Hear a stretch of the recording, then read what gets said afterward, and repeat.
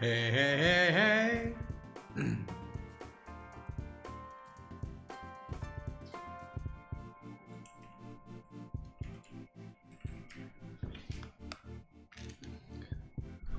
Hey guys, what's up?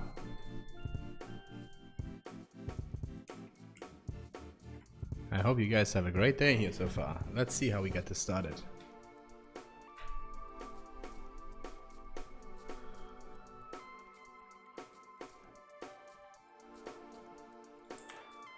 Alright, here we are, bam! Hey, what's up guys? Good seeing you. I'm a little bit late, I've been at the embassy. Need a new passport. Well, what can I do, guys? It is what it is. I told you this yesterday. So here we are. Let me boot up my VM quick. Turn on the air condition. It's getting hot in here. Bangkok, Thailand. As you know, the sun is shining. Outside 500 degrees. Alright. What do we want to do today? I have a particular feature in mind that is super Venezuela, good morning. I have a feature in my mind that is super secure, and that is called the Global Security Lockdown. And what that means is you can enable it, and this will prevent your whole account from any changes. So let's go into our VM here right now. There you go. And we can define something for this. This is a great security feature actually. So, the global security lockdown. Enable it and specify a time. So you click a button and specify a time limit till changes can be applied. So if we click on GSL button and say 5 days limit, that means the account is protected from any changes. Withdrawal addresses, any kind of settings and configuration. Alright, so you can't change anything. If we click on the button to disable GSL, now the time limit is active. So that means, in this case, 5 days. So that means now it's still active. The GSL is still protecting us. Yet, in 5 days, now we can access now we can change our settings and configurations again. So this is the whole specification of that feature, and that idea is coming from Kraken. Kraken GSL. Let's have a look. Global settings lock. Oh, global settings lock, global security logs. There you go. The last line of defense. That is actually really nice. The last line of defense. That's what's happening. You can also be notified. Okay.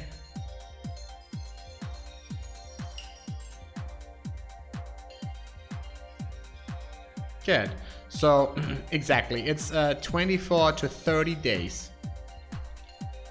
So if we enable this and then we disable this, we can say it's either 24 or up to 30 days of protection.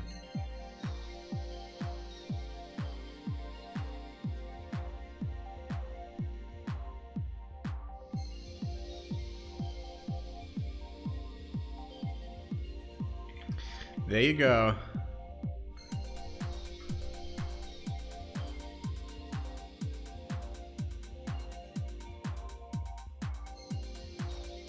There you go.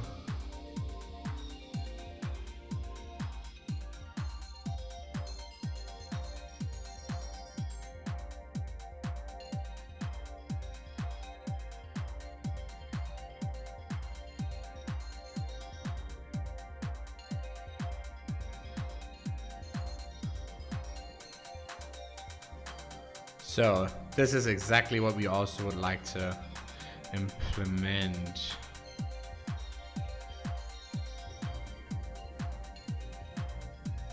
What is a master key? We don't have that now, but... Alright, so this is the definition and this is what we would like to implement now, I guess. So how do we do this, guys? It's a good question.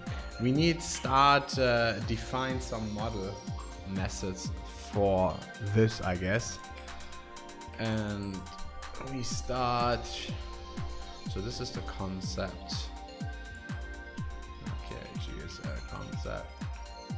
Okay, so the very first thing is if we create the users, we need something like Boolean GSL active default false. We need Boolean GSL T date time active till and T integer GSL active GSL time. This is what we need. Okay, so we have one setting if it's on or off. If it's on, then GSL active till will be GSL time in hours from now, and this can be between 24 and 30 times 24, so that is 720. So 24 to 720. So this is actually the logic behind this. Active global security lock active should be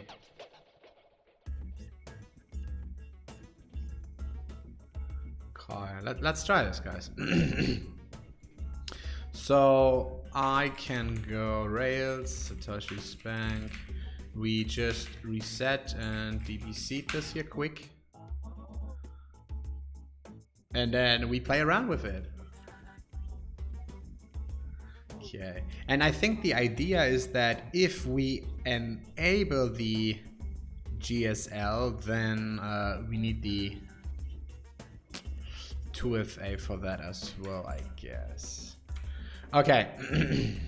So we can make a checkout minus B GSL and say git add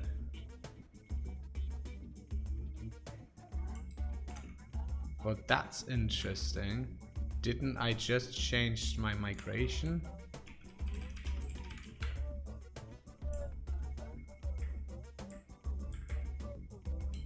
I did. Oh, that is wrong. That is wrong migration. Wait. This is wrong migration, dude.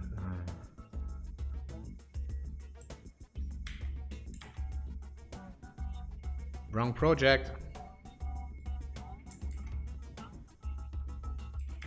Happens the best, guys. So here, create users. There you go. This is the right one. And this is my GSL stuff. All right, do this again. And get status.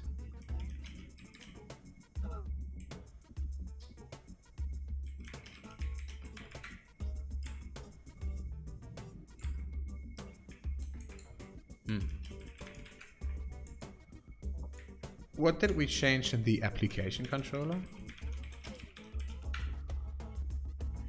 Oh, the full path, okay. So git add git commit minus migration for GSL. Good. Step by step, guys. So we go into the user and there is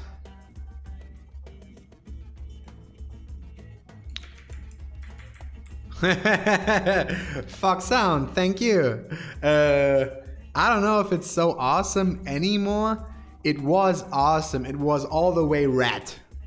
And now it's just washed out and I don't know, man. I like it as well. I let it a little bit longer. It's kind of like a mohawk, it's just long. So I wait a month, maybe more, and then I colorize it again, cut the edges a little bit more, and have it sharp.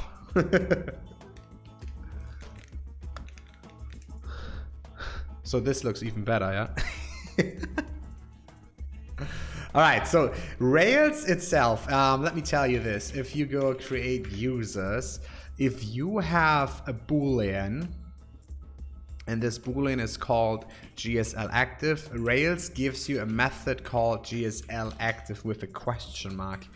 However, in this case, we need to override this because GSL is still active if GSL is active if super or if this one here is still.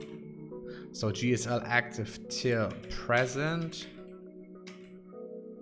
and greater equals time now. Okay. So this is the whole implementation. And now we can actually try this. Right now in the shell we say A is user first. Oops. So we say A GSL active and this is false. If I say active is true, hey, now you're following me. Whoa, that's cool. It's good.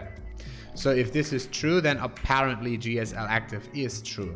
However, if I say GSA active till, let's say 30 seconds from now, and I call active is true, I say active is false, but he still will be active, okay? Because if I go time now, he still will be active for 20 seconds. Let's make this maybe 5 seconds. So GSL active, true, and then as you can see, this is the, wait, what is this? GSL, oh yeah, active till. It still was false, but it's still active, and now it's most likely not active anymore because the GSL active till is false. Oh, I can show you a little bit. Are you watching the first time? I can show you a little bit. Let me start the server quick. Just a quick introduction. Crypto local. Alright, so you log in. This design that you see is just my design. We have a designer that is getting paid and that is working. So the design you see is not what it will be. So we just log in, so we definitely get an email. Here we are. Yeah, we have our transaction overview. Whatever we do here, you have regular orders. This will be looking a little bit better. All right, let's start here with the wallets. So you have your wallets, you have maybe Bitcoin. You can say, hey, I need a new Bitcoin deposit address. There you go. If you would send testnet Bitcoin to this address, they would actually arrive in this account then. So here's your wallet. You say, hey, I want to withdraw a little bit. Then you get an email, and then on this email you can confirm this withdrawal, but we can also cancel it. This is this is just your wallet stuff. We have a little bit more secure wallets called a vault.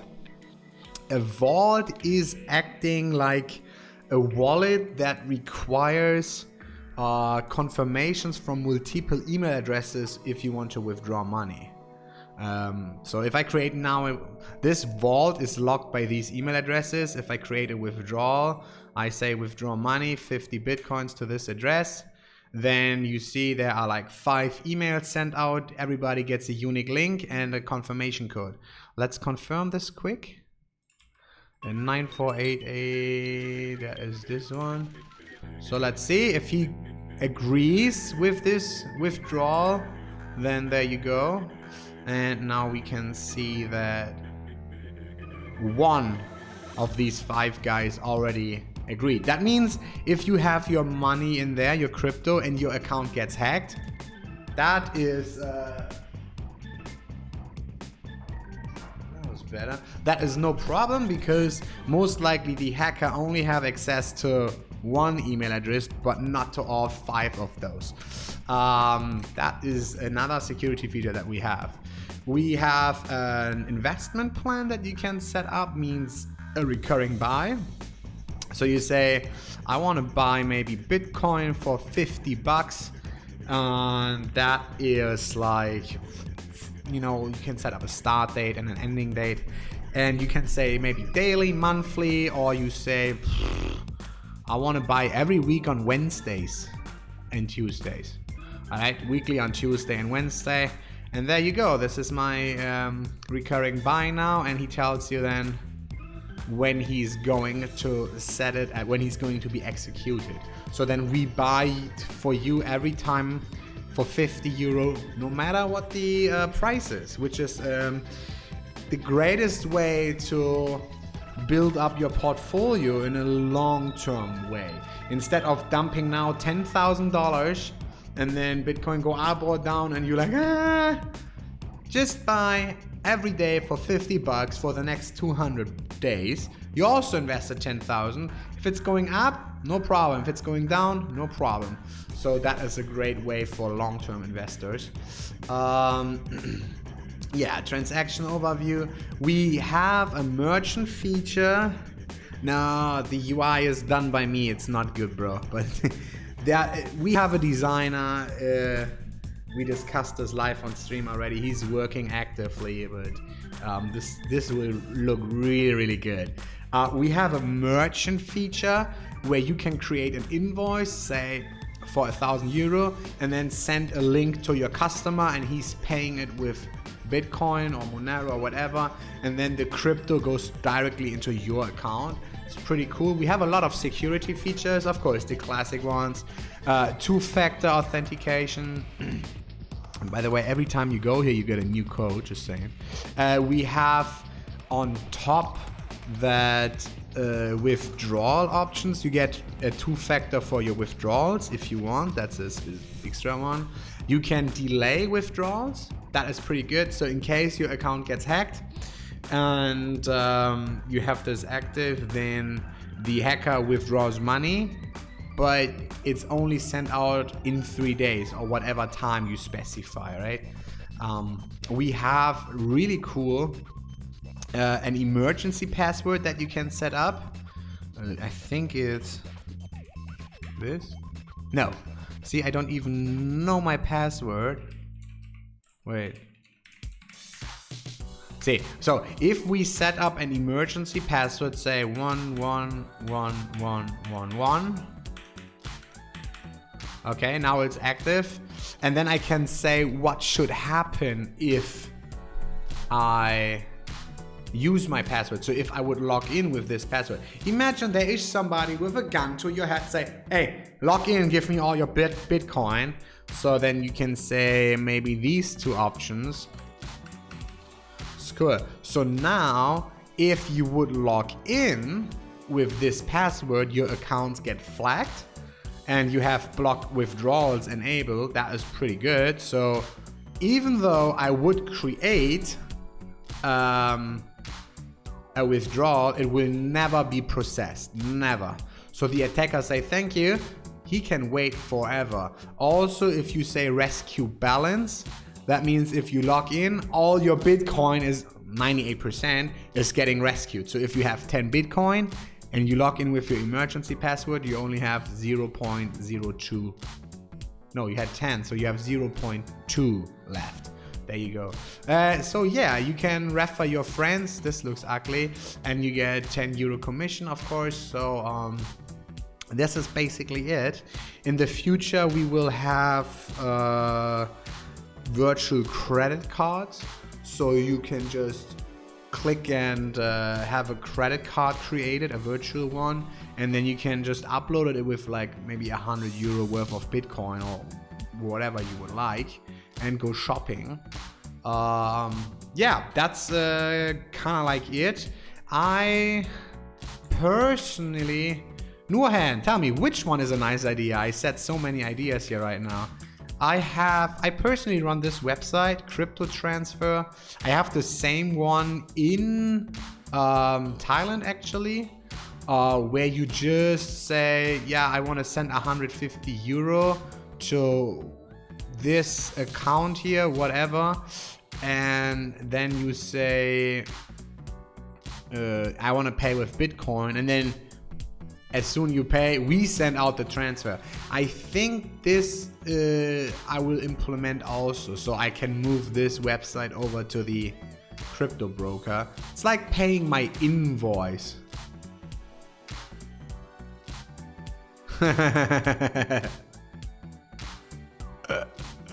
5 different mail authentication looks top secure. What you mean 5 different mail authentication? So yeah, that will be maybe another feature that we build, like you pay your invoice with crypto. So you could probably just upload your telephone invoice and we just pay it out, man.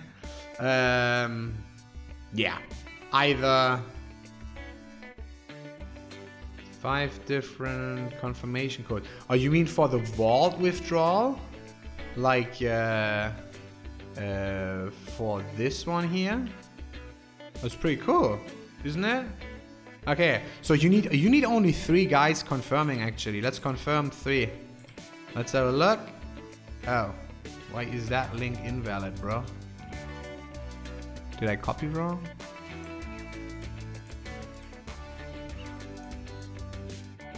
There you go. So now it's 2 of 5. And let's confirm then the 3rd guy.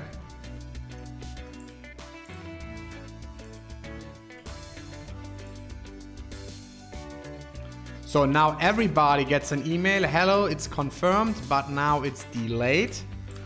Because the vault say every withdrawal is delayed for 2 hours. So if you go here, it's delayed till 5:28. Right now it's 3:28. So yeah, in 2 hours then this goes from delayed to ready, and then we send out the Bitcoin. That's the logic behind. So yeah, this is it. And right now, so today what we're gonna do is this whole security page, like the withdrawal options, your withdrawal address management, the 2FA codes, emergency lock and stuff, everything of this you can lock down. So that is just the feature that we just came up with the GSL, the Global Security Lockdown. So if you enable it, you can't change anything of this. So that means you log in, you create your account, you get verified, you set up all your addresses, you set up everything you want to do, and then you say lockdown. So that means if there is a hacker, man, he can't change any of your settings. So whatever it is, man, he's changing nothing. That is a really good feature, I guess. It's just another layer of protection on top. There is so much security, it's probably too much for the people. So yeah, there you go. That is the introduction to this whole thing. By the way, I stream every day 8 o'clock ICT, that is Bangkok, Thailand. So at the same time. Today I'm late because I was at the embassy, but yeah, normally.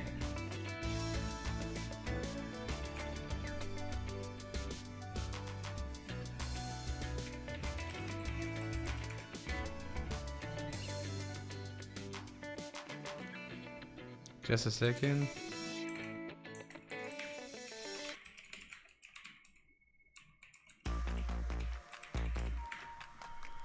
All right, so yeah, this is the last line of defense. So GSL active. We have to write tests for this actually. So then we should do the following. Before we start implementing this, spec models, and then there's a user spec. And we say here, oh, by the way, we have a great feature, guys. Look at this. Never reset password. That's really good. It's really good. If you enable this, and if somebody wants to hack your account, they say forgot password, we will never send a new password out. Never. Ain't gonna happen. If you activate this, don't lose your password, bro. That's a great feature.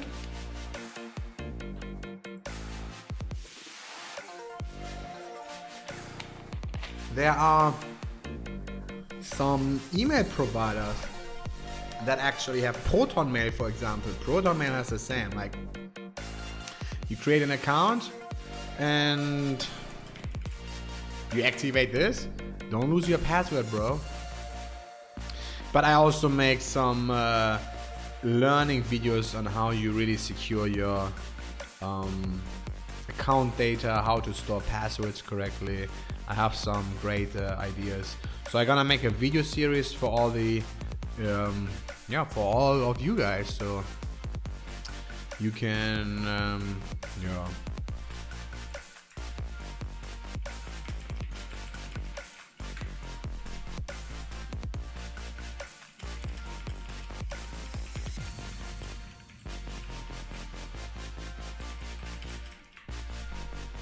So then let's go. Write tests, guys. We say context global security lockdown.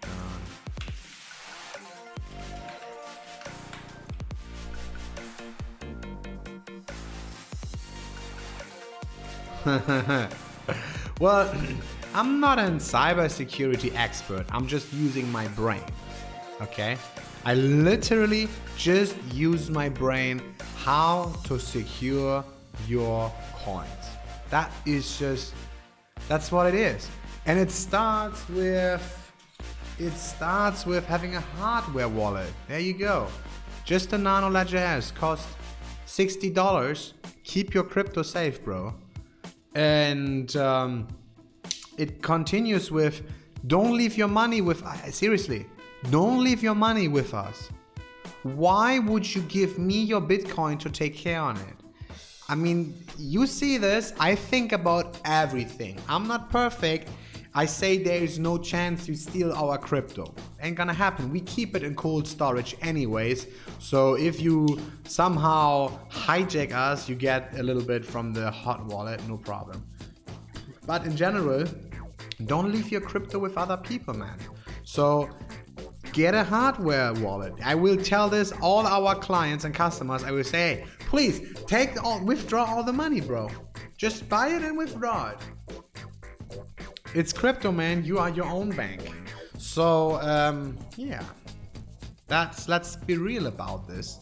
And I encourage people to really just what it is, man. I really want people to not lose their crypto, and I want to make them more like aware of. I want to make them all aware what crypto really is and what crypto can do for them. So if you say, oh, I buy Bitcoin and now they stay here on cryptodirect.com, well, that's not really the point, you know, that's not really what it should be. So let's go and say we have, subject is factory bot create user, so that's what we have. And then we say it won't be GSL active by default, so we expect subject to not be GSL active. Okay? That is the very first thing. The second thing is it is GSL active. And we say describe active GSL activation do, and we say something like subject update GSL active true. We expect subject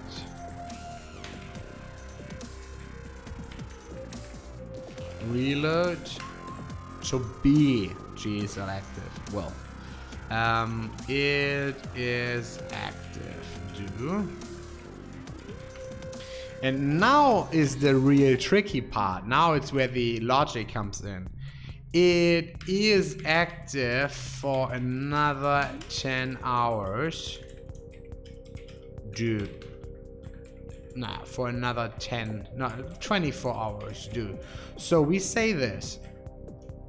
No, this actually is written wrong.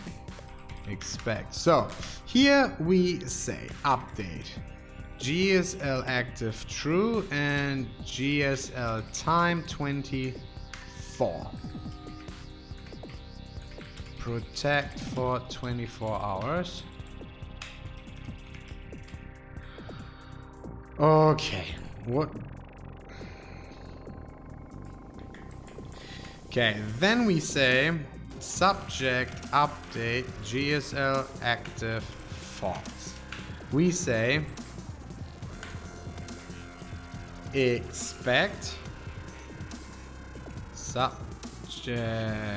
reload to be GSL active. Wait. We expect subject.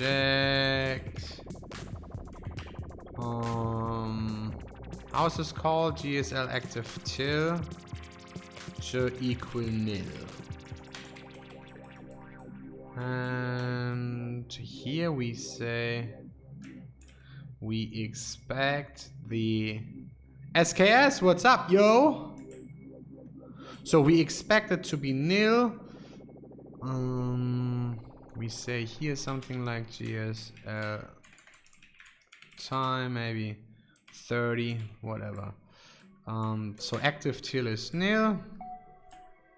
So we enable this, we disable this, and now the lock is actually active. So we say GSL active till to be present. That needs to be there. And we say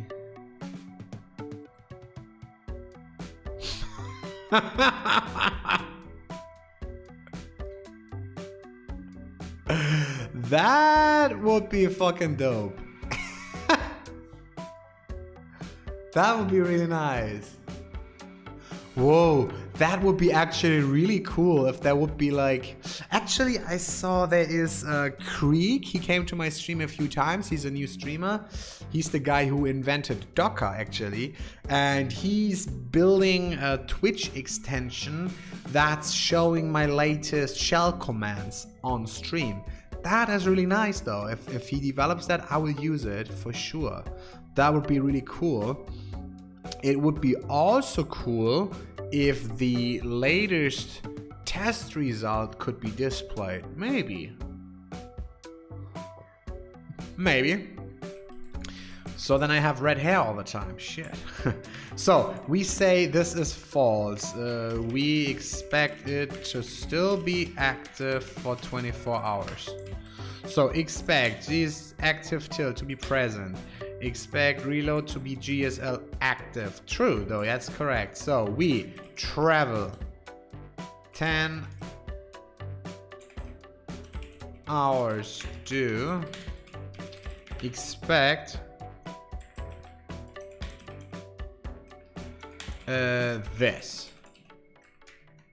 We travel 15 hours. We expect that. This should be actually, if you think about this, block inline car. So we travel 10, whatever. 23 hours, and if we travel 24 hours, we expect to not be GSL active. Does that make sense? I'm not sure about that actually, but should be okay.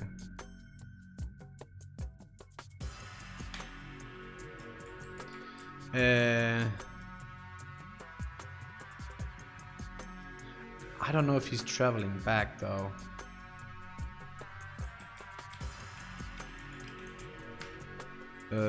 P time now and P time now. Okay, let's run these test quicks because they will fail. We need implementation on this, but we go RSpec. Now we go reset test environment, and then we go RSpec. So it's RSpec spec models user spec inline 342. Yeah, I don't think that RPsec is valid.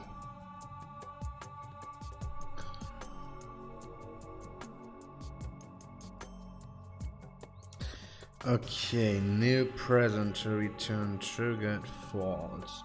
That is actually good. So there is implementation missing now, and this is the implementation we have to do. So if we say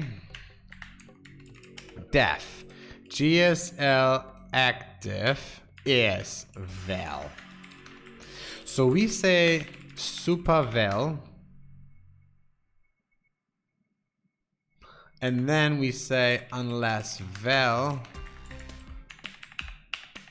set GSL activation, this GSL time, and then it's set GSL time,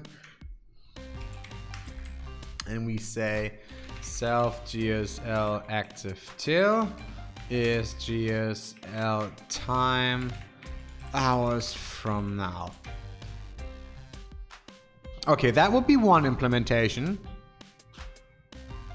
So if we tell him he's false, then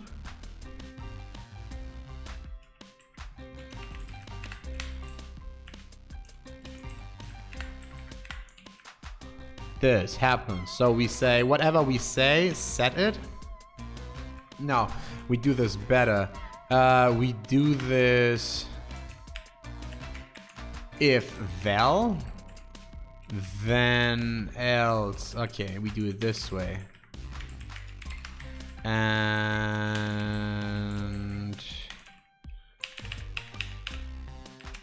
this is happening. So we set it to whatever value, and if it's true, then the active till goes to nil, and if it's false, then GSL active till is this. Okay, and additionally we need a validation,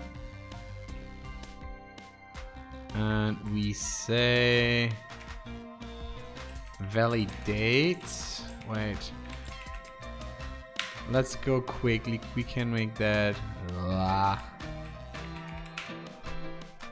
validates. There we go.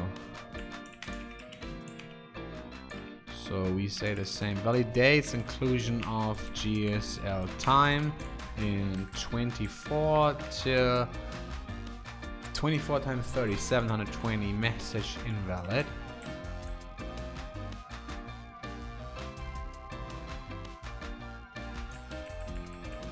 I think that custom message is good. So we can say here, describe validation, do And then to do, I want to check the validations for this specifically. It won't be GSL active by default. Okay, this could be work already. This could work already. Let's go and try this. Specifically, this is the failing test in 360. We run this in 360. Okay, GSL active to return true. No false, got true. Let's have a look actually. Where is he failing? So we say this, that is okay. We say this, good. Okay, I think subject reload.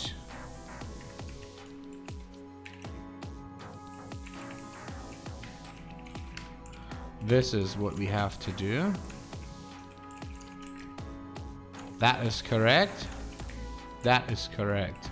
So now we say time now and we travel 10 hours. Good. What is time now? Fine. We travel back automatically. So in 23 hours, this is true. And in 24 hours, this is also true. So I think my test is good actually.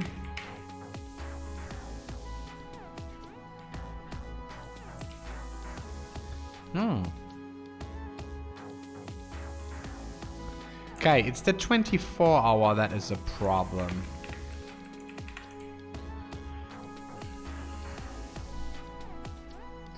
So it's the matter of the second. That means expect 24 hours. Yeah. So we do 3,600 plus 1 seconds. So this is what we do. Because we, by definition, the user is greater or equal. So we say the lock is till 12 o'clock. So if it is 12 o'clock on the second, is it active or not? If it's 1 second after 12, it's not active anymore. So yeah, this is apparently then working as it should.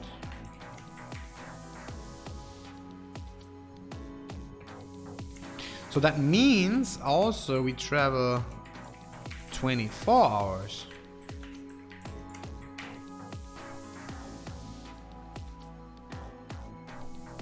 Good. And we also say then the validation, describe validation, and then we can say something like this. It should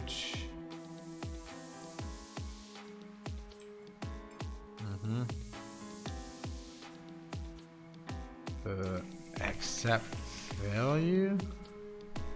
Shit. Aspect accept value. Allow value. Aspect allow value. Validation.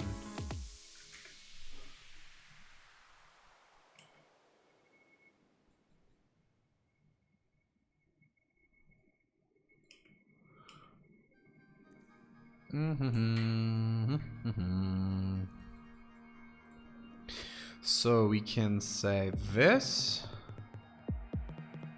Just validations for this one. User spec.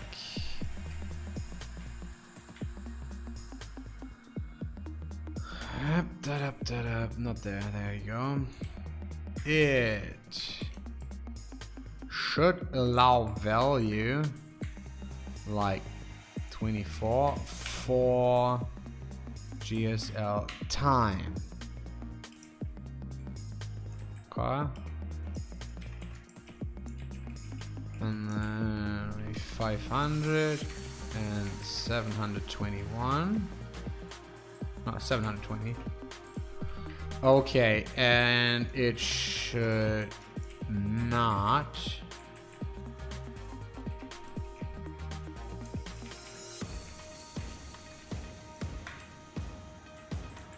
the value is like 23, ASD, nil, and 720.1 and 721, and also not 0, and maybe -5. I don't even know if this is correctly written, to be honest. I don't even know actually.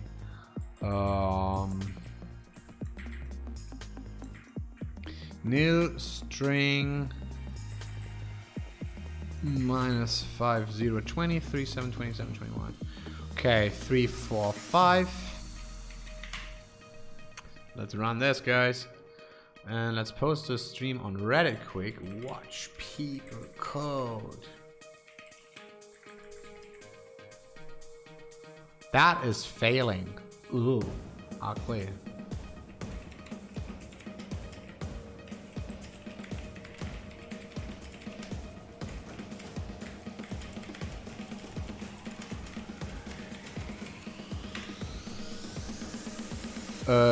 Why is that actually 720, which was read back as 720? Because it's an integer.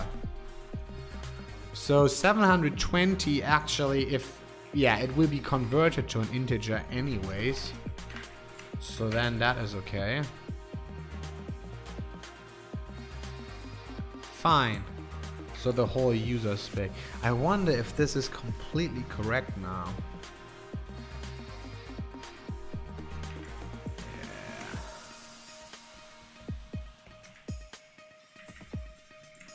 Okay.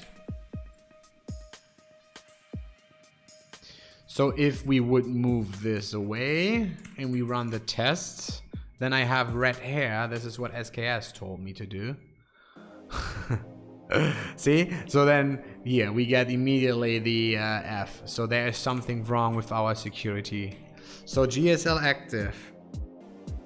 Is there actually another case? The question is, we set GSL active is, and then we say def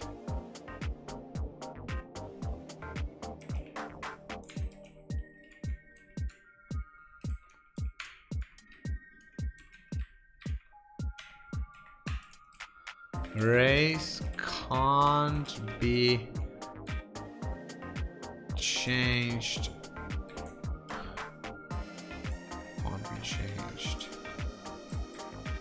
Can't be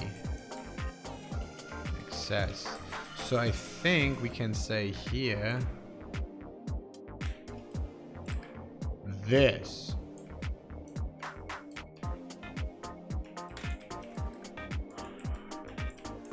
This would be fun, huh? So that means I can't write this. Can't be written. Wanna try? I show you. Rails C this, and I say GSL active till is 1, can't be written. So I say GSL active is true, then I say is false, and if I say GSL active till, now it's written. Makes sense, huh? So I say false. Oh, wait. That is interesting. So if it's disabled and I disable it again, which doesn't make any sense at all. It doesn't make any sense. Then I redisable it and the time is extending. So this doesn't make sense. So the question here is if value changed. So let's go here, binding proy. We reload this and say A is the user first, and we say this is nil. Okay, I say, wait, GSL active should be default false. Oh, active too. GSL active is false. So I say GSL active is true. GSL active change true. Okay, now I say it's false and change this. Oh. Change to be saved. Is it?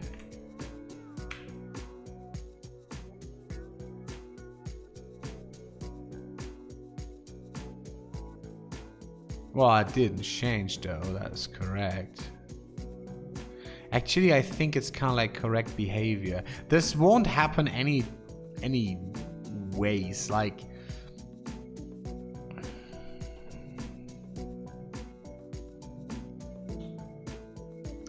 you can't update that feature. No, you can't. Like in reality, it will be this. Let's say a update GSL active true. Okay, and then I say true again. See, that won't matter.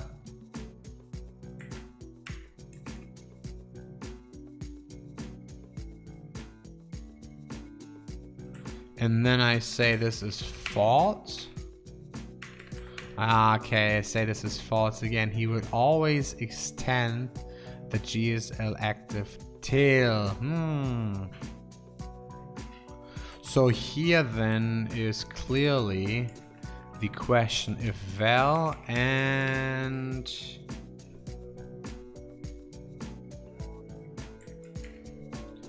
if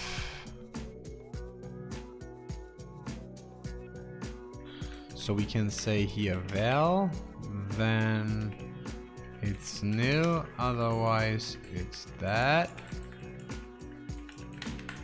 Try there, and here we say if GSL active changed. Maybe this is happening. Let's see.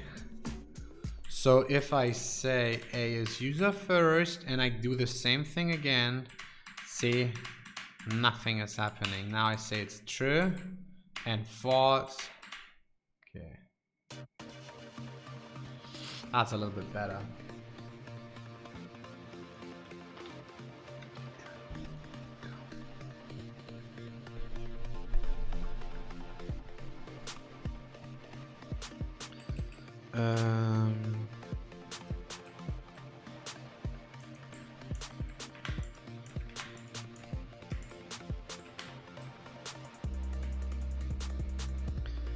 I could no.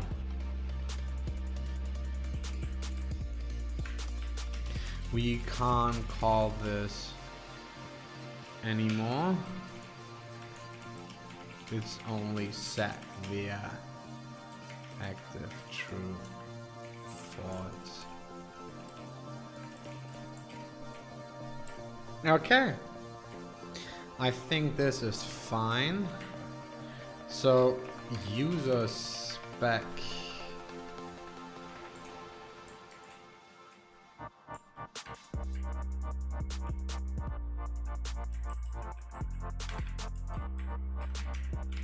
once in 24 hours and 1 day it's not active anymore.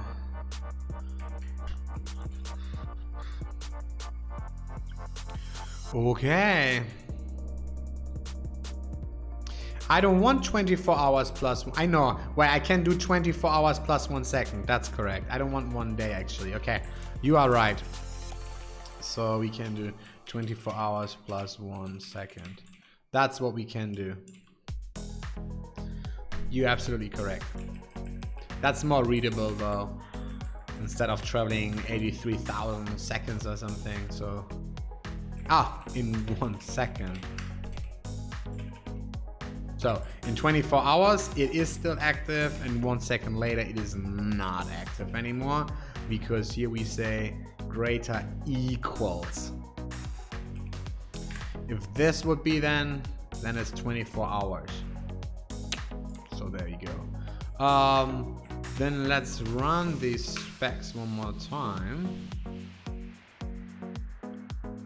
They should be all good. Git status, git add, git commit, GSL model, logic, and specs. Good. Now we need to go to the controller, guys, and yeah, there needs to be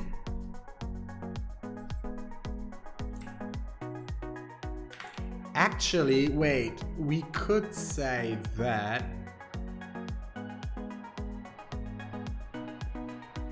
we do it better. We do it on the model logic. So instead of saying the controller can't access, which is of course we also do on top, we say additionally the model can't change. So I would recommend to say something like, say we have, for example, wait, my server's off, right? Yeah, let's start the server quick. Like these whole security features, like, does that make sense?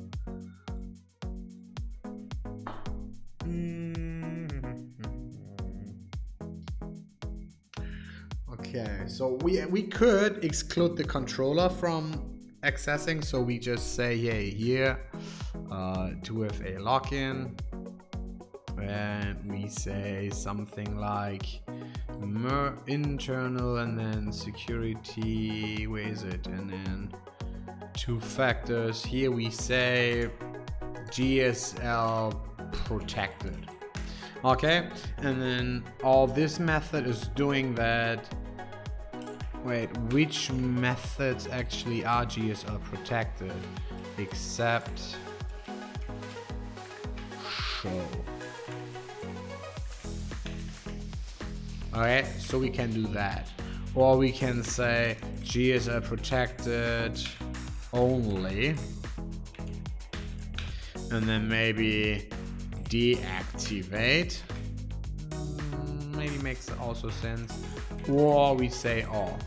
So this is one method to do it. So it's a before filter, before action. And then depending on, like, you can still display some data, but you can't access it anymore. That would be one way. The other way I thought is we could do this additionally on the model layer. So my thought would be, in this case, let's say we have a model, security, maybe 2-factor options. No, let's say my withdrawal option, and then I could say like GSL protected, and this would in update now it would be before update, and then if GSL protect, now if user GSL active, then self errors at user, and then the GSL protected.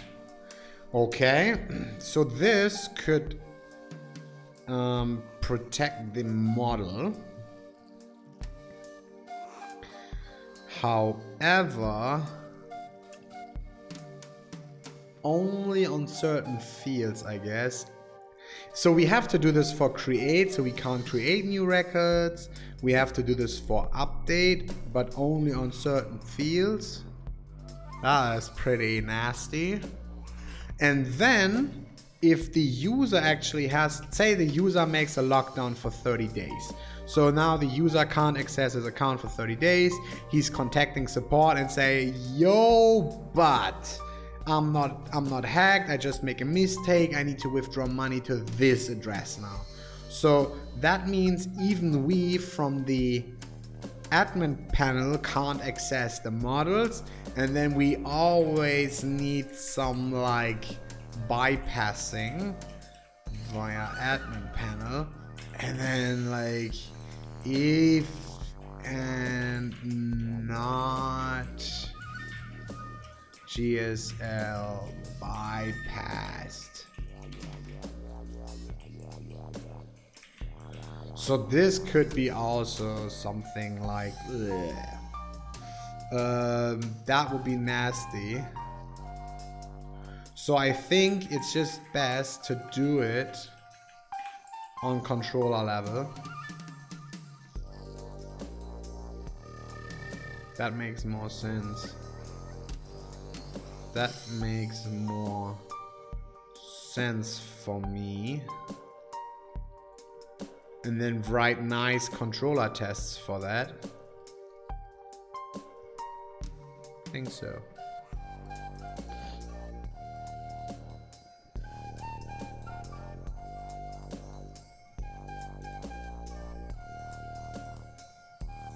Yeah.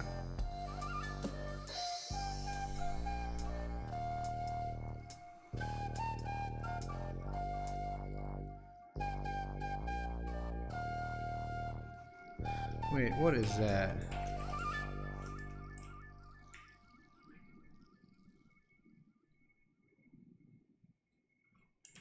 Isn't this inherently broken? If I say two-factor... Wait, what? Really? Okay, so wait, let me activate this quick.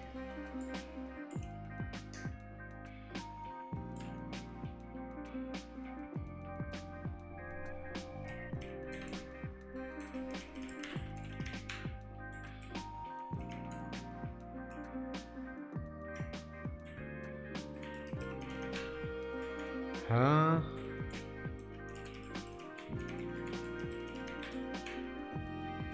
Holy shit, what?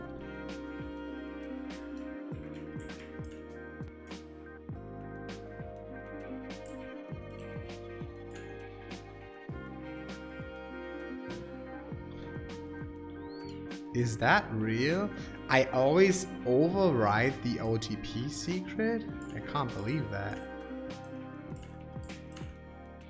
That is insane. I just realized that.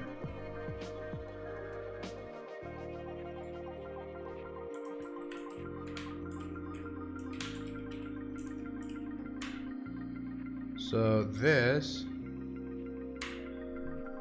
unless OTP enabled.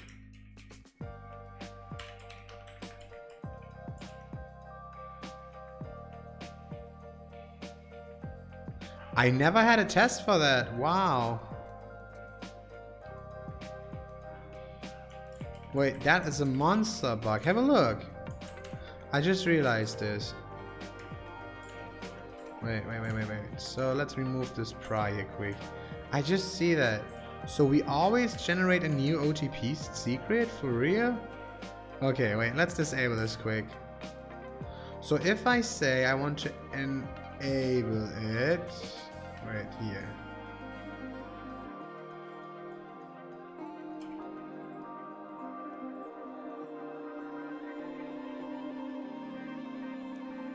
Okay. And then I say this. Now I reload, I get always a new code, and my code is invalid. See? Holy shit, that was ridiculous. So now only generate a new OTP secret unless the OTP is enabled.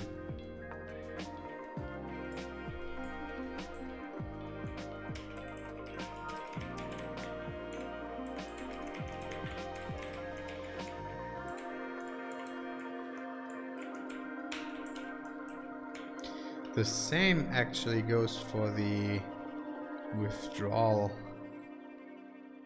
Security withdrawal options controller. Oh, here I have that shake. Crazy shit, dude.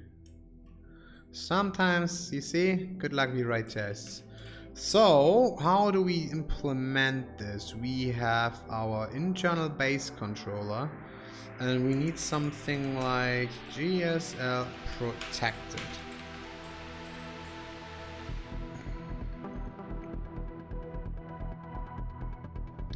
And we say if current user GSL active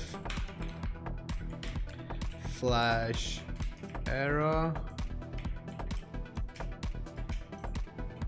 you are not authorized to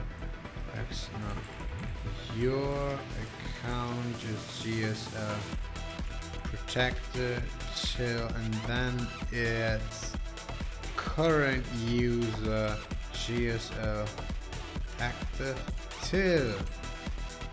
Now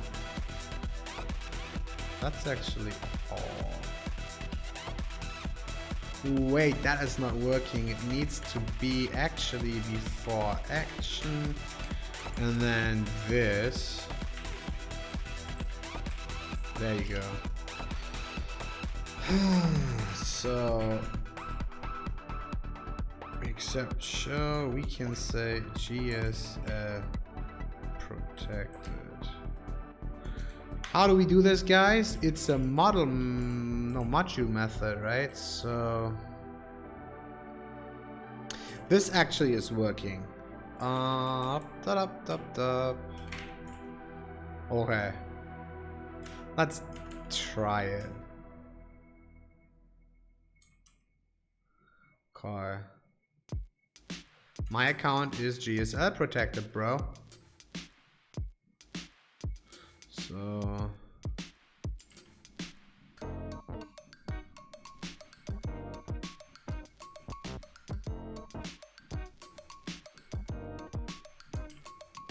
that is good. And except show, then here it won't be anymore. Okay, and then it should be most likely a redirect to the internal security path. So redirect to internal security. Yeah, it's best, I guess.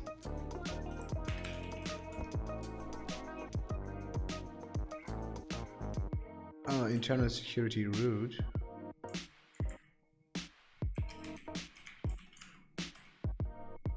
Okay, so if I click here, nope, you are blacklisted, bro. Click here, nope, blacklisted.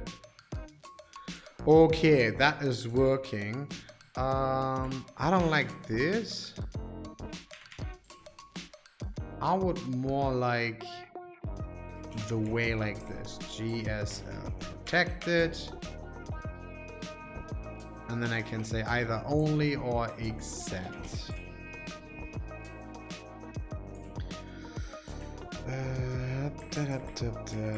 Def self GSL protected. Aux.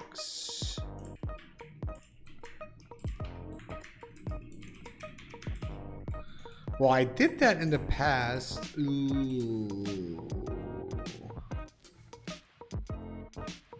We have to write a module and include that module most likely.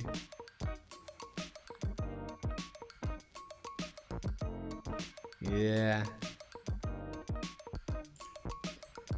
So that is not working. Rails controller methods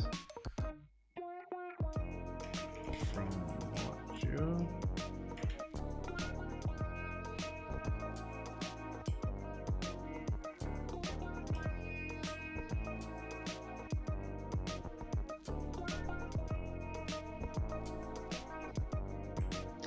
No, wait, man.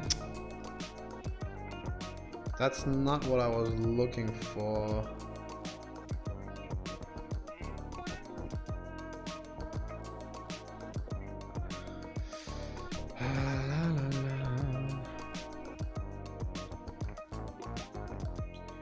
do I write my GSL protection?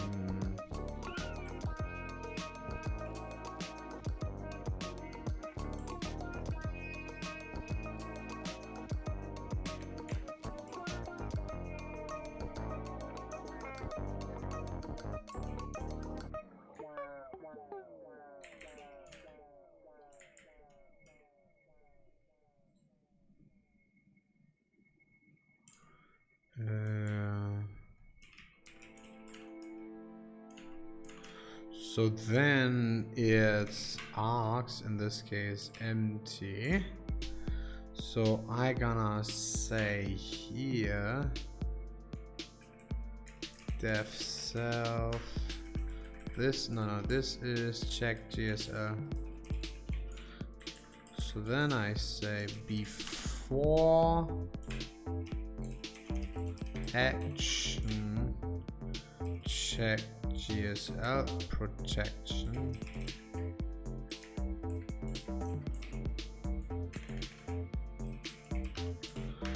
Check GSL protection, and then I say only, and then it's args fetch only. No, I can say args, I guess.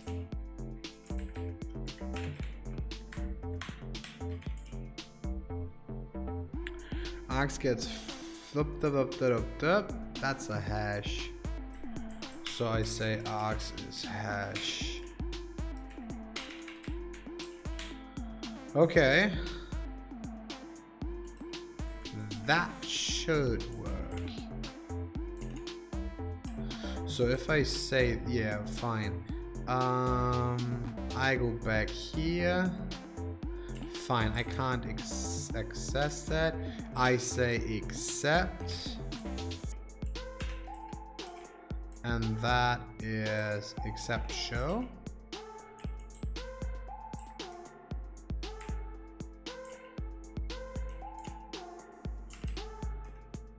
I click here and that is working. If I click this, fine. And I can say only, say activate.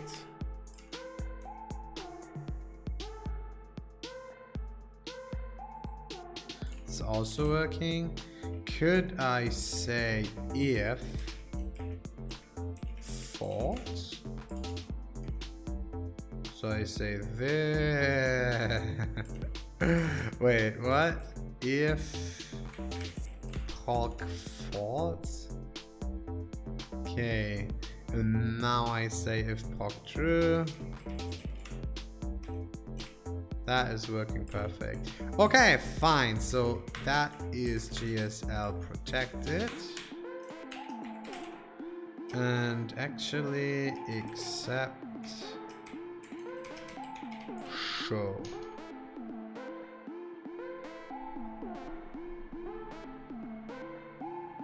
Do you guys agree? So there it is. That is GSL protected. What else should be GSL protected? API keys?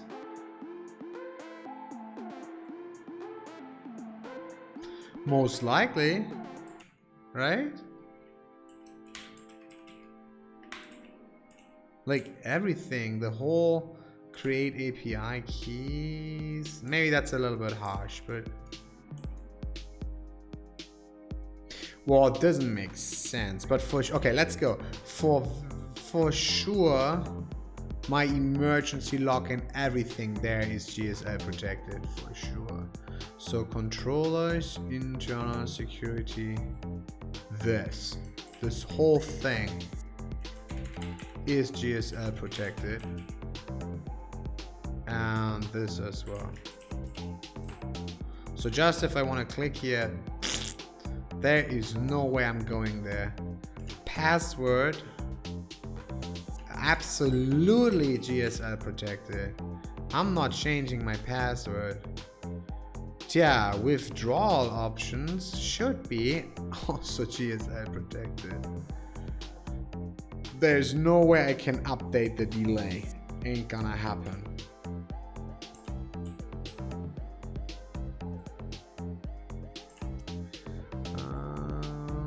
if I say account settings,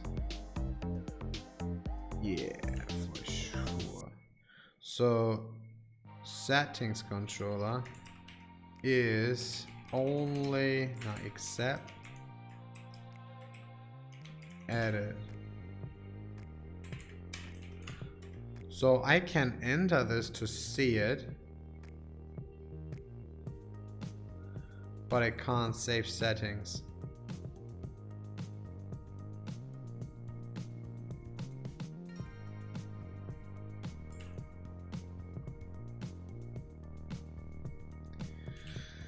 Okay, GSL protected, and then I say that is actually quite good. Security, two-factor. Yeah, that whole thing is completely protected, bro. But you know what?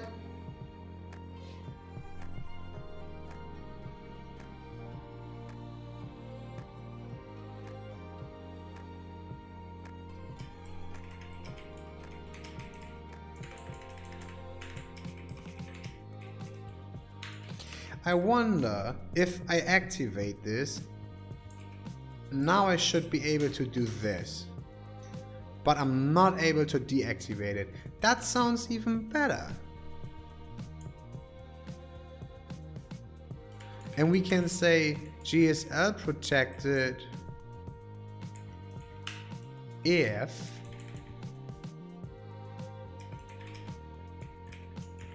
and I say current user OTP enabled. So if it's enabled, I can't access it anymore. See? That is cool. So if it's active, I can't access it. But if it's not active, I can access it and set it up on top. Bam. But this doesn't make sense, I guess so. If, so GSL protected all if, otherwise it's only deactivate. Good, let's go quick and say A is user first. Update OTP enable false. So now I can say, there you go, and I can update it. Ah. Oh yeah. Okay. Now it's active. There is a small thing that activate. Okay, and we say if, oh no, if GSL active, then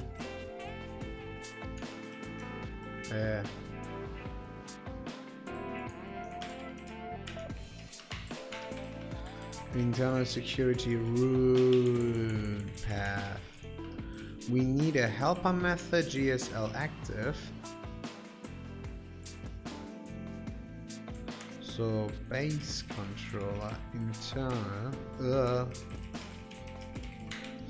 and that says if GSL active and def GSL active.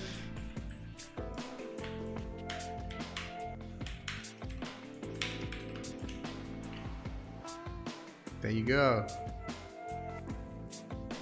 And this should be a banger, I guess.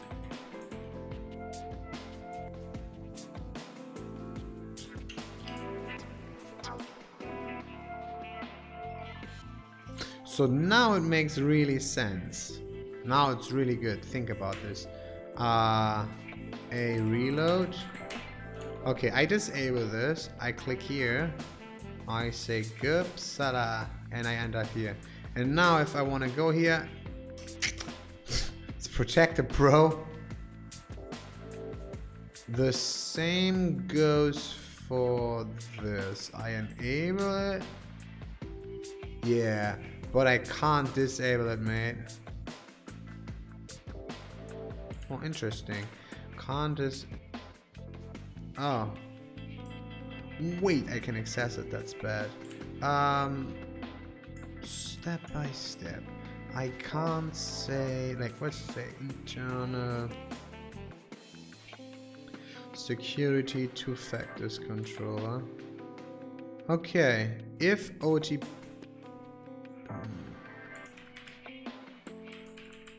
Nah. Oh, that is two factors. We need withdrawal. Okay. So this is GSL protected except show.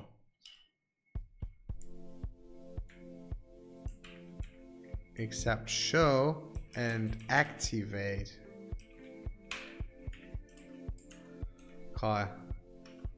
So now if I disable this, I'm deactivated. Alright, let's try this. So we say a withdrawal option. Update OTP enabled false. Good. So I can't do that. I can't. But I can do this.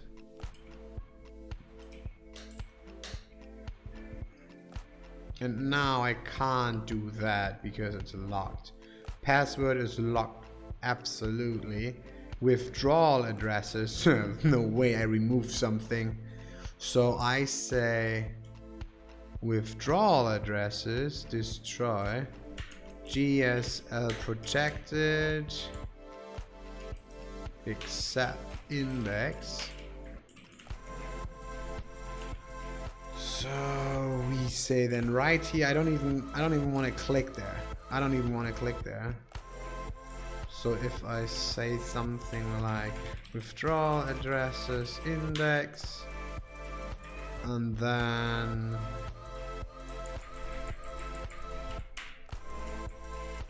unless GSL active,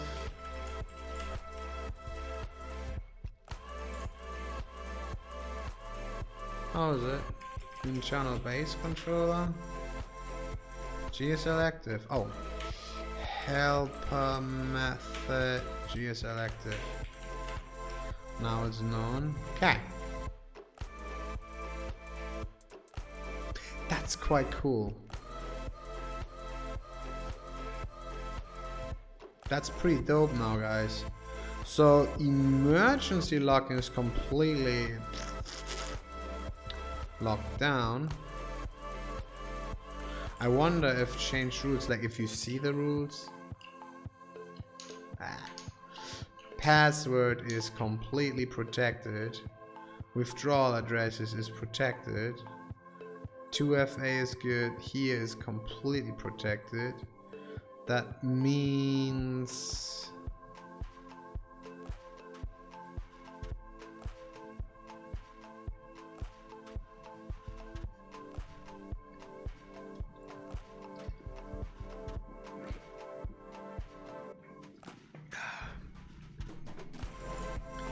okay, what is missing?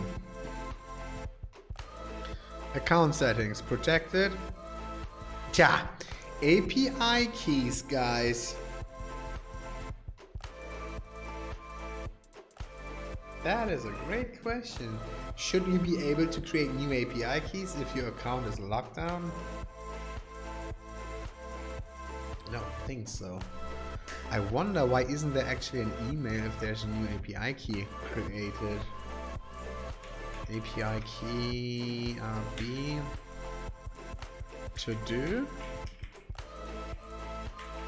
Send email if new API key is created.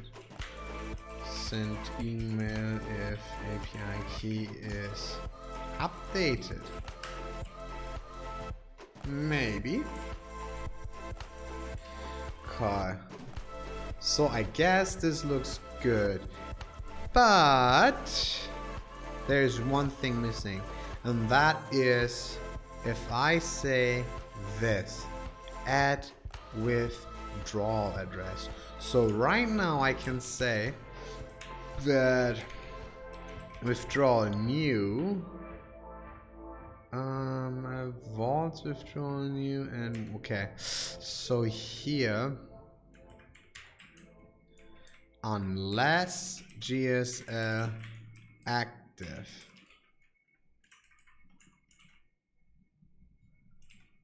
if that is not active, and the same goes for withdraw new in here, unless GSL active. There you go, no button anymore. Let's bring the button back quick. So there's my button. And I end up here though, in withdrawal addresses, so withdrawal addresses controller. And I say this whole destroy? The fuck?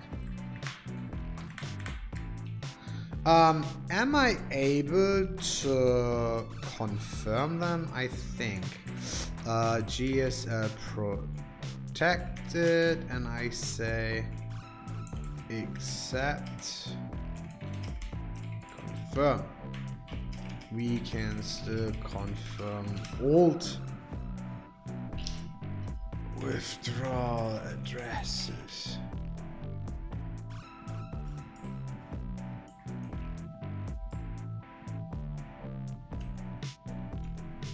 Nice.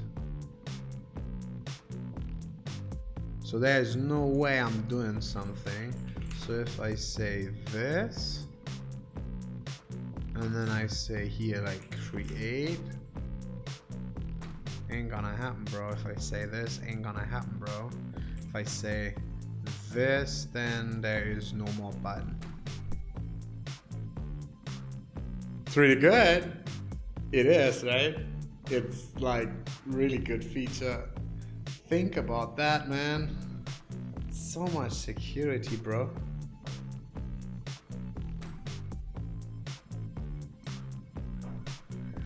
IP addresses? Yeah, well, that's fine. Change password? Nope. Nope. Nope.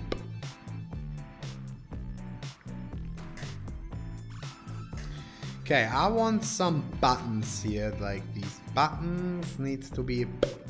Your account is. I don't know. Let's commit this quick. We say get status, get add, get commit, GSL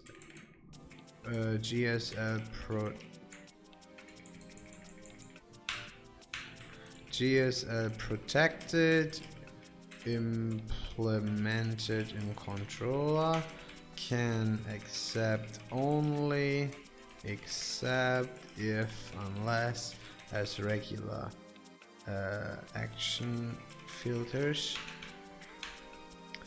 introduce GSL active, helper for templates, change template behavior, removed certain buttons so the user don't want to click there anymore.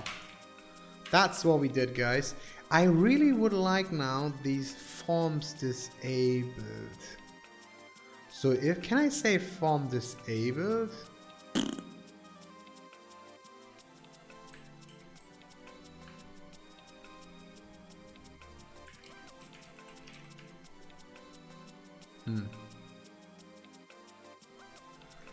HTML disable form.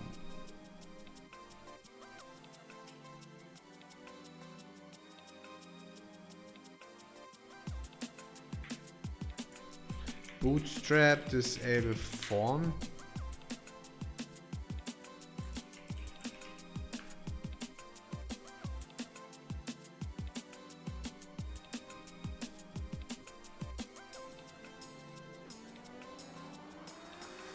That would be amazing. That would be amazing if we just hijack the form creation. Oh, think about this, guys. I know what we do. So funky.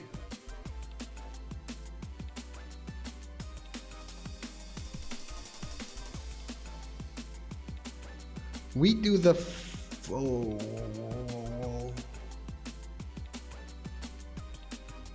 Okay, let's see, actually, I have an idea. So this form, I want to be completely read only, okay? So withdrawal options. So let's go actually and say withdrawal option, edit. This is the form. And I could say input and say read only, true. I guess I can do that. No. HTML, read only, true. No. Disabled. Well, read only is read only. Fuck, dude. Oh, it's input HTML and then read only, true. No. Fantastic. Let's have a look. Read only. Input HTML. Read only. True. I did that, I guess.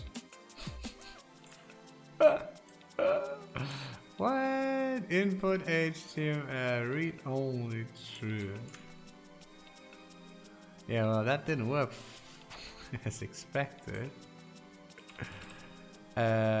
Is this actually read only true though? Nah, it's not. F input. That is bad. Let's.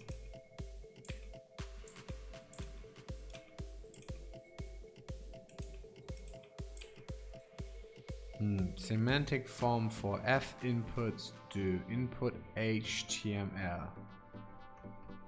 What is F actions actually?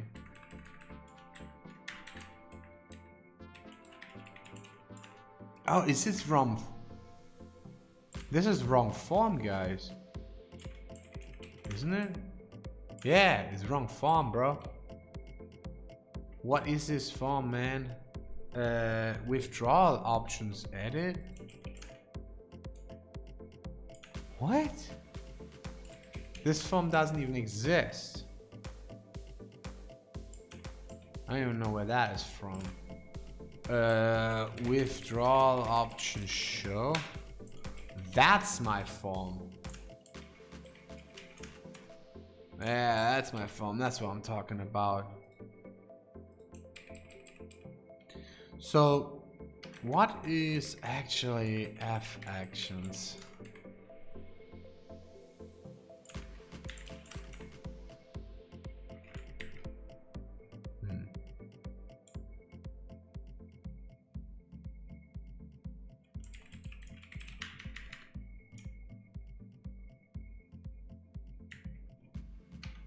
That's cool, I guess.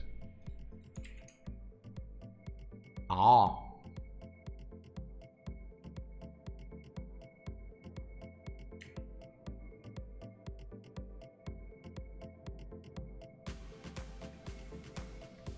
Oh, I can say F actions submit, cancel. And then it's actions. Not implemented. Never mind. So we want these input, and we say then input HTML, and we say read only true.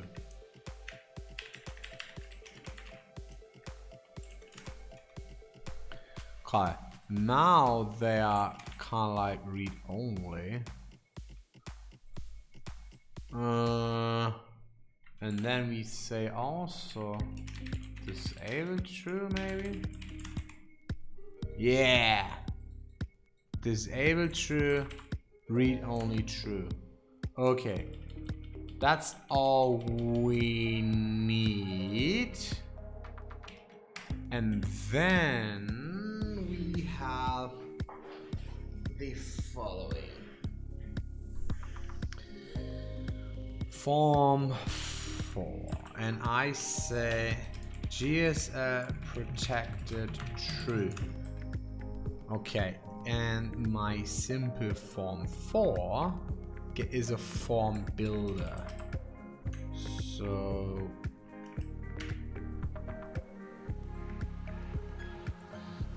I do default wrapper. Okay, config wrapper class input with class.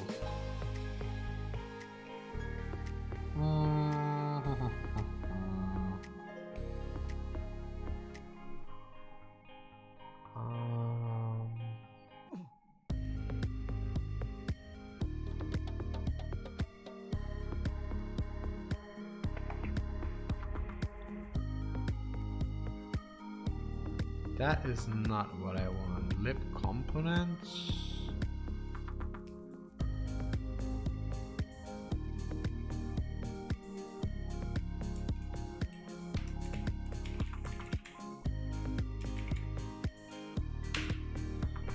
This is what we need, I guess. Button class, item wrapper. Okay, this is my wrapper for vertical form. We don't use that one, right? Do we? No. Vertical, no. Which one do we use though? Ah, fuck. I guess it's this one. I guess it's this one. Isn't it? Is there something like default? Simple form.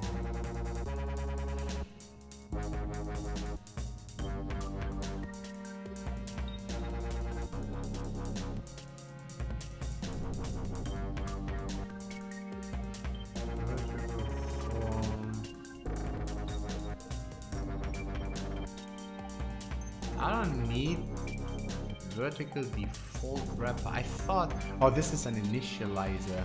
So if I remove this and I restart my server and I say spring stop and rails s, I maybe run into an error. Shit. No, is this good? Yeah, this is good. This is good news because that means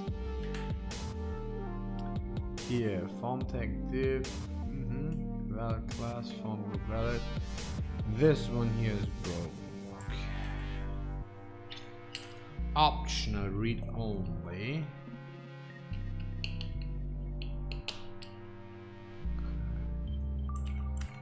I think we need to hijack Formtastic a little bit and see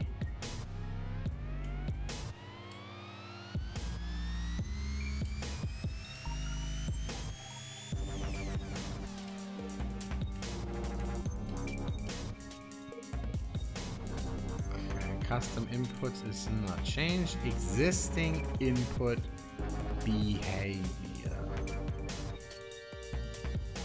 No.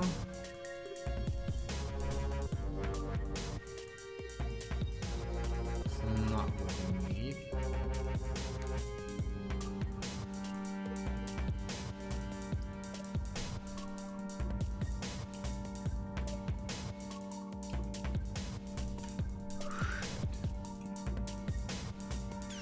So this should be back. Okay, delay is back.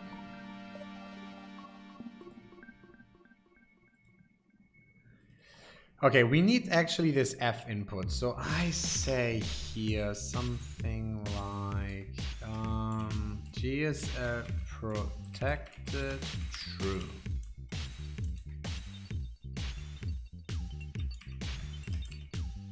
GSL protected. Okay. We let's read this code. So there is somehow in the left. So, okay, let me explain quick what I want to do. I want to say that in a form, if GSL protected is true, every input automatically gets read only true, disable true, so that we can't touch them. Additionally, I want these gone and these gone. Only by saying GSL protected true. That's what I want right now. So we have to somehow go into the form builder, most likely. There it is. Configure.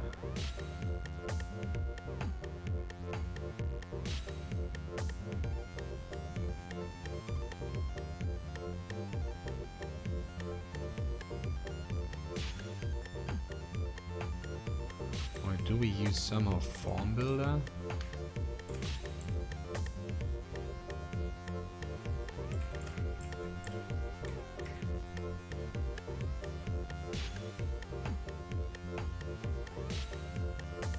Simple form bootstrap. Okay, default is vertical form. This is my default. That is shitty. That is okay. So those are just classes. Configure. Include input helper, inputs helper, maybe that. HTML attributes, where is that? Nope, that's not what we need. Actions helper. Actions.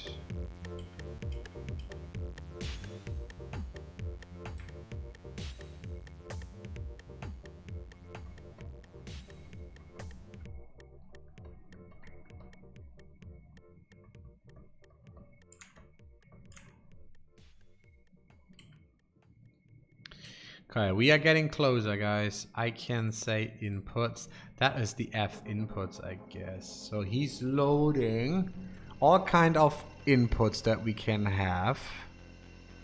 Eager auto load. Okay, what is base doing? Actions, inputs, base. Car.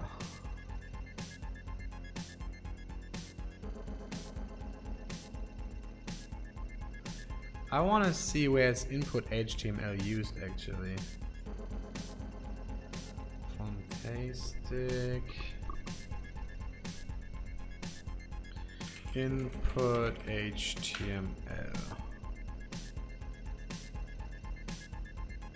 Is it?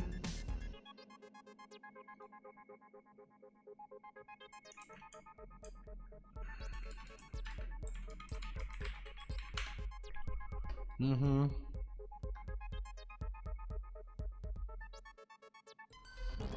Okay. So let's go just for the number input spec is not what we want, just number input though.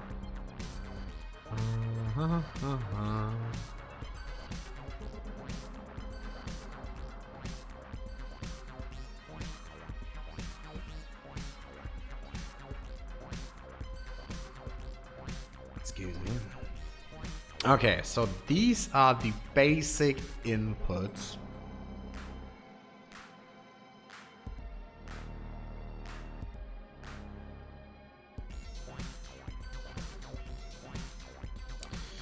Input HTML options. I wonder where is this from? Input HTML options. Number input. That inherits from nowhere. Shit. So there is somehow a default input HTML options. Stringish. Okay, so merge super. Where is super actually coming from? From base maybe? Inputs base? Base HTML RB.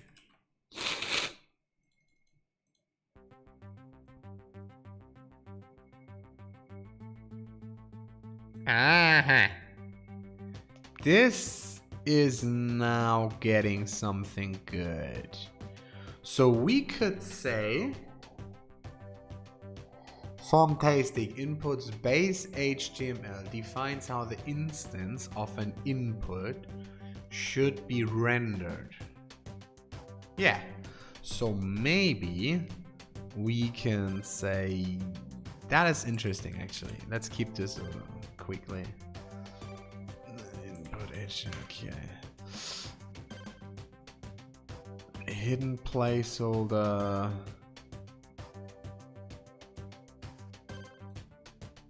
That's not what we need.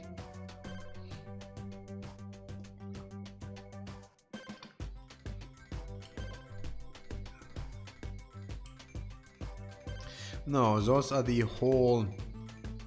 We just need the absolute template, the base. File, zone, timers. I think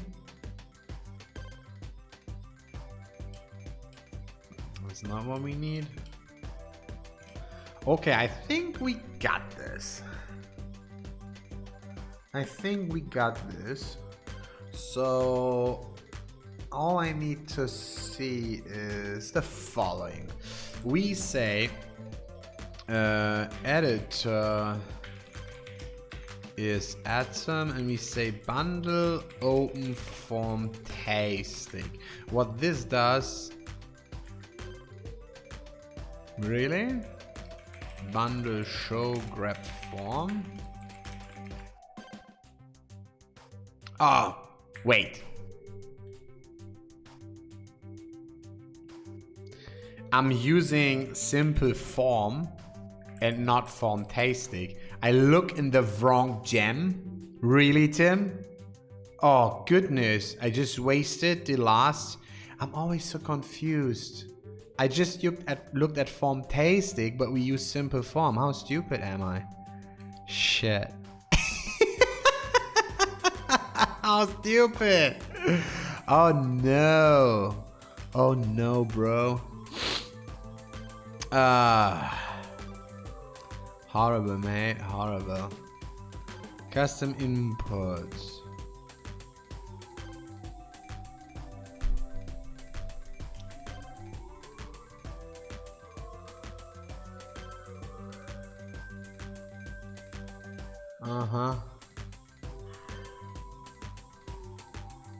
Custom form builder.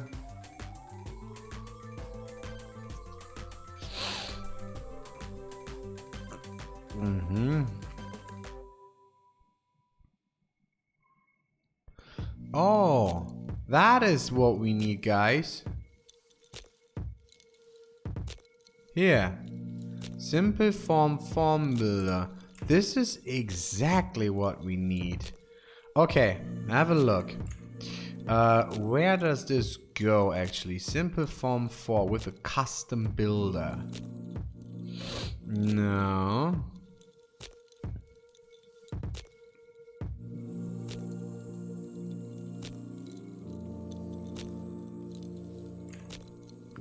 Okay, where is my builder? Config default wrapper. Do I have a builder somewhere? I don't. Okay. That means here we have simple form 4. GSL protected.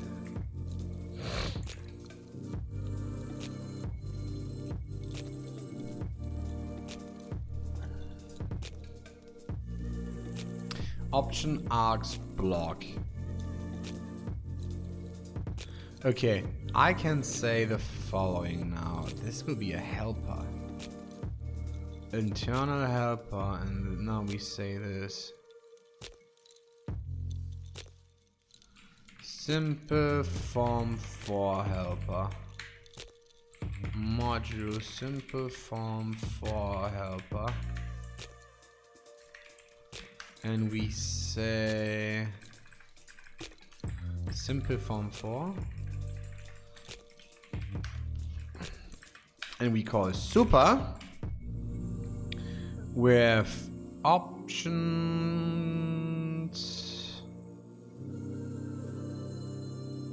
Wait, what?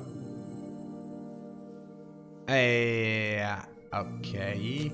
I just say builder is then the GSL form.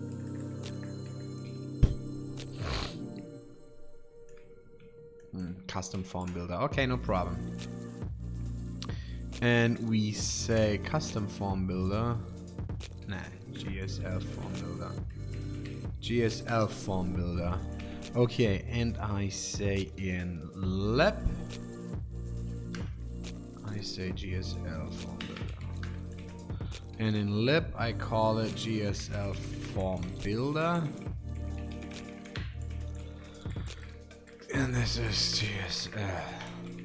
Okay, and we can say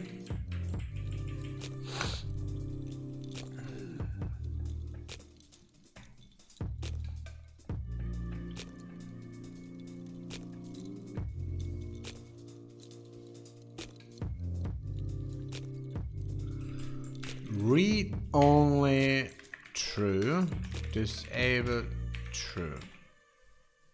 Just as an example here right now. That is banging broken. Ooh. That looks crazy. What is broken here, bro?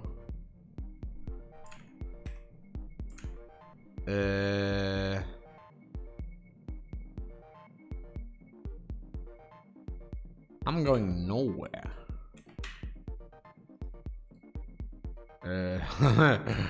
Aha, a syntax error.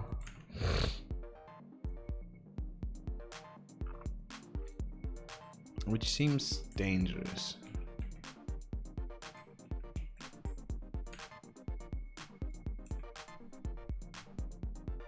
Couldn't find simple form for helper. Yeah, well. You can get it back, bro.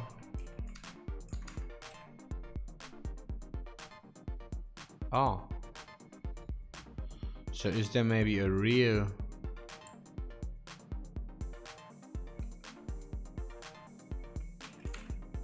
Okay. Good. I say GSL protected true. Now that is working. Now we bring this back to life. And he say GSL form builder is unknown. App labs. Alright, here we go. You are alive, bruh. Okay, that is actually working. Now I only want this.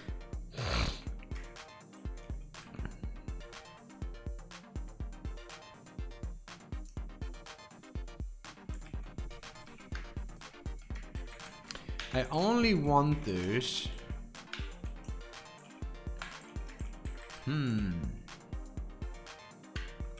Binding price. I only want this if the form is GSL true.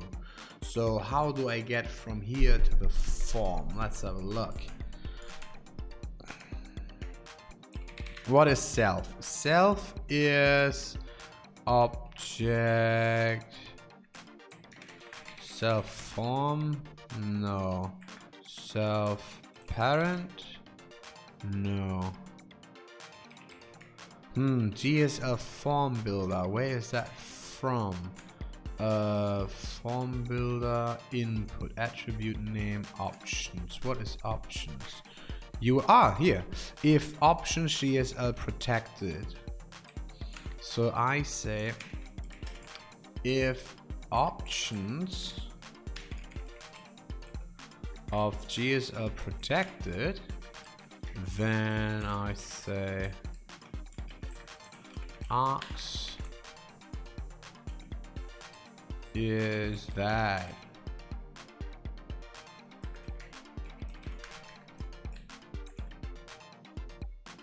What happens if I say this? A hash? Merge nil. Is that working? Nah. Okay. Ox is that.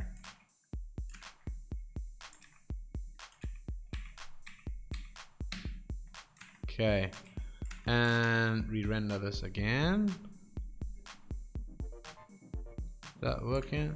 Good, most likely.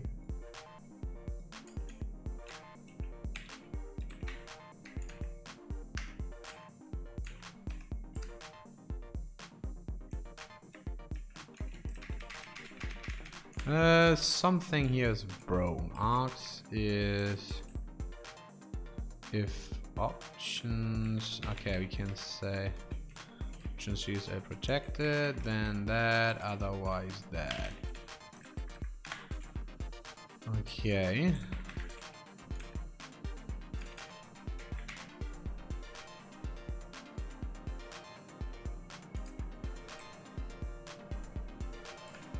Now, okay, perfect. So, unfortunately,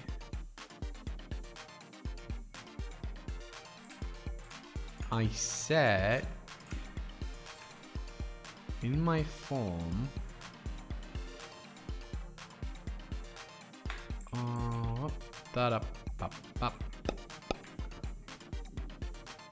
I said GZ protected, true. Ooh. P options inspect hint. Okay.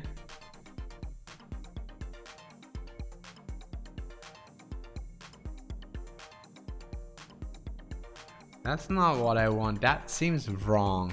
So binding pry.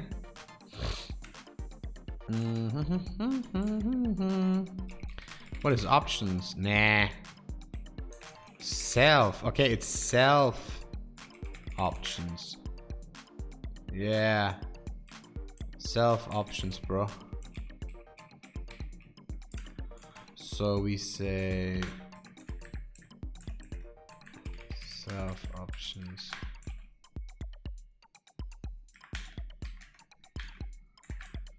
Self options represents the arcs we give simple form for. Okay, that should work. There you go. Nice. Really nice. And now I say in my form, I can say GSL protected. Nah. I say this. Good. And yeah, I activate this. Perfect. However, this is not correct because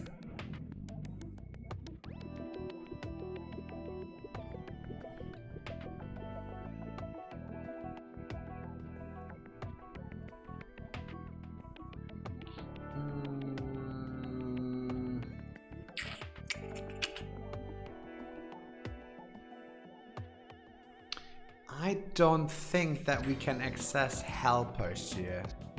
So it's a little bit like if GSL protected is true, then is the question if GSL active, and we do not have the access to the helper.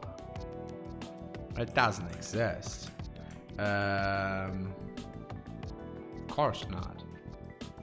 So the easiest way would be to say GSL protected is GSL active. That is a little bit ugly. So then I want only this, GSL protected. Okay? And this gives me the option of, let's return this. Okay, but here in the helper we have that. So binding pry, let's see options. We can... Did I mess up again? Oh yeah, that is incorrect. It's a hash. Okay, GSL protected, true. That's all I give him. And then I say options, delete.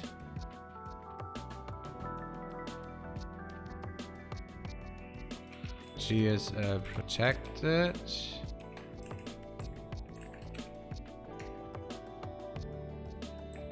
If options do that, so if options delete GSL protected, so I say here, if options delete GSL protected, then options of GSL protected is GSL active. If GSL active.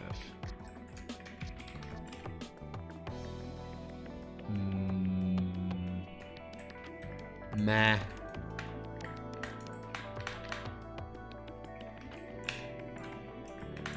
That's what we need. So if we say it's true, then we switch it to it's either on or off.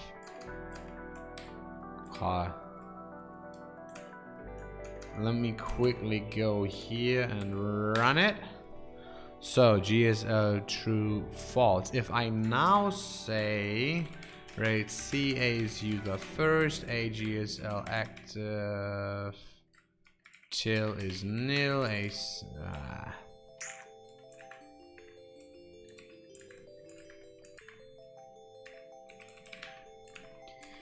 so now GSL is not active anymore. I say A update GSL active is true. Then it is indeed active. And if I say now it's false, it's still active till something. Really good code. So let's commit this. Git diff GSL protected. Git status, those form builders, git add, git commit, add GSL active true to any form, journal namespace, and depending if GSL active is true, and depending if GSL active, depending of GSL active, we render all inputs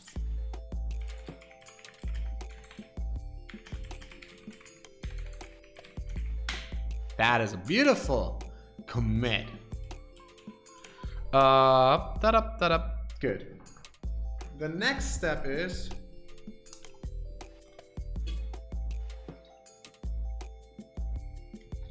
I want these buttons to be gone. I want these buttons to be gone. So there is a cancel this unless GSL active.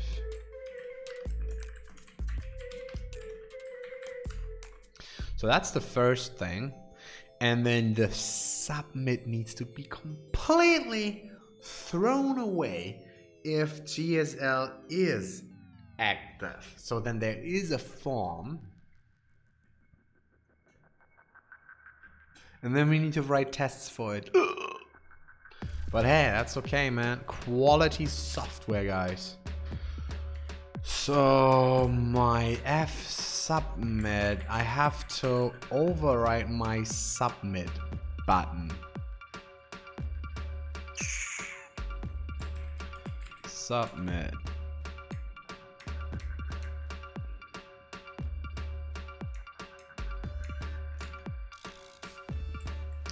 It's actually, how do we do this? Help? No. Views, internal, and then security. What do we have here? Withdrawal options, yeah. Withdrawal options. Edit? We don't use this edit anymore, bro. I don't know, I delete this edit now. That sounds dumb. Show. Yeah, we use F submit. What happens if I use F button? Is that the same?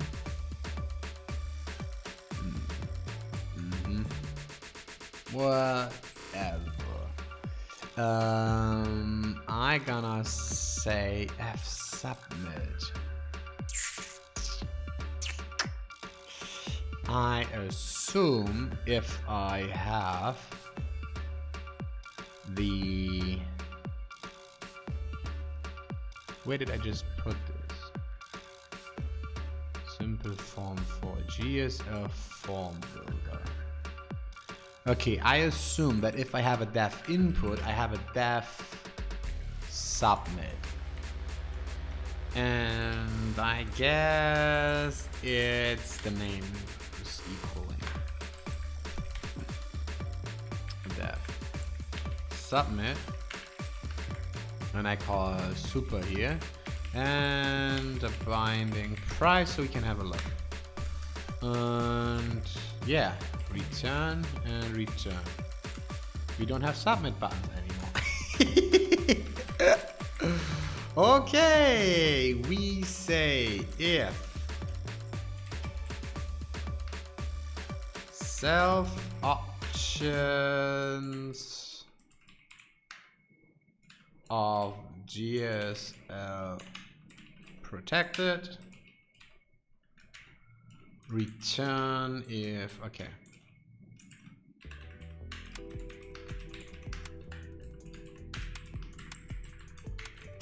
If a form is GSL protected, we don't want to display any submit buttons anymore. And I guess this goes also for button. You know, just in case. Button. And then that goes the same.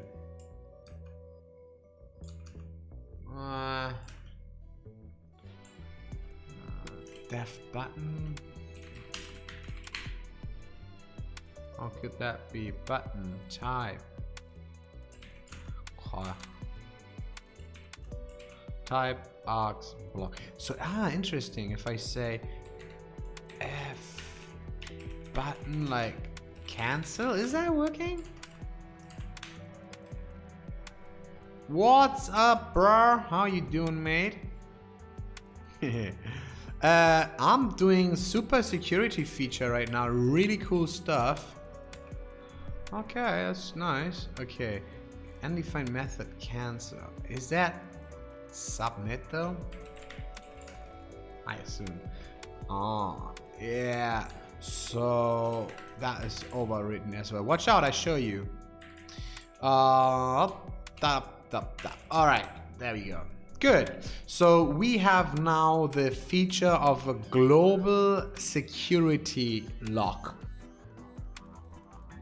That means if I enable this feature, I can't access my settings anymore. My account is like, if I secure my account and then I press the button, lock down my account, when I lock the settings, we can't access the setting anymore.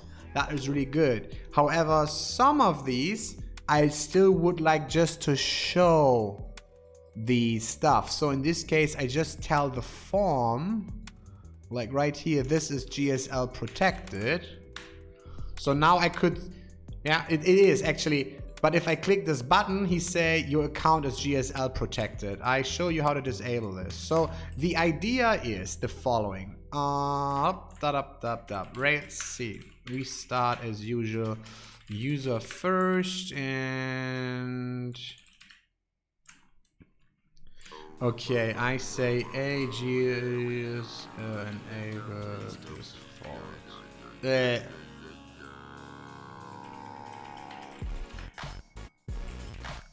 Is that working? Okay, I think so.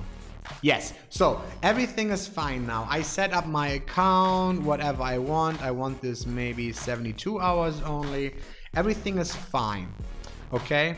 And let's disable this quick. There you go. So everything is fine. Now I decide to enable my GSL lock.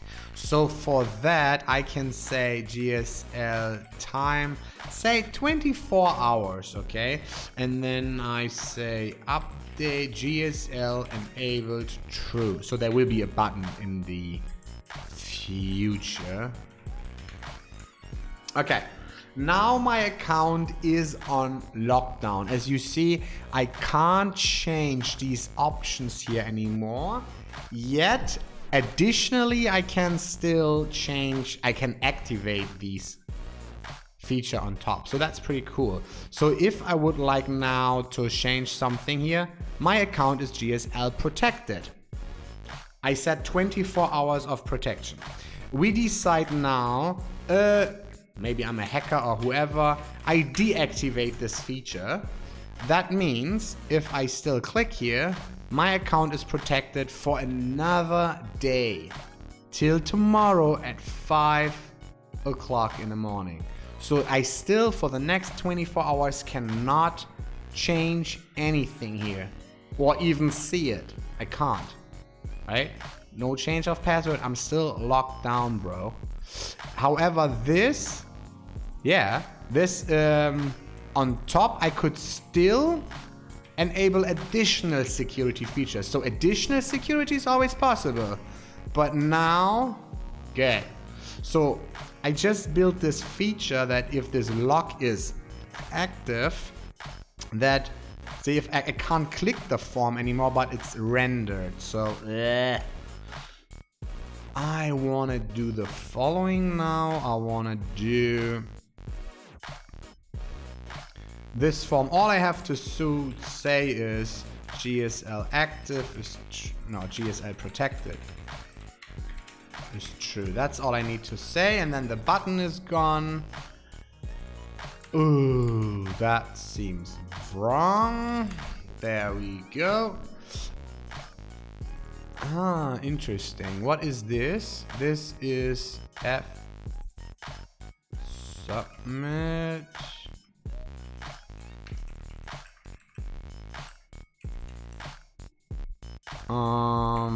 This should not show me this button. Oh, wrong form, sorry.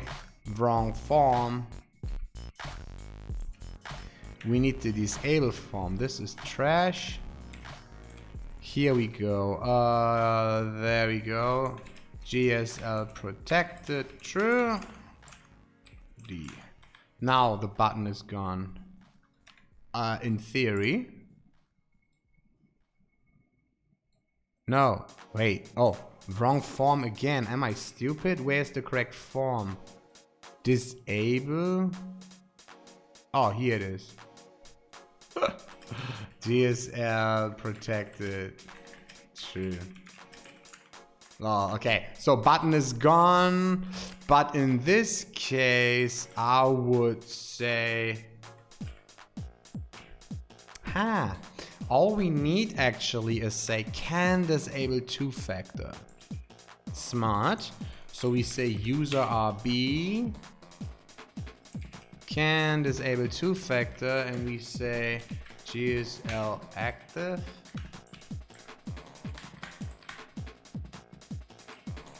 Okay.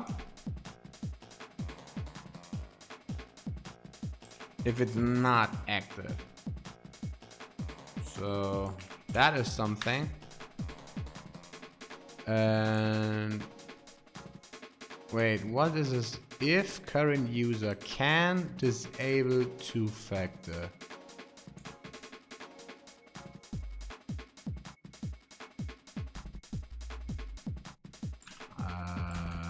What? Reload. A is user first. GSL active. True. A can disable two-factor. False.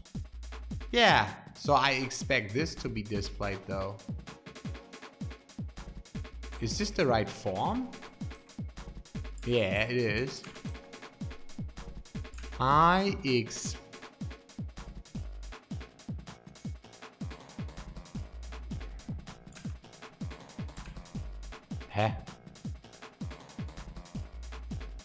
If current user OTP withdrawal option enabled. Yes. So here I expect, oh, wrong method. Withdrawal option, wrong method, bro. Here it is. So not user GSL active.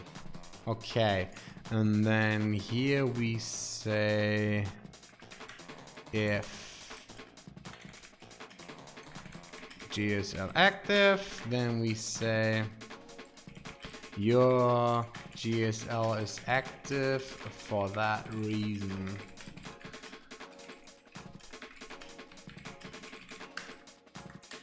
Oh God. Okay, now we got this. Okay, perfect. So my GSL is active. Now we pretend I can say something like GSL active till is nil.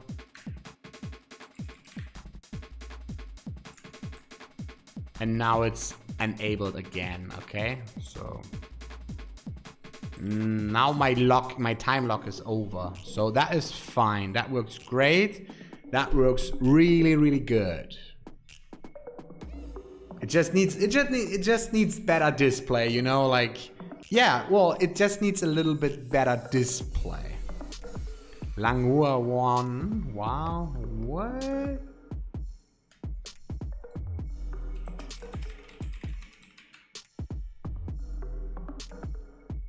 Your emotes gone? Dude, I don't have emotes. How can I make emotes? Can I make emotes just for my channel? I think I can, right? I don't want people need to subscribe for that. I want to give emotes for everybody. Like a Ruby. Like a Ruby. Like you can say Ruby. Like Ruby on Rails Ruby. That would be cool. I should change my name to Ruby Tim. I should stream as I got a gift. Name got changed. Oh. Yeah. Whoa, I also have 3 subscribers. It's pretty dope, man. I don't know what they can do, but they are my subscribers. I love you guys, whatever. I get like $7 for this, and I need to wait 50 years till I can withdraw it. But that's okay, because I can withdraw only like $100 or something. So I need, yeah, maybe I need then 100 years, and then this $200 investment for my green screen is paid off. So then I need another 400 years for the microphone and the webcam.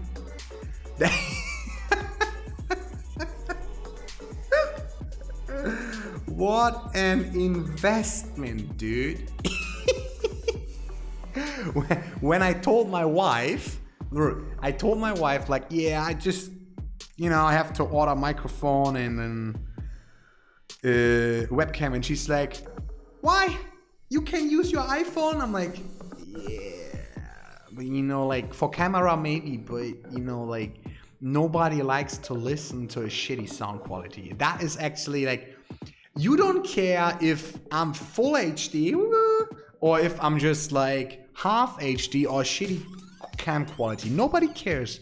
But if my sound sounds like this, you don't want to listen to me for 8 hours a day. So sound quality is super important. Like when I rate streams, like when I go and say, all right, I'm gonna rate some streams, I make sure that the guy has a good sound quality. Who wants to listen to like for 5 minutes? And we talk about my streams are sometimes 10 hours. And I have people watching me 5 hours. And it's because they know their ears will survive.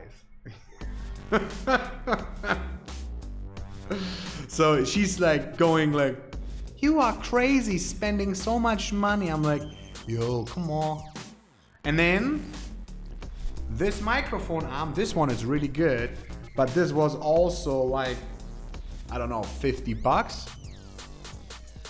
I had one. I wanted one, not the cheap one for $5. I bought one for $20. It's broken.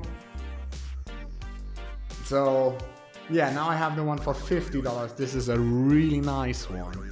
It's longer. It's really stable here, and then it's heavy. Like it can hold heavy microphone, and I really like this. It's a really nice one. So yeah, and then I ordered the green screen because I don't know if you remember, but initially, right? My Monero. That's how we started. I love it though. My viewers always say, "Oh, that's so nice," but then I got the green screen. And even though the screen cost in the US only like $150, here in Thailand it costs $210. So my wife is like, "Tim, you are." And I say, "No, I want a professional looking stream." And she said,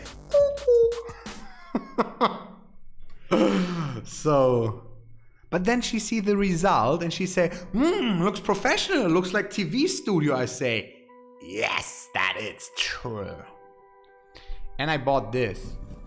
Now my microphone looks so professional.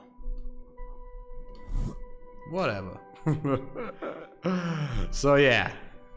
But again, I'm not streaming for money, you know, like the reason why I stream is so I'm working. If I don't stream, I don't work, period. I'm not like, can't motivate myself then. Now is okay, but at that time I had difficulties to concentrate. So I just stream for the sake of work. And that turns out to be really good and really successful. And then you guys came and you guys enjoy this. That was crazy. So user settings. Is GSL active? No, let's activate GSL quickly. GSL active true. Okay, now it's active, can't change shit. And I say account settings, perfect. So I go to the view, internal security, and I also already checked that if you go wallets and you say you want to withdraw, there is no button for a new withdrawal address. I checked that already. So I can't add withdrawal address new I can't create a new withdrawal address. It's simply blocked. So that is pretty good, pretty dope. Settings edit. Let's have a look. Where is my settings? Edit, and I say here. What is that? I don't need that, I guess. I say GSL protected. True.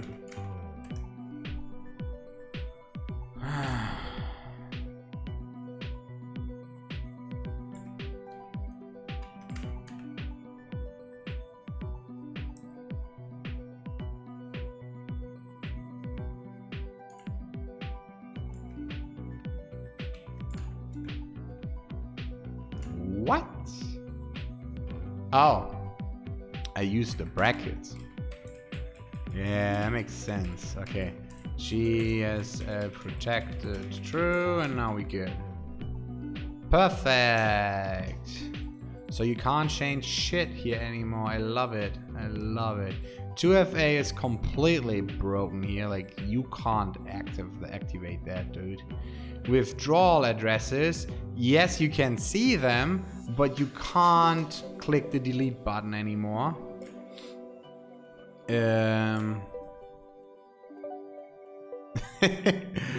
I've got only contact form. Well, then put some magic stuff out there.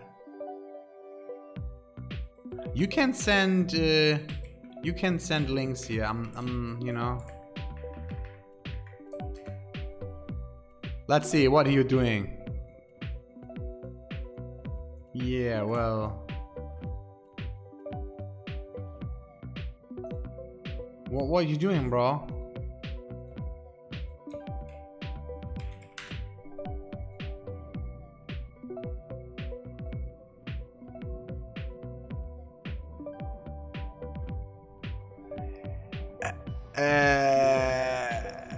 Yeah, nice work, bro. Really good work. I'm proud. If this is what I teach the people here, what?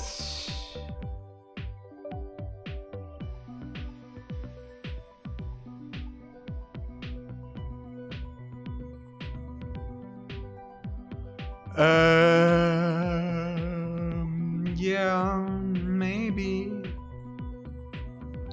Don't spam, bro. Don't spam, bro. Yeah, well, what can I say? Congratulations on your work, buddy. No, I don't have a job for you. Well, good luck with that.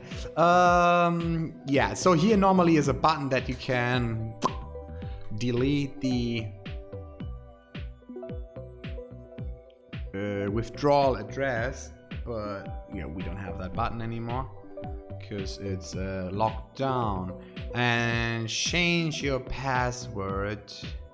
Okay, I think this, I mean, I don't want to work on this page here, but tell me, hey, if I have a global security lockdown, should I be able to create a new API key?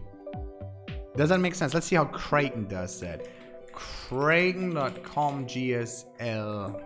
All right, global settings lock. So what's happening?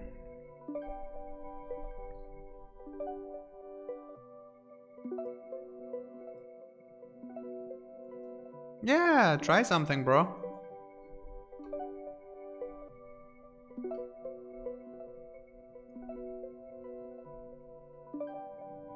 Here, GSL prevents adding withdrawal addresses, increasing your verification, changing password, change email, changing 2FA. Well, adding 2FA, I disagree though. Changing the master key, the PGP key. Oh, see, they also changing API keys. Yeah, that's okay. I felt like the same time, like API should be completely. You can't edit it. You can't edit it. Nah, you just can't. You just can't, bro. You just can't. So we go internal security API keys index. And the new one is can create API key. That is okay. User B can create API key. And not GSL. No, yeah, GSL active. Yeah. So now I can't create API key, bro. It's good. So additionally in the controller we say for internal security API we say GSL protected, and we say accept,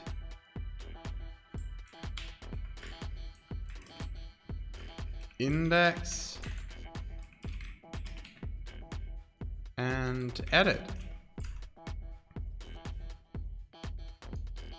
Can't delete, bro. It's good. This needs this.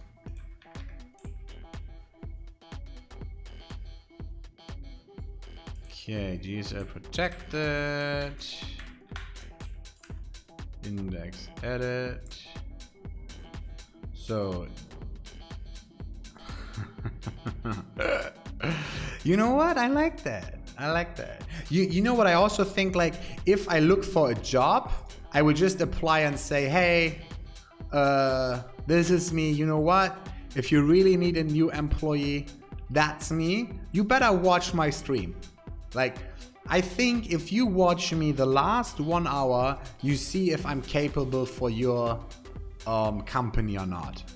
Because the way I implemented this the way I implemented this global security lockdown,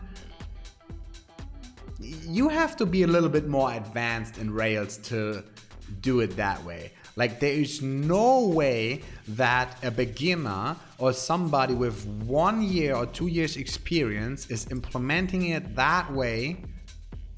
I doubt that, unless he's like really good. Like, you don't think that Rails way if you are a beginner or you're not really experienced.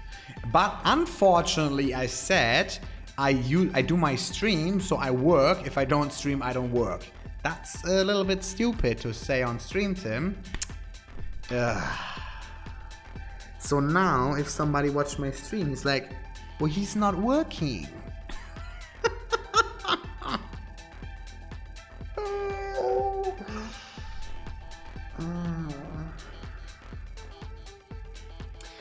Dear employer,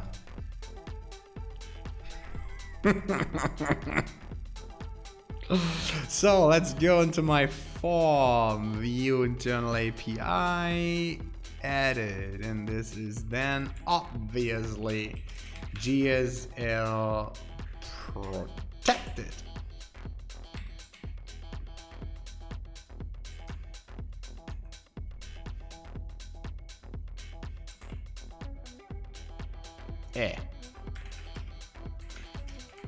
I see one issue, dude. Why is there an is cancel, and then I guess it's this, right? Ugh. How is that button called? No. How is that button called?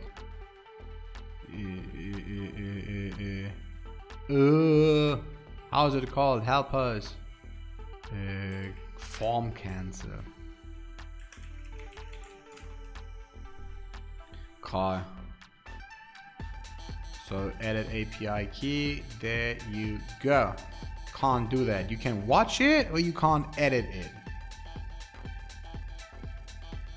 So API key is protected. Let's go step by step. Emergency login. There is no way you even see what's going on, bro.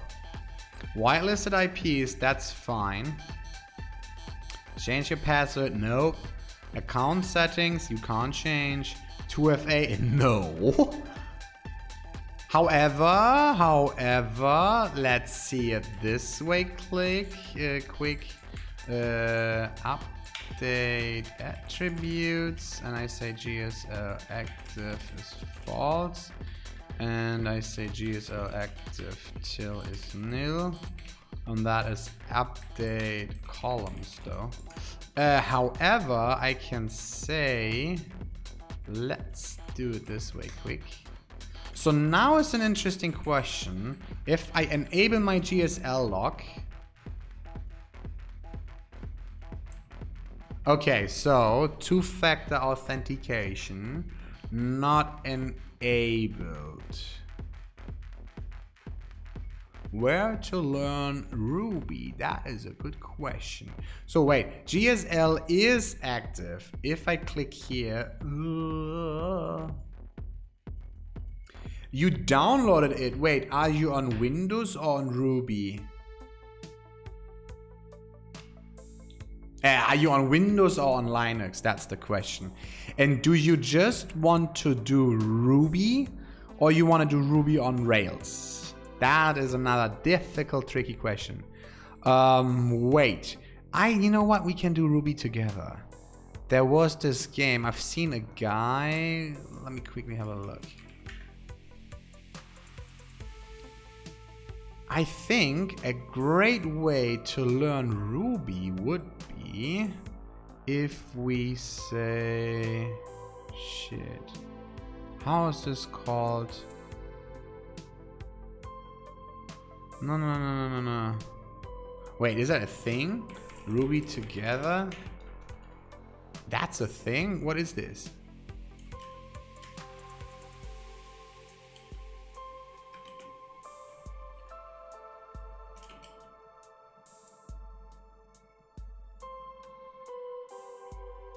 I don't know what that is. That's not what I was looking for. What I was looking for is actually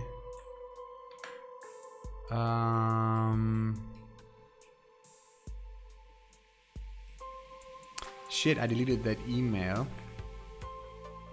Just a second, I find that email. Deleted, junk, no, deleted. Trash. Okay. There was this coding challenge we did yesterday together.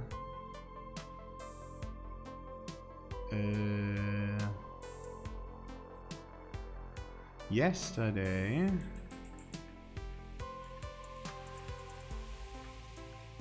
Okay, so this is yesterday. Where is this? I did this with this other streamer together. Shit, yesterday. Code in game. Alright, there it is.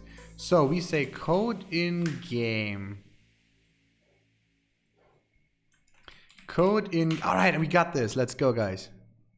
Let's go. Okay, code in game. This is the best start. Okay. Join a clash. Okay, so we get a coding challenge. We have 15 minutes of time. And the challenge is to make the code work with the smallest code you can do. I beat yesterday a few guys and I lost a few times, but yes. So let's see, one more player here, let's go. Yeah, this is fun. There was another streamer. Why are they leaving? Come on, guys. It's starting in 1 minute. Okay, so there was another streamer yesterday. He did these, and I'm like, all right, let's join. And then it's fun. Share this clash of code, flash. Oh, we can say practice. We go training.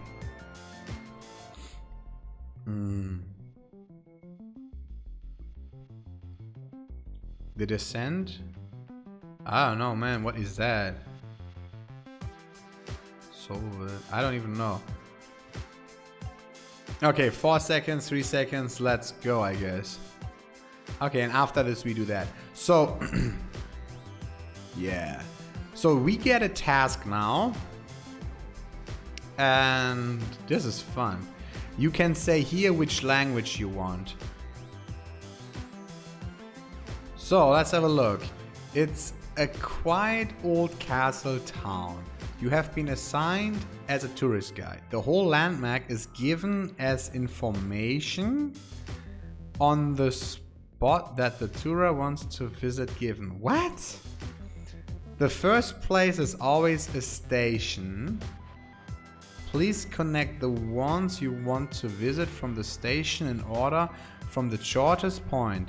It is not the shortest overall. What? I can't even follow. Always follow the shortest spot from each spot. Heh? I don't even understand the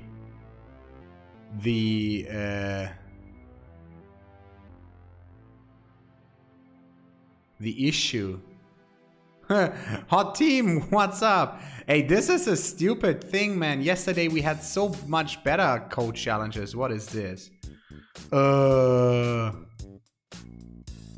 What is this stupid? I don't even understand the...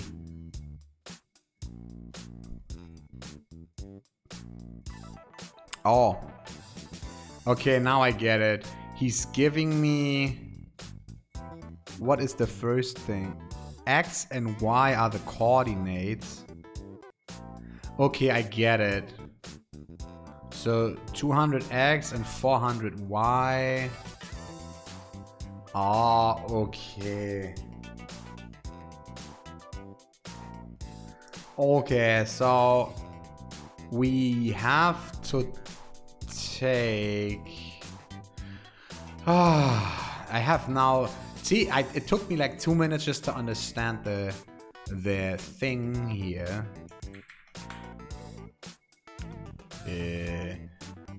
how many points, and then times do place x, y. Okay, so if we have, this is the start, if we go like to here, or if we have a place, something like if this is start, maybe here, we need to find the distance from here to there, or from here to there. Okay, so that is math. So Ruby calculate diagonal distance. Okay, wait, that is just math. Okay, I don't even want to think. Well, this is a square plus b square equals c square, and then we take the square root out of it. Isn't it? We could do that. Just thinking. So how do they come up with this solution? Okay, yeah. Okay, so we can say x and y. That's actually what I just said. Okay. What is hypod? Ruby hypod? I don't even know this method. Math hypod. What does that do? Return square root. Okay, the hypotenuse. Yeah, that's actually what we need, man. 3 to the right, 4 down is 5. Yeah, awesome. That's perfect. Ruby. So you see, this is how you learn Ruby. So I can say this. Don't I need that? Is that math? Okay, wait. Math hypod.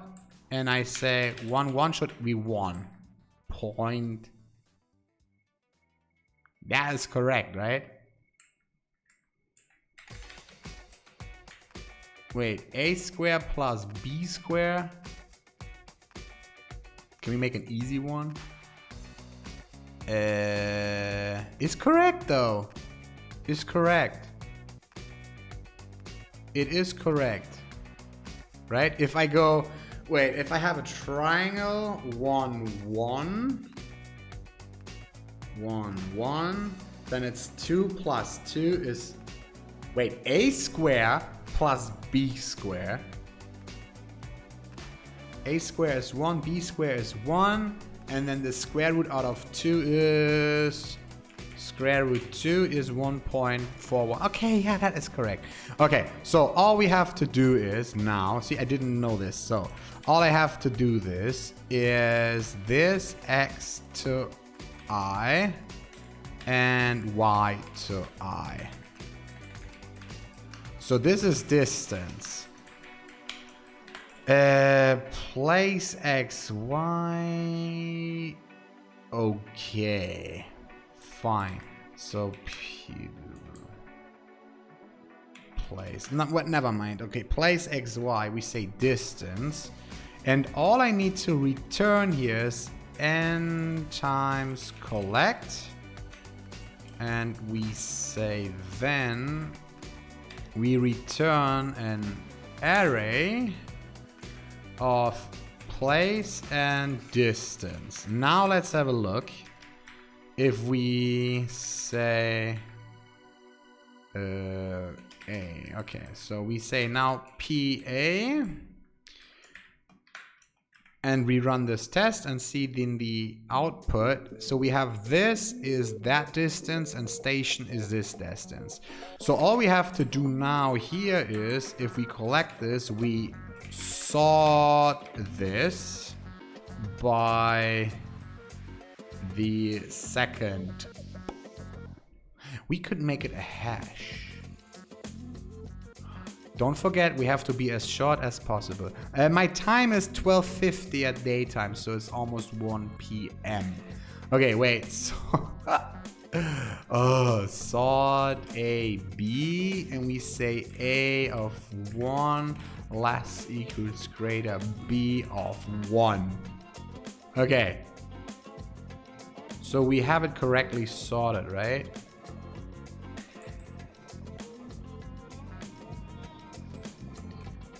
And what is the output? Space separated string place.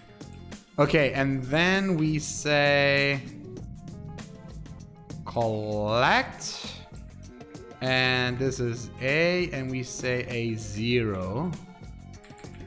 So we just collect the first thing, and then we, oopsala, what is wrong here? Collect, that is wrong. So my code is almost working. Nothing station. Okay, I think that is correct. Found. Wait, what is my test case? Have a look again. So we need bridge, station. So I think bridge goes first and then station, yeah. So P, A join this. Okay, now my test. Ooh, the closest first? Wait, did he say the closest first?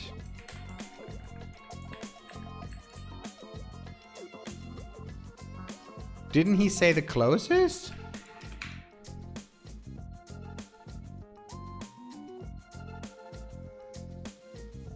And integers for the coordinates of a point. Oh, the first place is always station? Oh.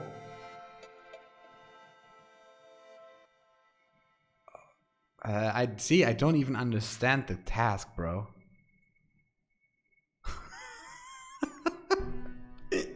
I read it wrong. So my first place is station. And then I want to go to the next place.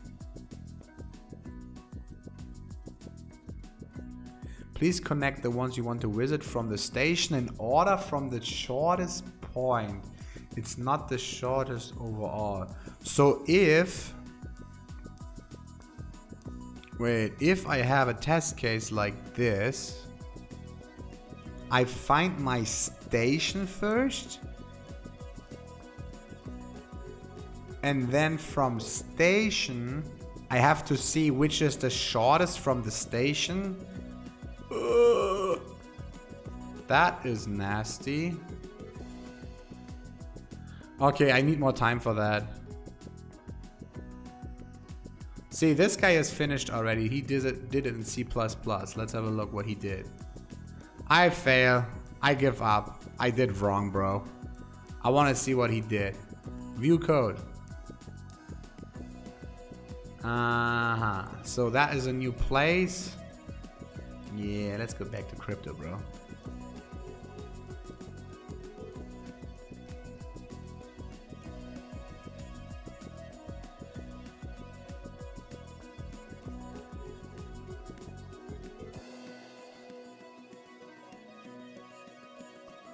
Yeah. Good on him. Okay, fuck this. So that is, but actually that's a great place to learn Ruby. Well, you can choose what language you want to do. I didn't understand the task actually. I thought it's just like the shortest from it. So I actually have to take the station and then go and see how much is it from the station away. No problem. I just need more time. Okay, so edit API keys. This is kind of like wrong.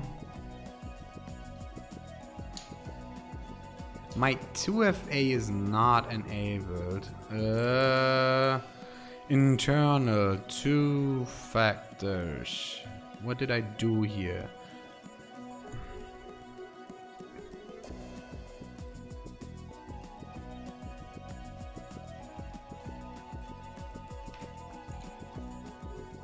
Nah. This is basically it. And then we do this. This is better. And then we say this. And then... Yeah. And we say if GSL active and then else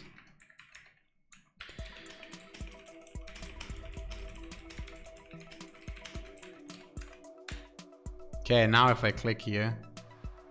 Ooh, yo. Card body if else card header.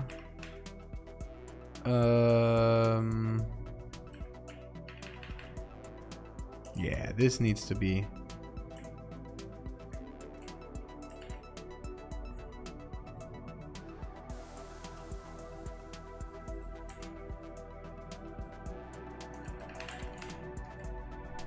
Okay, so now I can set it up.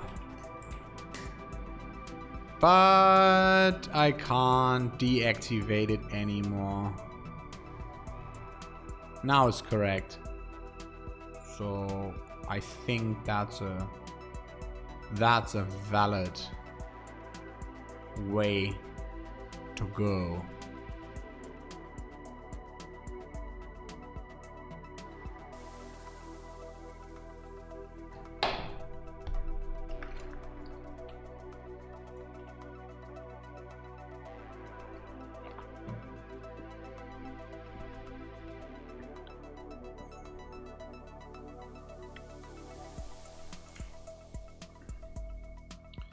Okay, let's see. We have a message.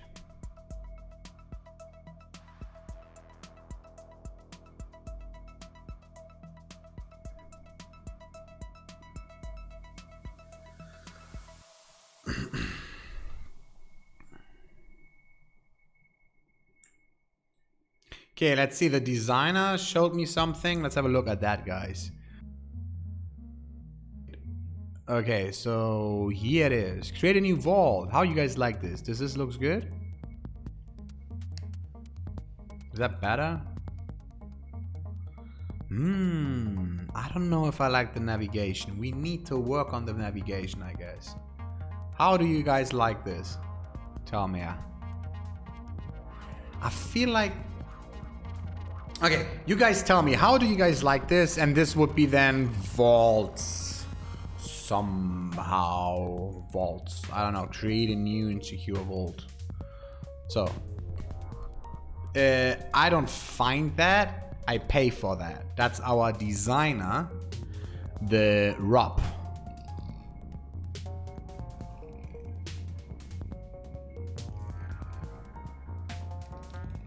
But Edson6, did I ever see you before my stream? If not, let me say hello to you. Welcome. Welcome on board. I can't remember if I hear the name Edson6 before. So Edson, tell me, how do you like this?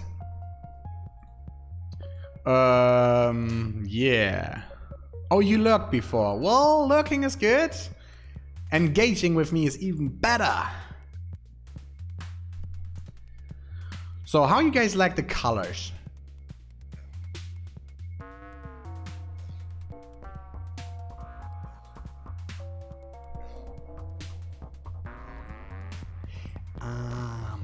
Man. Looks good. I think I have to work with this guy live. Like I tell you what I think. I think first of all this whole thing is too purple. Like this whole button here is just, I think that is, this blue thing here in the middle, I don't like that at all. And it should be just like a normal button. I think the shadows are just too big and too soft. Okay, like these shadows around, just too big, too soft. The same goes for the shadows here around. In my opinion, too big, too soft. So make them a little bit more smaller, a little bit more edgier. I guess that would be better. And I think for me that the bluish is good, but I don't like the purple. That's too much for me. So I would like to see this a little bit more back into the blue. And like this box at all, I don't like this box at all. This is I would not click there. Like, it doesn't look like a clickable button for me. If you go here, vaults, this looks for me like a clickable button. Yeah, absolutely, I want to click there. But this doesn't look like a clickable button, at least for me. So what is kind of like, I like something in the background like this. I don't know if I like these circles. I don't know what they should represent, but whatever. And maybe we can make them a little bit less opacity and getting like big and small and moving in the background. Yeah, I actually have a Bitcoin exchange here. A broker, Bitcoin broker. Yeah, that's it. Like, no, Euro. We are in Europe. We are in Estonia, actually. We are licensed and regulated. So we do crypto to Euro and Euro to crypto. And we support Bitcoin, Litecoin, Ethereum, Monero. I don't know if I want to support Bitcoin Cash because that is cancer. Maybe we accept also Dash and Ripple. And Qtum, I don't know who needs that shit coin. But yeah, Bitcoin, Litecoin, Ethereum, Monero for sure. You're an Ethereum developer. Beautiful. You want to work with me right now? All right, let's go. Help me. Help me, brah. Actually, I refactored yesterday my Ethereum implementation. So you help me here, please, out right now. That is the... Nah. It is the... Where is it, bro? The worker. No. Blockchain service. Have a look. Process block. That's not what I was looking for. So then it's Ethereum blockchain. Okay. I fetch. Shit. How do I validate that somebody sends me an ERC20 token? I didn't implement it at that because we don't support them. So what do I have to look like? Like, I see that like the input of a transaction needs to be greater than 0, right? Otherwise it's an invalid transaction. So I don't know. No, wait. If the input... Wait. Invalid transaction. Genau, exactly. So if...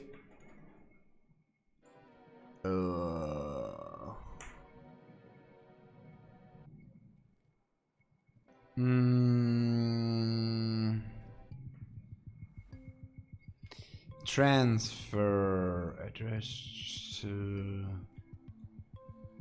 No, that's not what I was looking for. Good. Wait, let's have a look. Girly.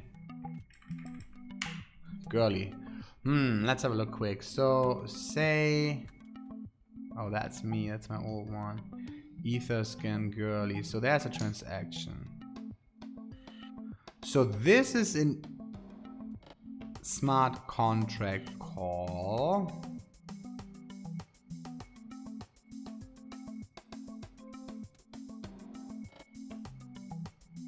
But he's not sending... Okay, we can do this tomorrow. Example of the contract. No, that's not what I was looking for. I was looking for if I send you a token, like I send you 500 Omise ago, something like that. How do I validate that? That was my question. Let's see about these transactions. Contract.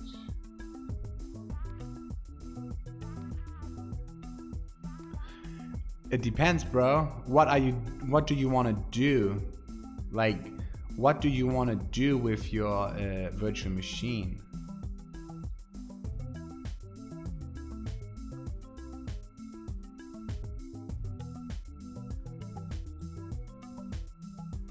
Like, what's your virtual machine for?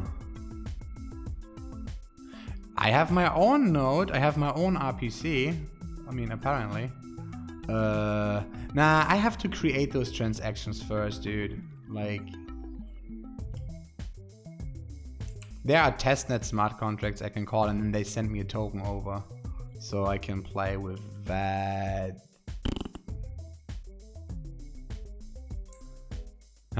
Never mind. Yeah, I do this tomorrow. Install Ubuntu because VMware is shit. What? VMware is great. The same like VirtualBox works dope. I use Dynamic Disk because like this one VM, I give him like 500 gigabytes. Like, it's a pain. Like, the speed, you can neglect the speed. It's a pain if you give her like 50 gigabytes and then you like, I'm running out of space.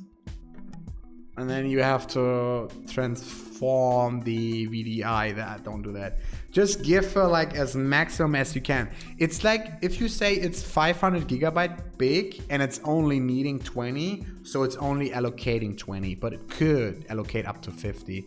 So yeah, just do that. So yeah, okay.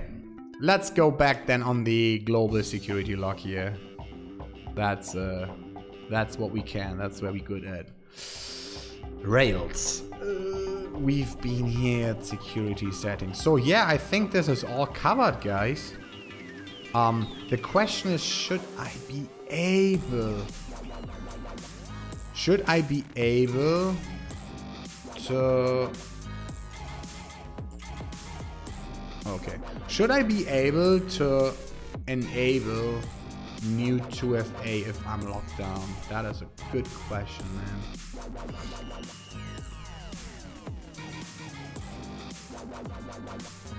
I keep it this way. Git status, git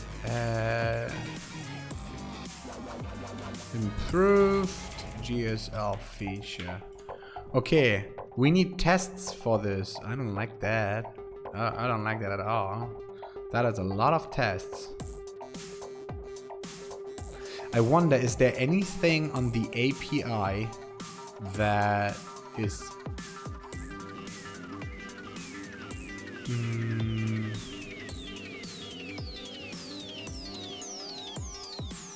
withdraw controller, create.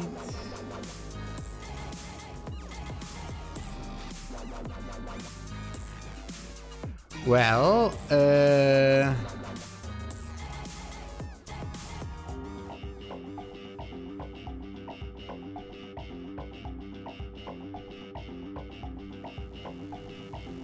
no, this... Oh, right, tracking ERC20 tokens. So that is like... Yeah, that is exactly the question.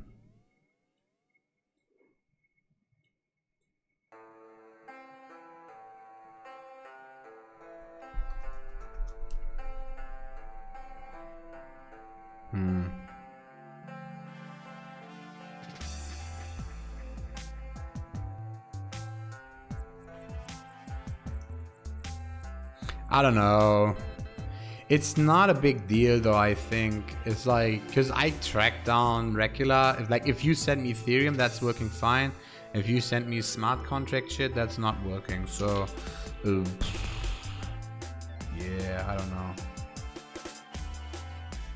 I really don't know yet.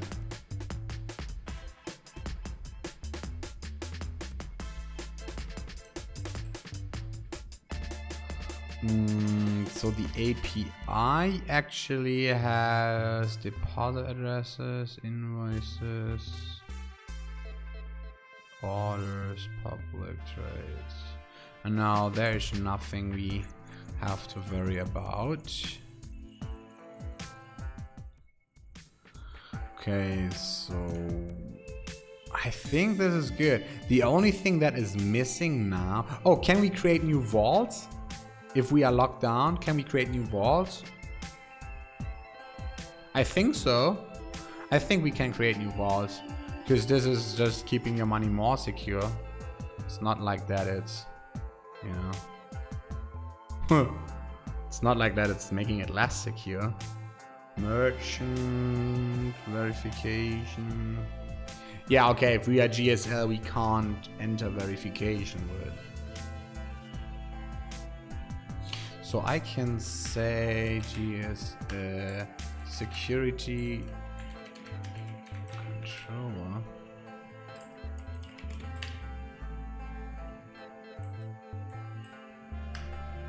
Wait, controllers, internal security.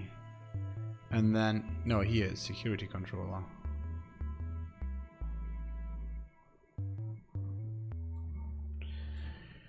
And I say flash warning is your GSL is activated.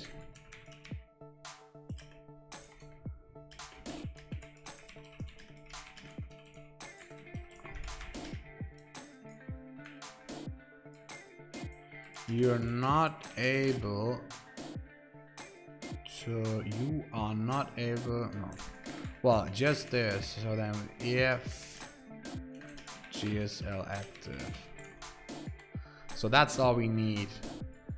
And then it's flash message, I guess. Flash warning, what is it called?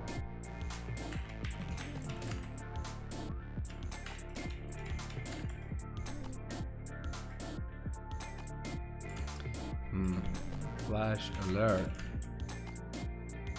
Ah yeah, flash alert, flash info, that's what we need. So we say flash alert. Okay, maybe.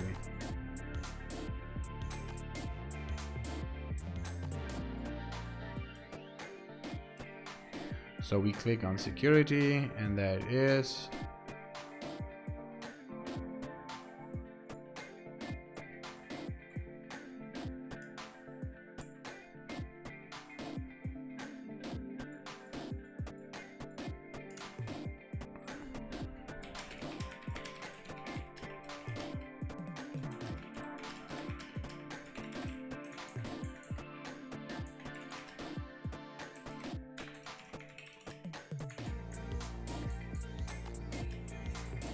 Yeah, well, we make those texts pretty in the future.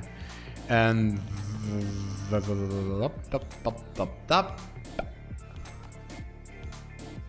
yeah, I guess that's it, man. I guess we did it all.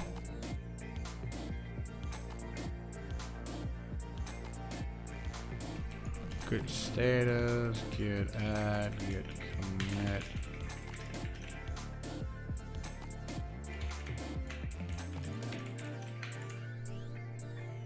So we need to write a test. Oof. Oh, this actually, the delete is not working. So I don't want the delete key. So API index. So delete is unless GSL active. So no more delete key, bro. And edit is like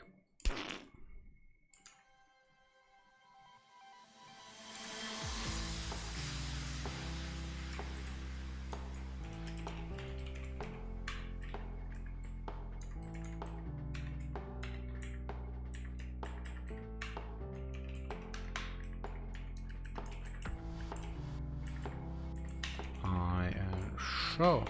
Can we do it that way?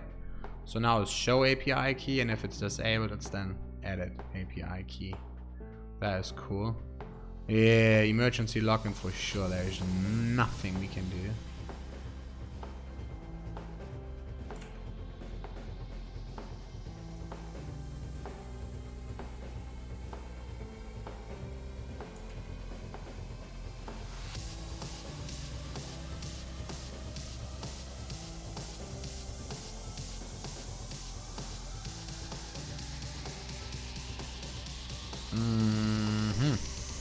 IP addresses, change the password. Man, I'm really happy with how this turns out. I'm still thinking, so guys, you can help me here. If the GSL is active, should we be able to enable two factors? And of course, we need the functionality to set up the GSL stuff. So let's make a new controller for that. Controller security, and this is GSL controller RB, and we call this the GSL controller. Yeah, it's not GSL protected, bro. And that is something like that.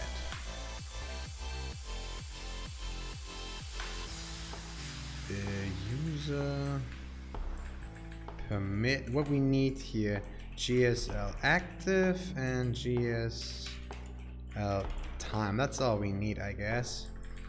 Dup.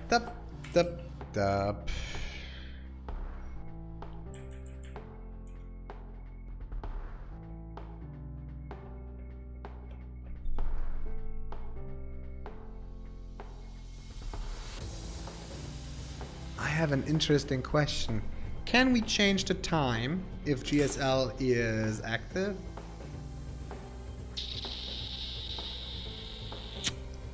Great question, dude. Can't change the time if GSL is active. Alright, let's go. We make a routes, and say internal, security, and say here resource ABCDEFG, resource GSL only, and then it's show and only show, do,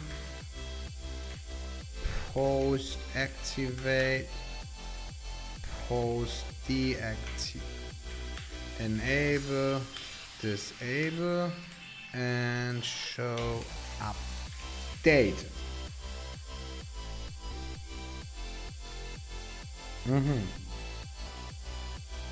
Yeah, that is good. So def show update private def enable def disable, and all I permit here is the GSL time, and I say GSL protected.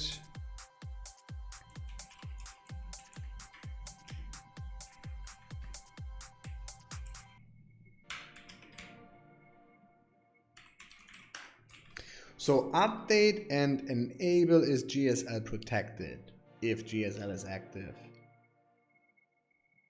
So that means we can't change the time if the GSL lock is active, and we can't enable it again.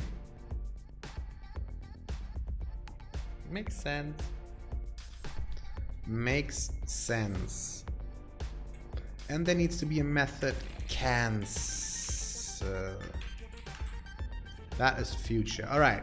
So then let's go. The rake routes, grab GSL. What we got here? We got something like, yeah.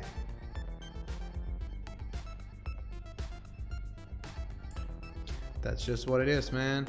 If I go security index, we say here that is call 12, call MD6, call LG3,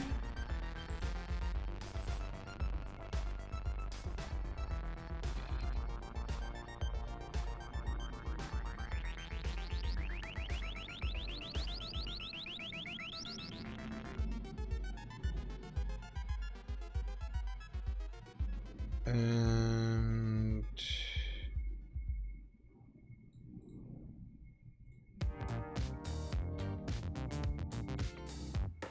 Just a second, my wife asked me.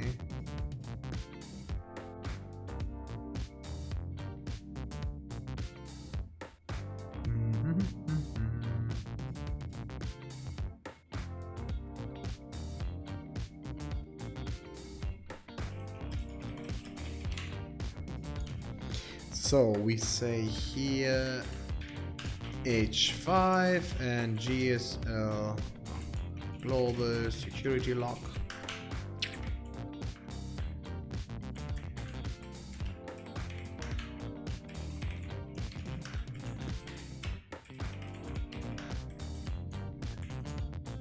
And then this is a link to. Can actually say link to and then internal GSL do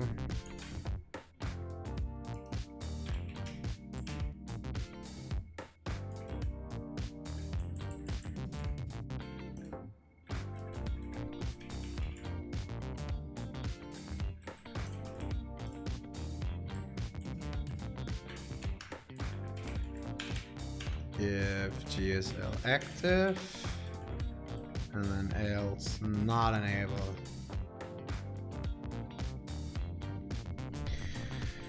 Okay, here we can say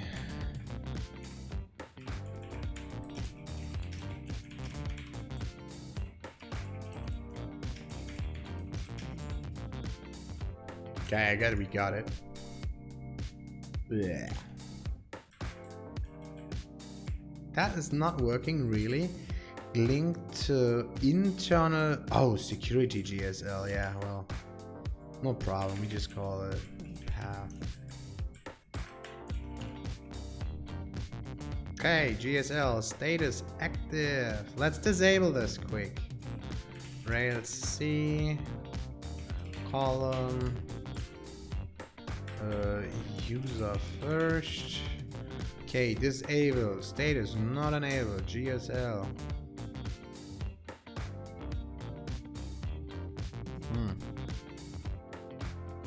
Should be then controller is GSL.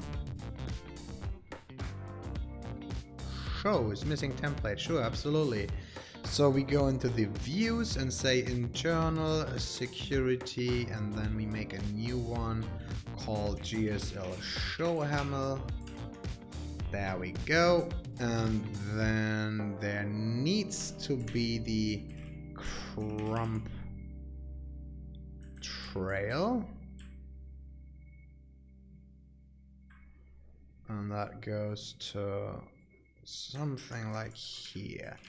Def this is security, and then breadcrumb GSL.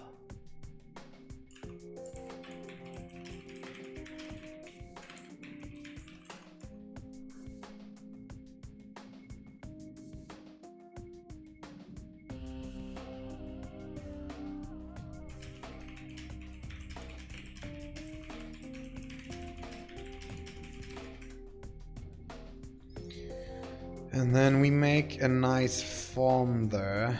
We can go here. Give me that, bro. Okay, and then wait, is that actually what the style we do? Yeah, we do it this way though.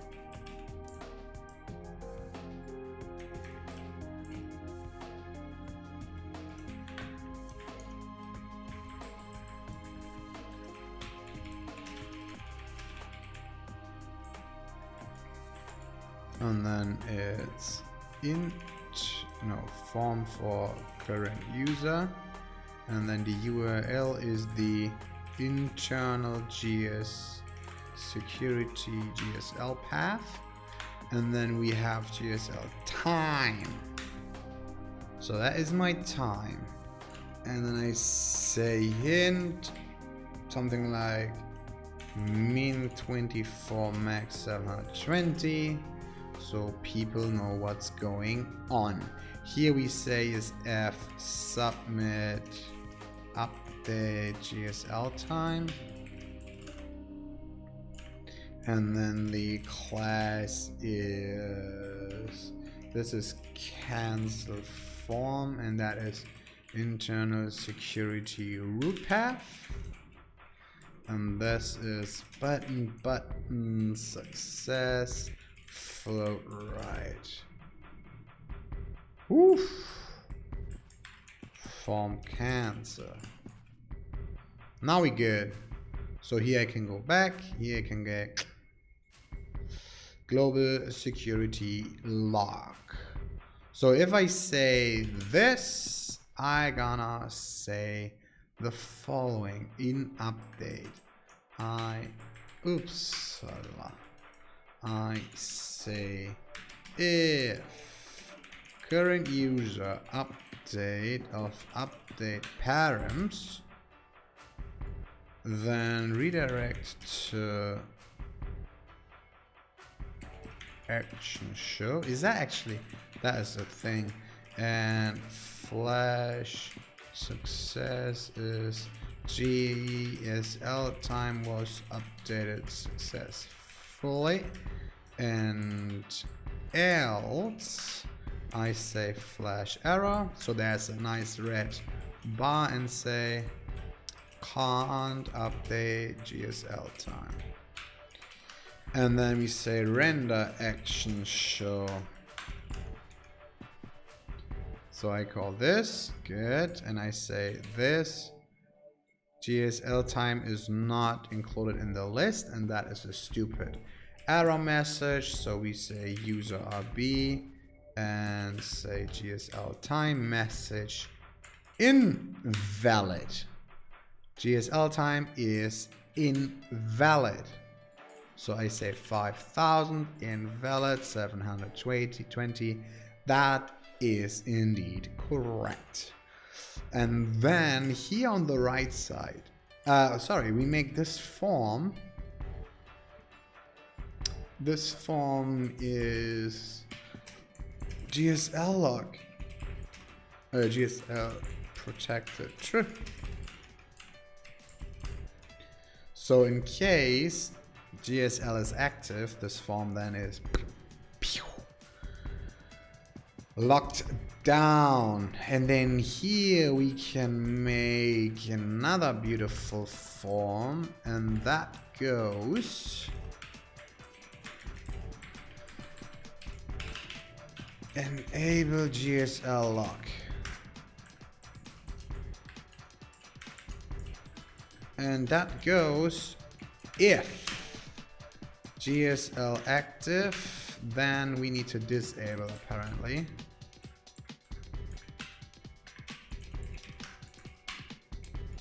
Else GSL active. Yeah, else. And then we say card header and H3 and enable GSL lock. Card body, and we say button success, button LG enable now. Something like this. And if I click this, I want to end up link to, and I call link to enable internal GSL security GSL path method is supposed to do. Class is this stuff.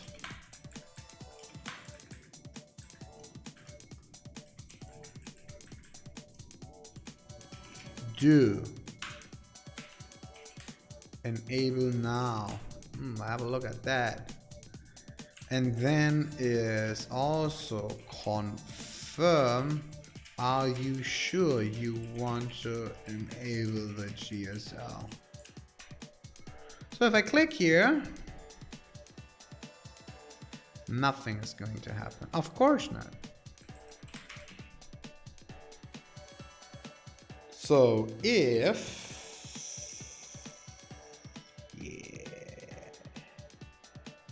all we have to do is current user update GSL and GSL active, true. Redirector action, show. GSL was activated. Flash success. So let's click this again. GSL was activated. And here at the disable we say disable GSL active false. And we say it was deactivated and will be inactive at, and then it's current user reload, and then GSL active till be inactive. Okay, and then it's apparently also here.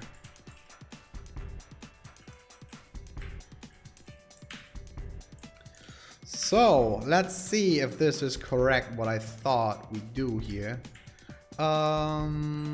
If so, this button goes to disable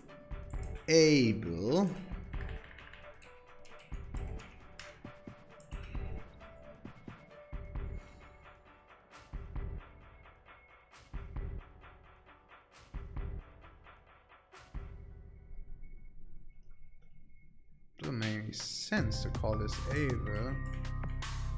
So here I say only if GSL active.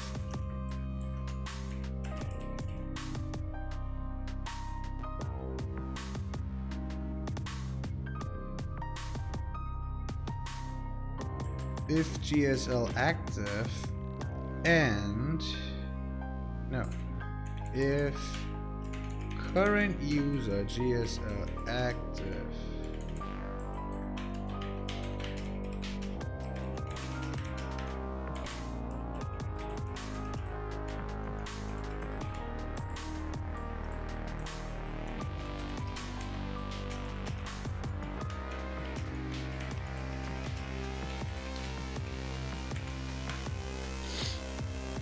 okay, makes sense.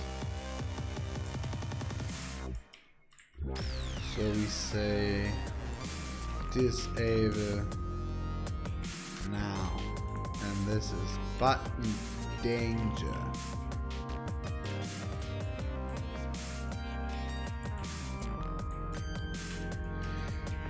If you disable the GSL lock, your account is still protected for the next, and then it's current user GSL time hours.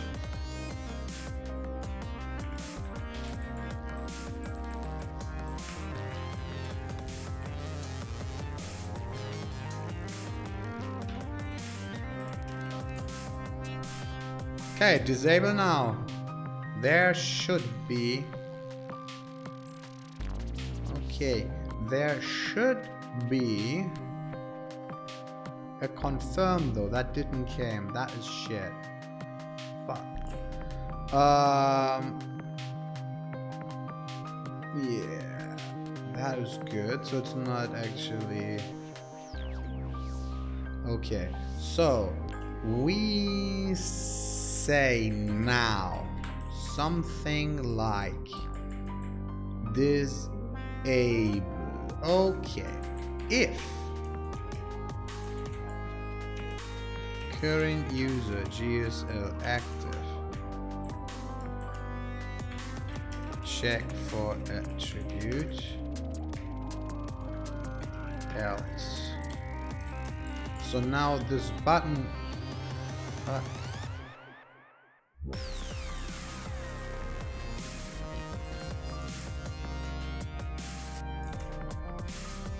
what?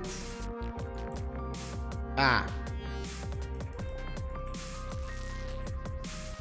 There you go. Okay. There you go. And we say here your GSL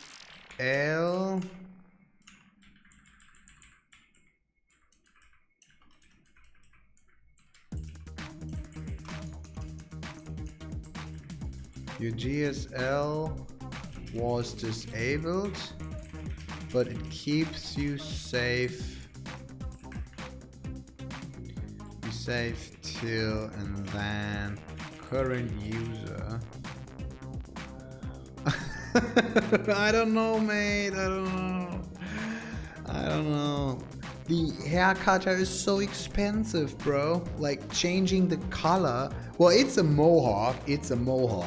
It's going all the way down here. Like I still have like hair here in the back. You don't see it's short, but it's there. Yeah.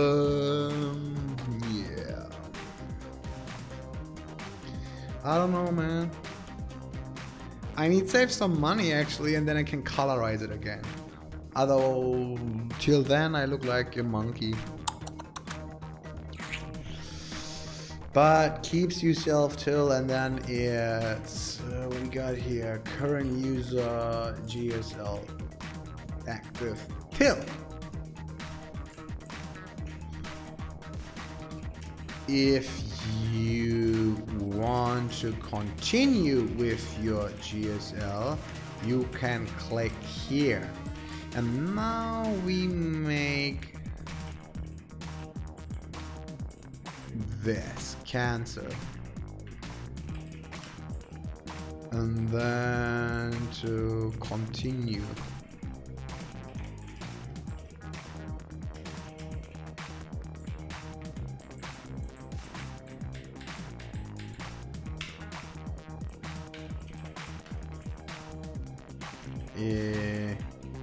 Continue GSL.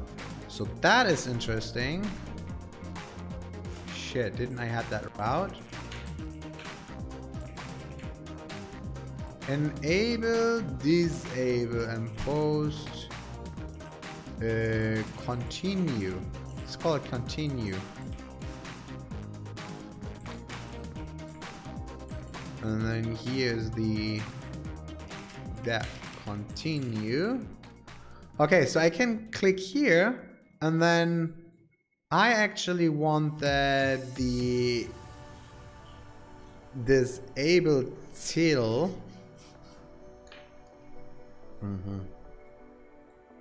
I make a user method for user RB GSL.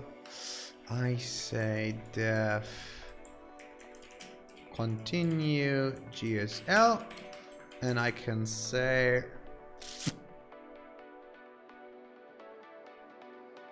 GSL active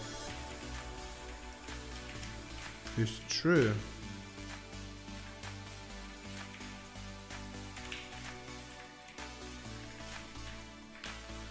I think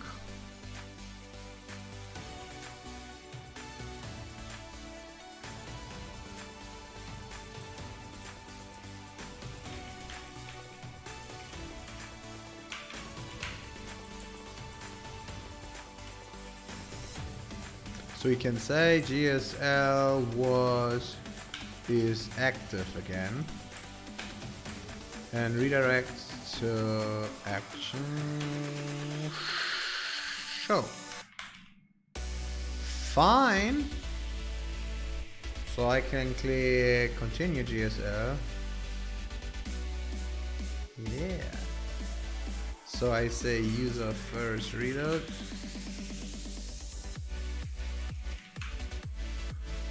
Yeah, beautiful, mate. So yeah, my account is fucking safe, bro. I say disable now. Yeah, it's still till like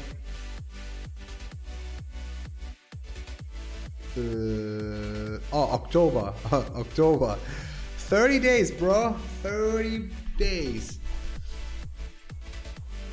And then I continue GSL, and that didn't work. How did this happen? Huh? Disable now.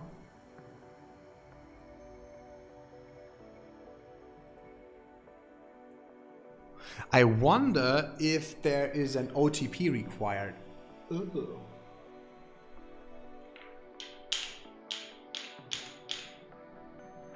Yeah, there's an OTP required, bro. This is sensitive information, sensitive data.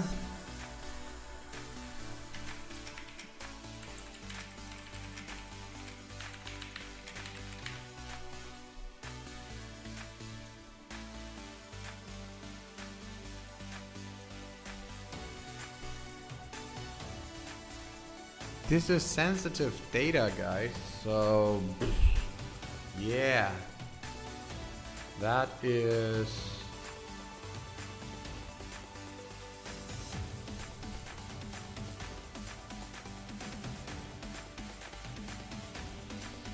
That is OTP required for sure. And glad we have these awesome methods. Let's see the has ODP quick. There is a method called update with ODP. Watch out.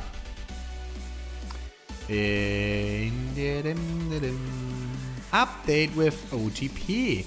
I love it.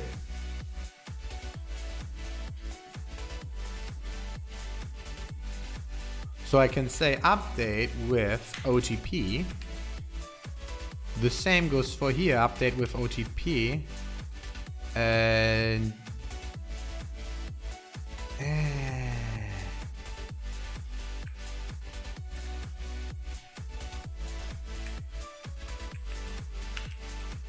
update with ODP.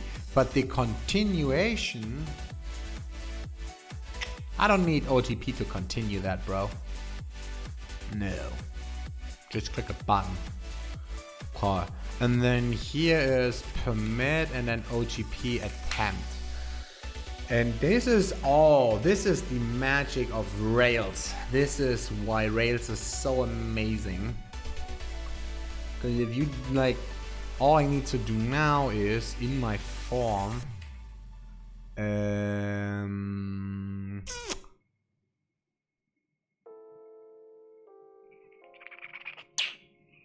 Yeah, this we can update all the time. I don't care. So this gonna be a form. Form.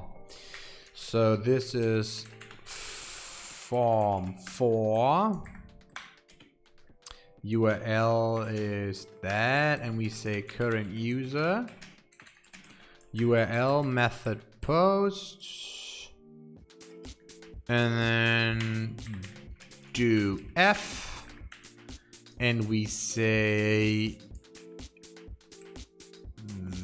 this is F input OTP attempt, and here we say is F submit. Disable now, and class is something like that.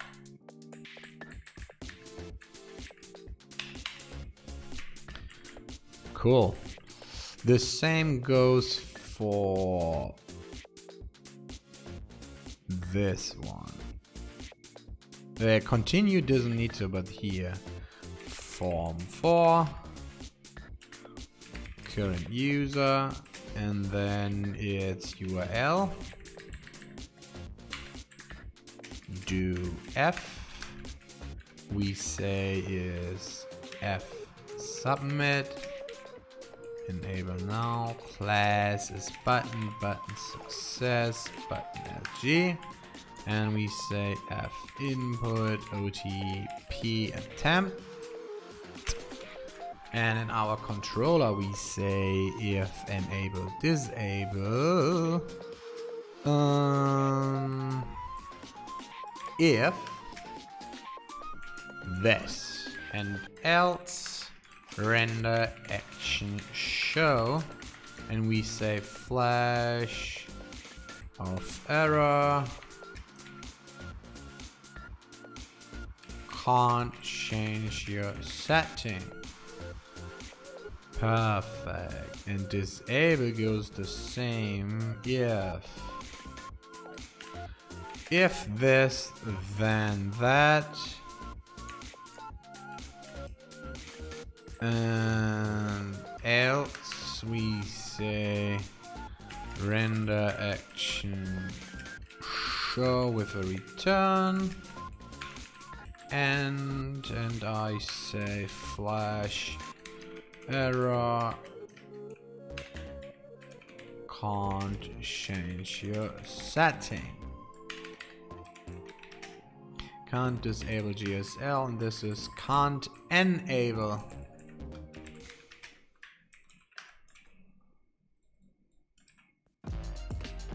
Okay, let's have a look. Ah, crap. I see the error straight. That is this comma. Okay, let's continue this.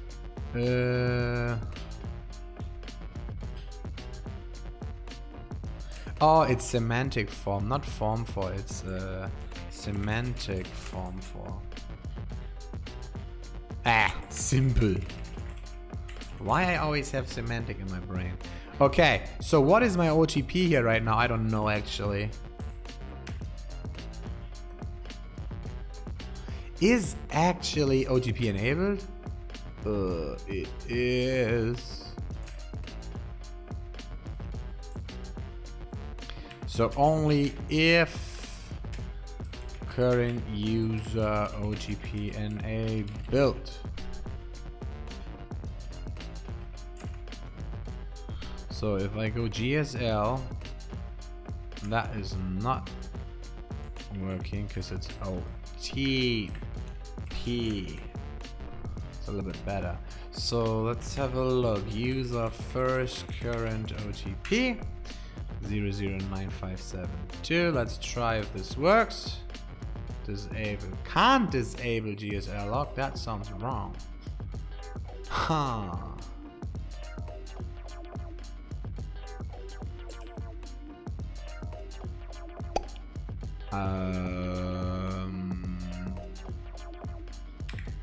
Okay, we go for update comms. All right, disabled OPT attempt. That is stupidly wrong. OPT OTP, bro. Okay. Can't enable. Ah, okay. Yeah. Yeah, that is true. So I get it. So here, and then we say current user of GSL active is false. And this is then true.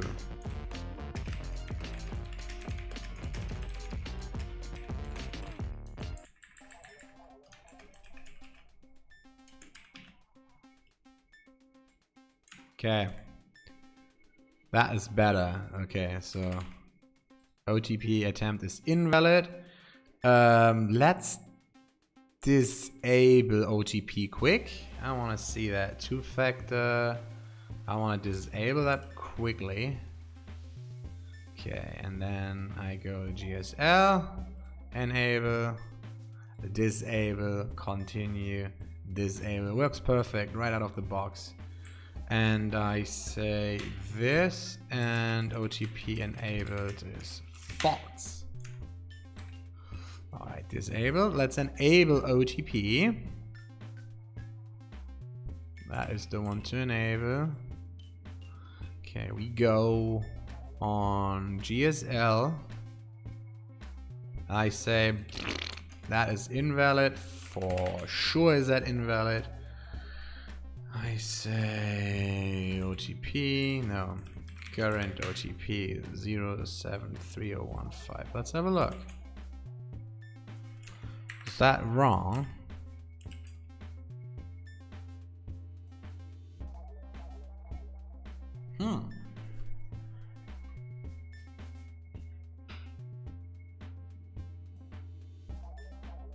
Why is that?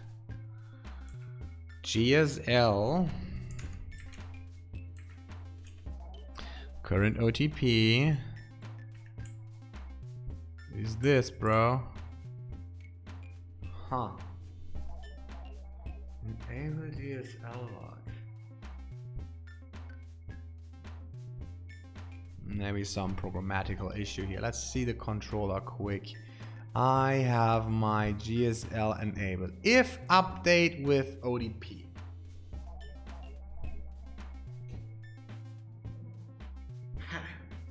Okay. Binding pry.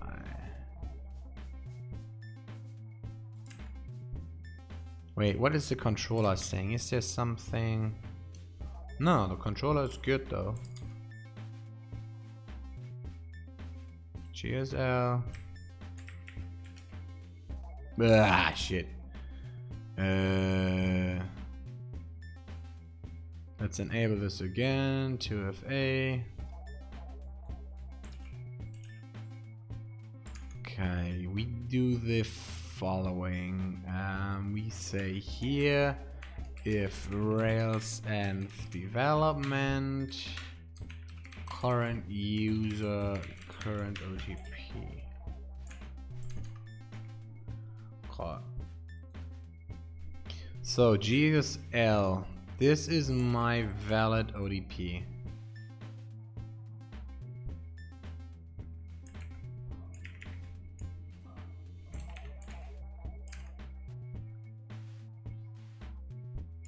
ODP attempt is invalid. What is update with ODP doing? That seems actively wrong. Update with ODP.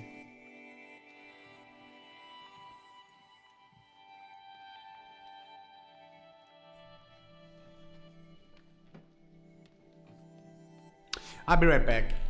I will go to the restroom here.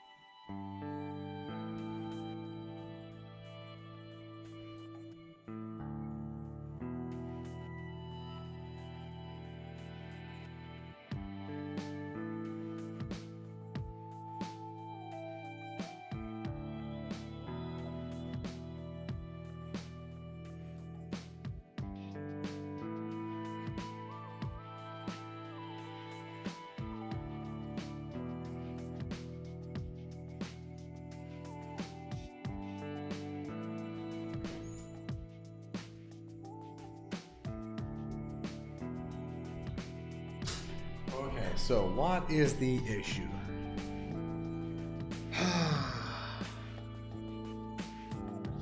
That doesn't make sense, dude.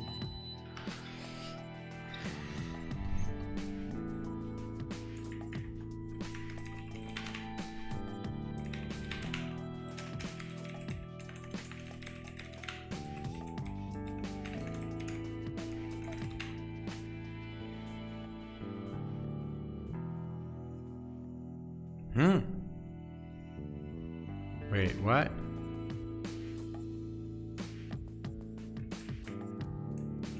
Wait, what?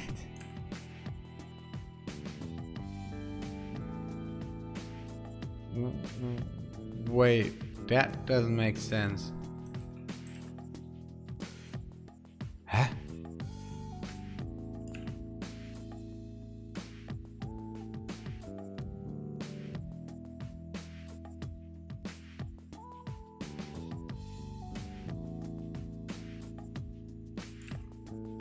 What?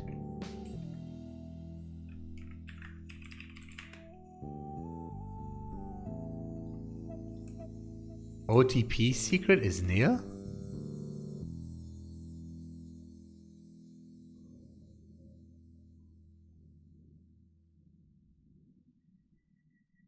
Oh, encrypted OTP secret, sure. Huh? Where is that from?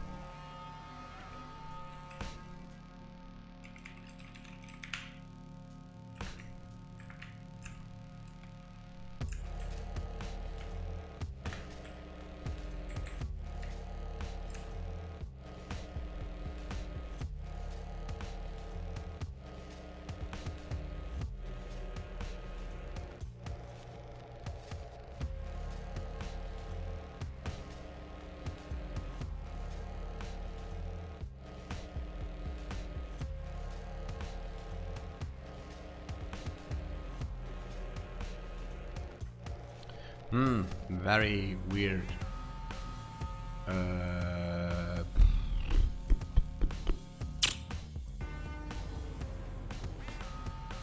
Like OTP attempt invalid.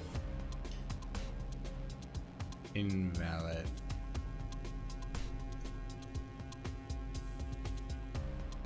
That one valid. Okay. Invalid. Already confirmed. That's correct, guys. I have to run all the tests. I have to see if something's breaking. And let me disable this quick.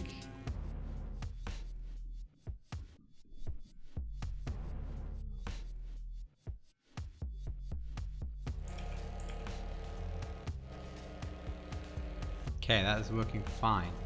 I'm gonna enable it. Fine.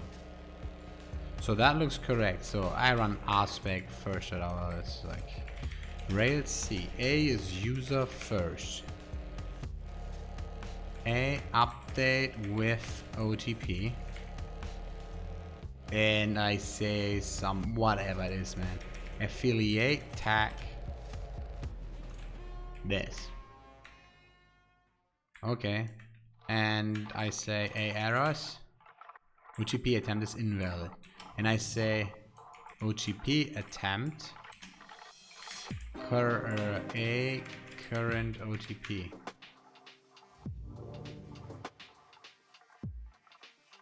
Is it just called OTP?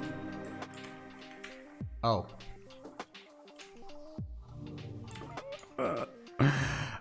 It's called OTP.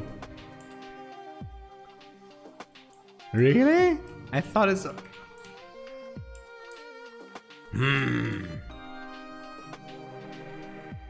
So if I go GSL...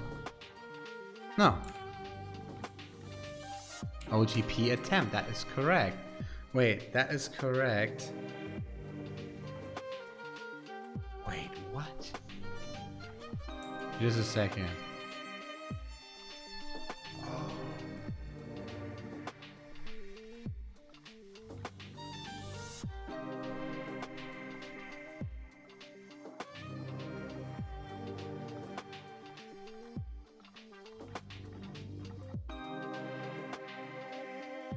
That is working?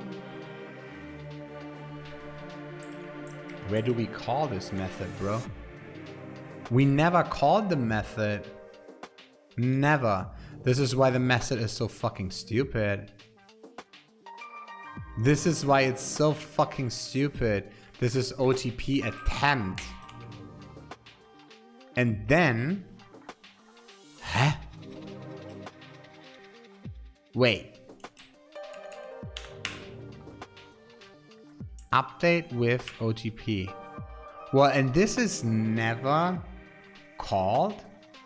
Oh no, here. Rest, self update with OTP. And then we have to say OTP attempt is OTP. And update with OTP is OTP attempt. And now we can call this with OTP attempt. So if I call this with broken, fucking broken. If I call this with correct, it's correct, bro. In theory.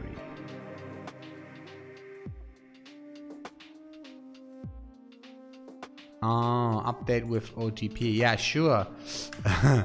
Update with OTP, and then is here. Jeez.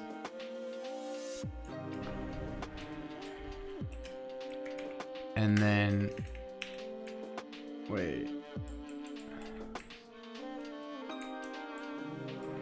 Merge.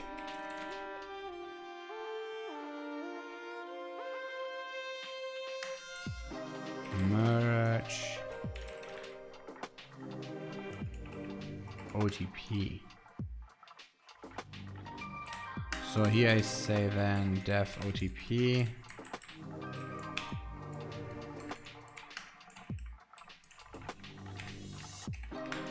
That's it.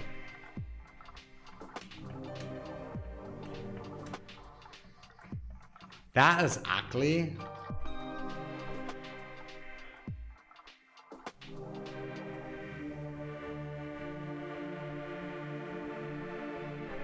That's cool. So now, why is there still a binding, Tim? Stupid Timmy boy.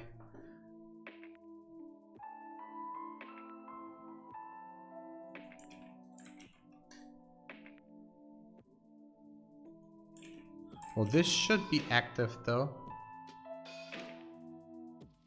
This should be active.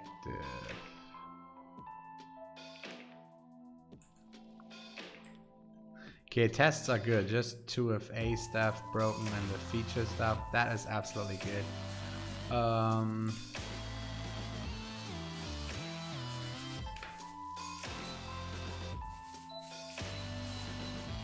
That means we don't really break so much functionality. We just add functionality. How is this invalid? That is really crazy.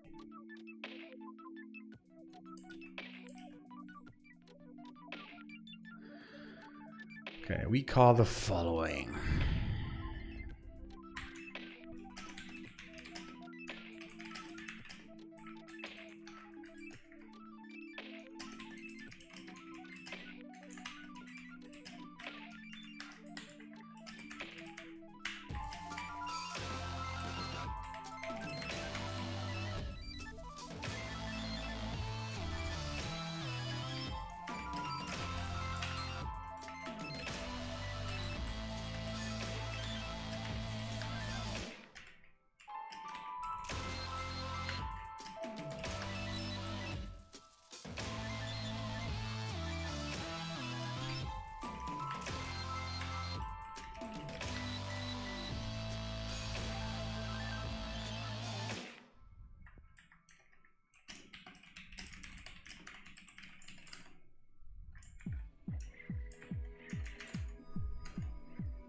So let's see what we get now.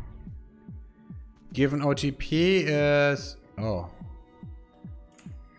Given OTP is empty. That's the issue though. How? Merge.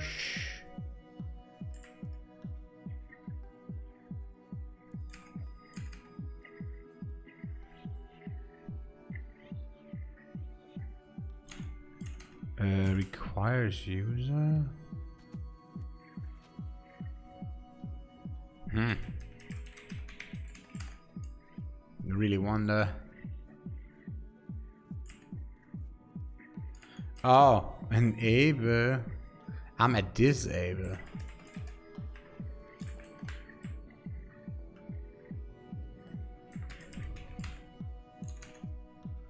Okay, let's do this again, because this should really be...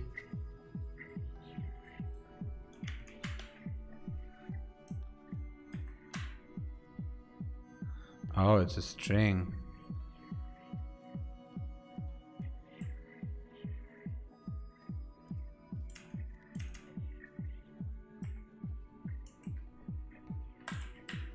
So then here we have to say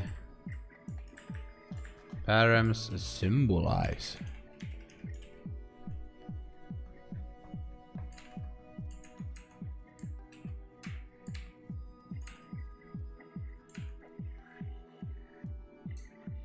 Symbolize keys. That's what we need. I don't even know if I like it now so much. Yeah. Now we have current OTP and given OTP, so now it's cool. So we can remove these P's. Fine. And the whole binding goes out. Oh, fine. Okay, we finally did it, guys. given the correct attempt, and it is on. So now if I say disable, already consumed. If I say this, invalid. If I say this, disabled.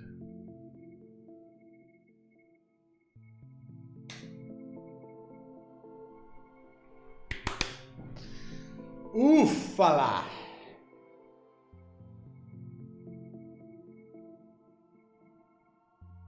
Yeah.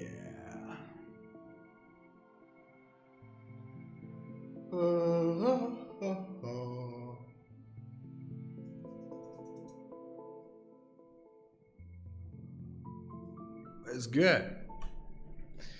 That is good now for this, guys. That is good.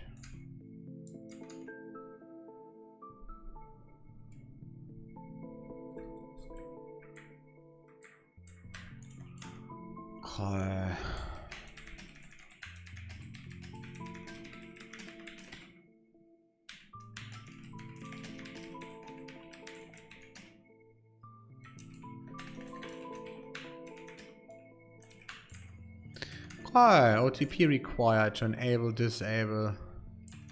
GSL. I want to see now the feature specs. I want to see all feature specs.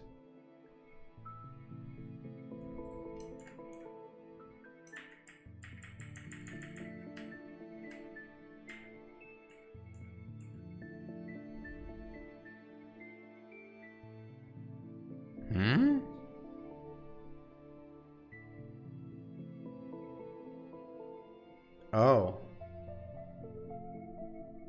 Where is that from? Orders new? Oh, crazy. If I go orders new, that is broken? Oh, interesting. Orders? Wait, I gonna do this now. Rails S? Orders? New? Oh.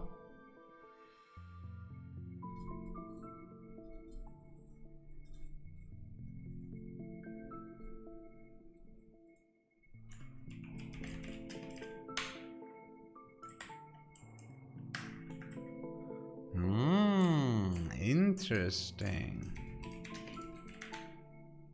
So I broke this.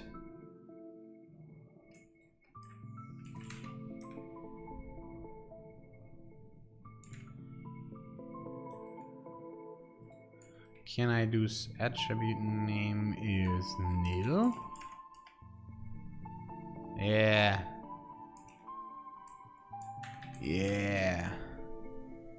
So attribute name is nil, which we never use. So as then we create order.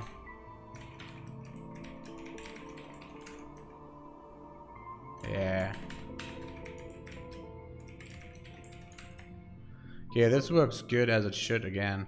Fine, I guess now these tests are good to go. Except these two. So this two-factor spec 51 is broken.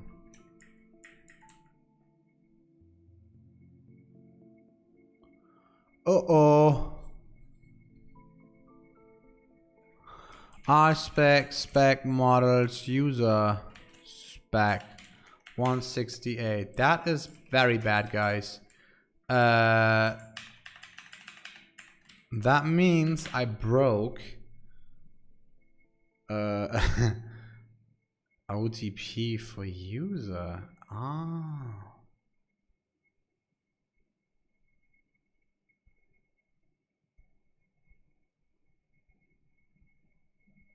Is it?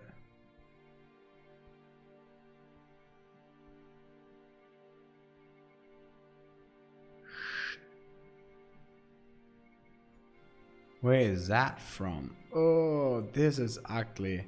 Okay, wait. User spec 169. We do this step by step. User spec 169. Okay, what is deactivate OGP doing? So deactivate update with OGP attempt.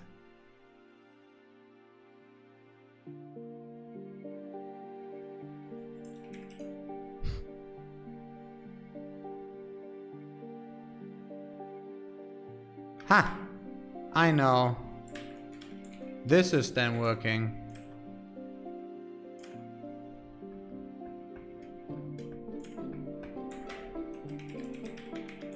Wait, we end up here, right?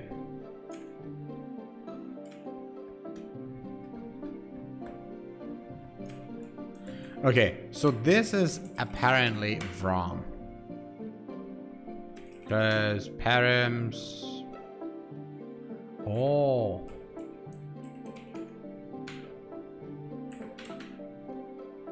Okay, wait, I have to do param symbolize keys. And then I can call params delete.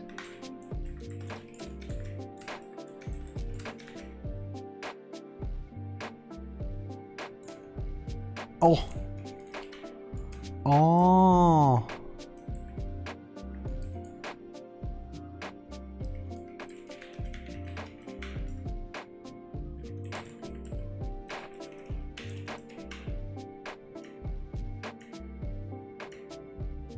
Yeah, now we good. Man, good luck we have tests, guys. I would like never find this. Never. If you say test driven is not important, we would have never found this bug without tests. If we would encounter this bug in 5 weeks maybe, we would use a long time for that. Shit.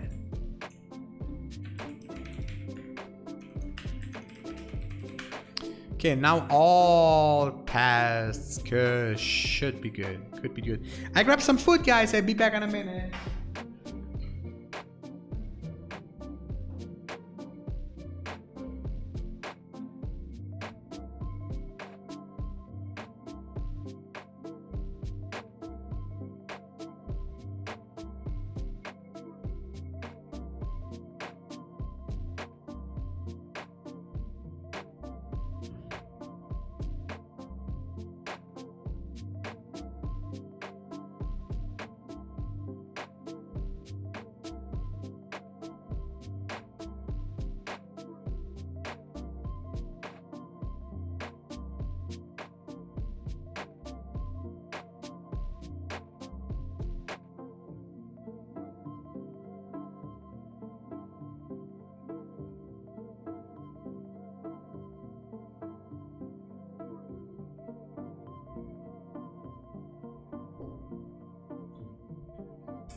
Okay, I'm back with the vegan food. Oh, still 2 Fs. Yeah, Fs is great. I like them because then you have something to do, you know. Oh.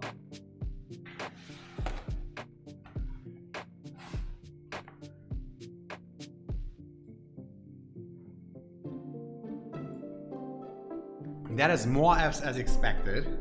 But let's eat lunch first, quick.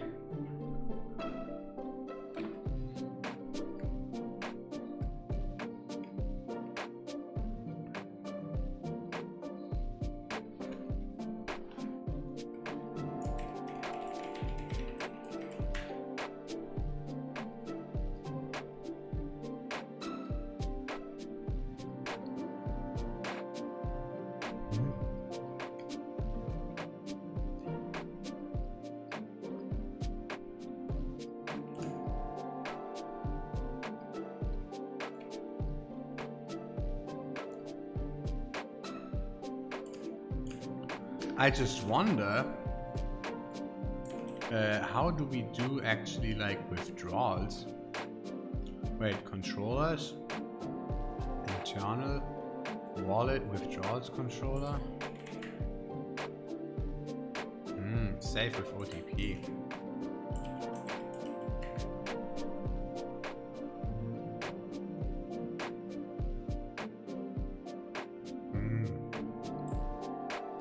Yeah, that's a different story.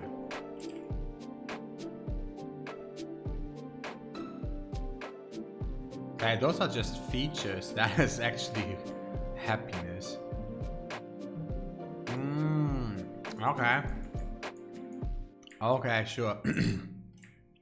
So, orders controller spec create order. Orders controller spec is then create order. Yeah, all of those we replace with create order.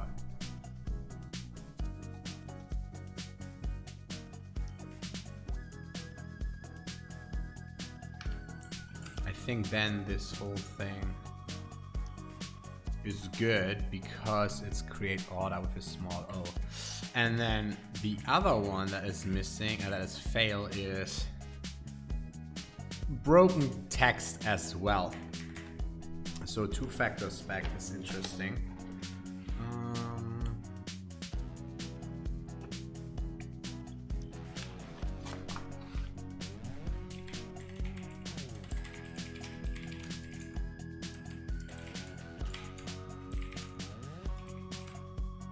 Okay, let's run this again.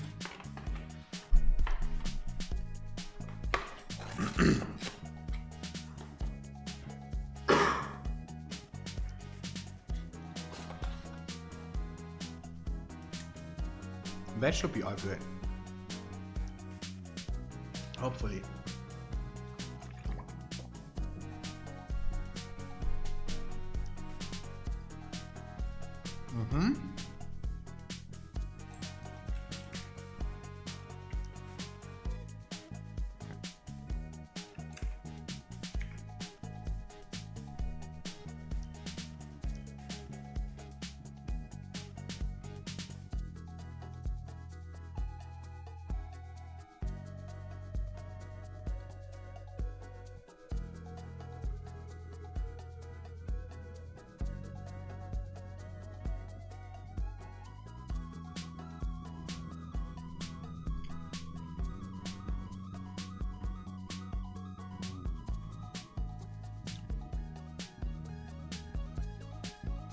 Ah, can't create order.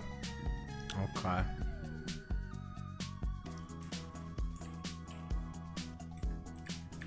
Create is down case now.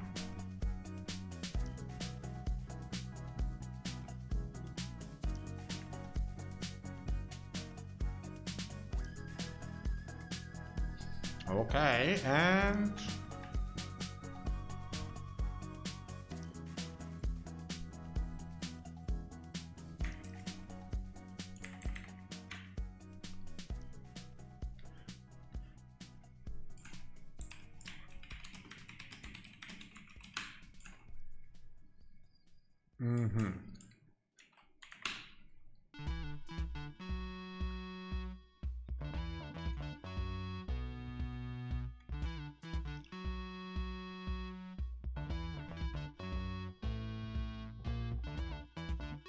interesting. So we say it can disable with correct code.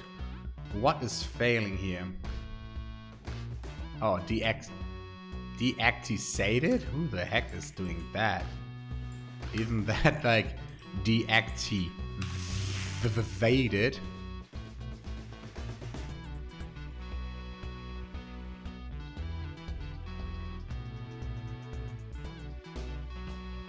Nah.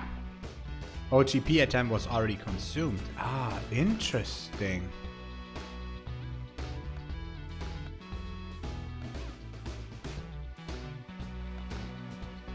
Uh-huh.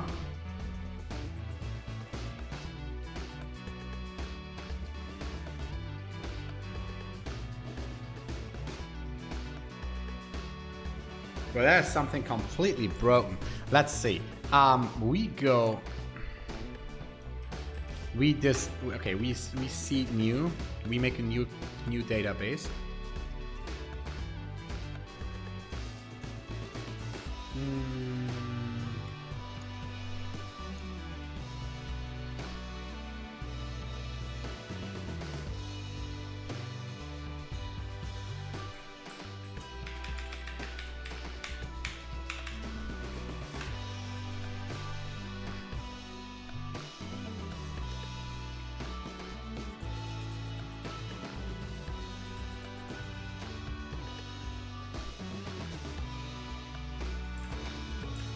Okay, 48.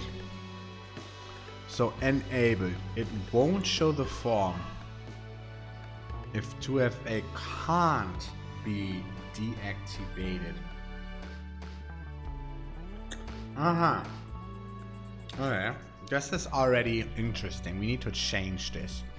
So the idea of this test is that if we log in and we say security and we say 2FA and we enable this, we need to say this OTP enabled true, and it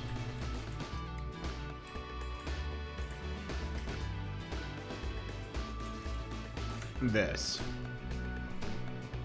Okay, and now this test will pass,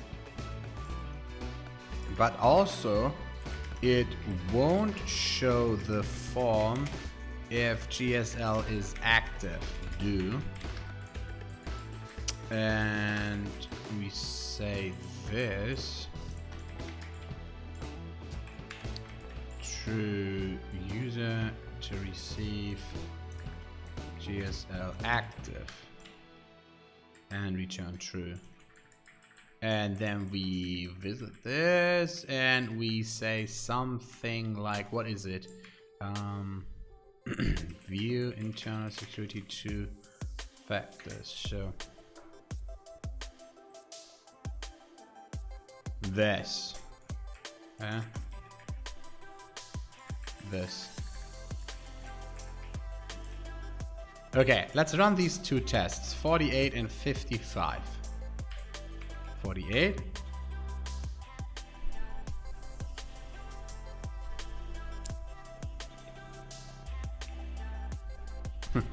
55? Well, I just think wrong, I think. Like, I just think wrong.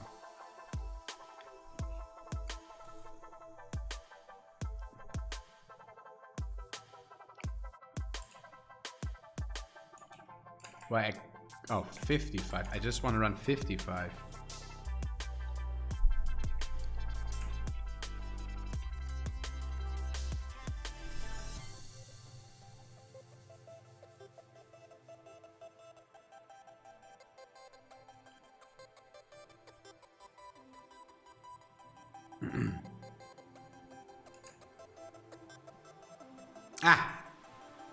I can't go on the website.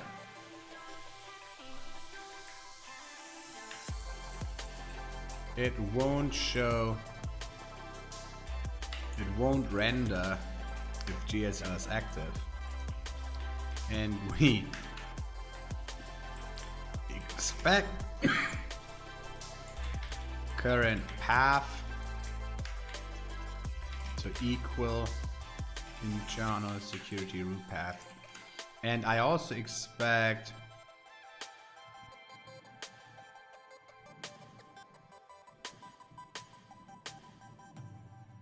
yeah, actually that's it.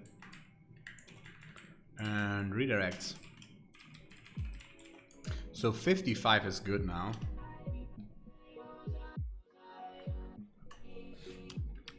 Wait, is it? Yeah.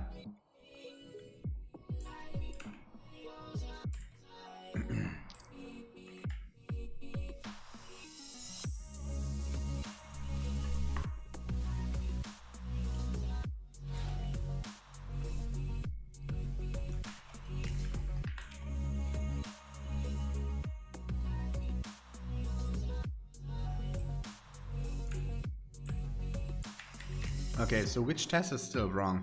I think I mess up here a little bit.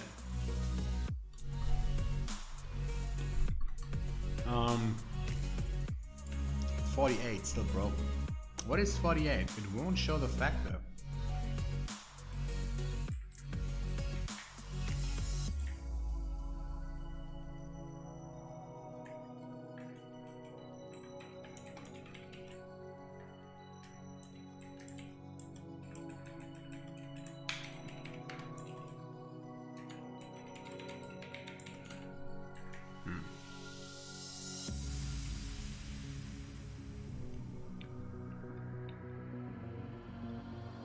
The struggle is real. So we say visit the internal security two-factors path. What is body? Yeah.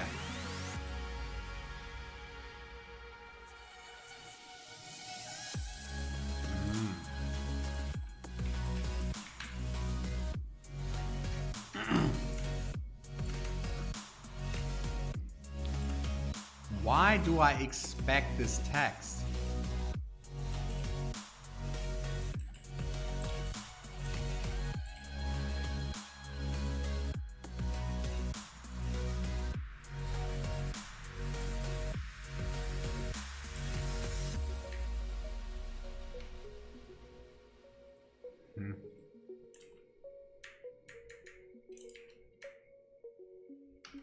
Why do I expect this text if I say, oh.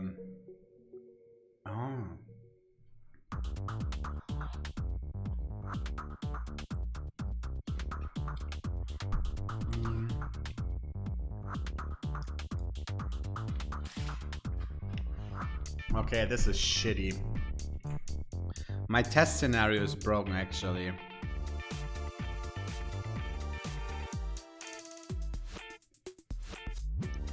Is it?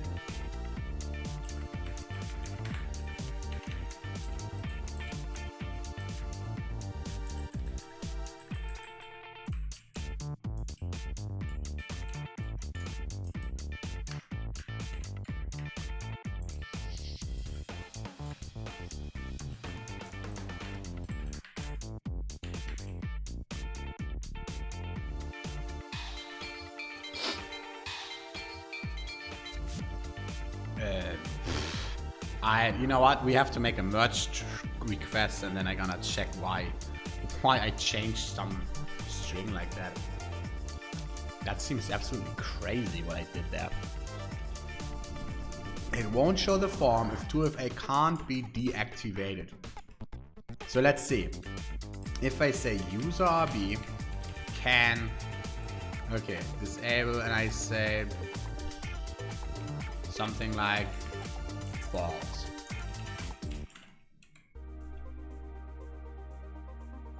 Yeah. Sounds good. And if I go two-factor controller,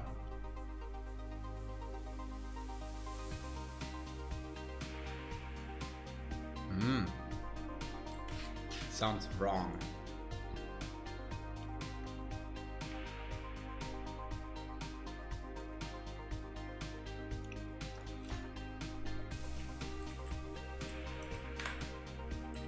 That whole thing is GSL protected, mate. We can't go there. So if GSL is active,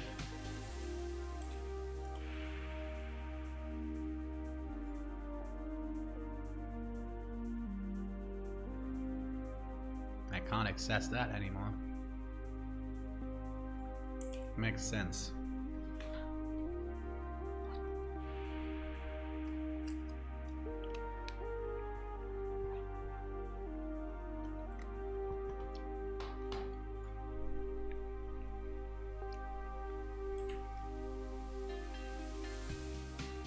Okay, and which test is failing? 79? Wait, that's not 79 anymore, that's another line.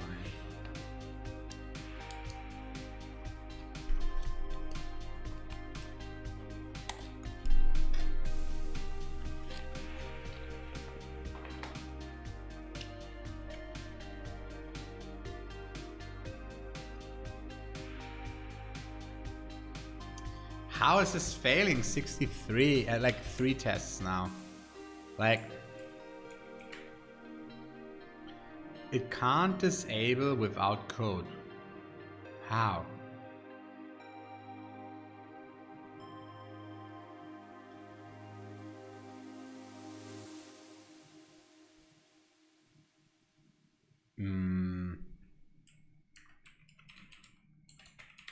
Binding pry. 63. What is wrong there?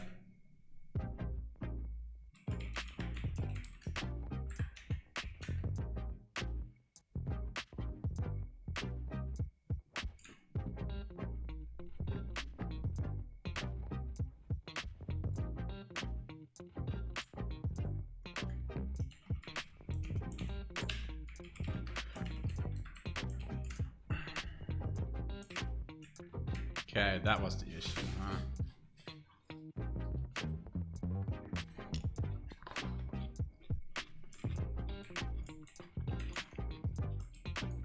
So you guys see, just a small code of line can have heavy impact on the whole application. This is why tests are so important, guys.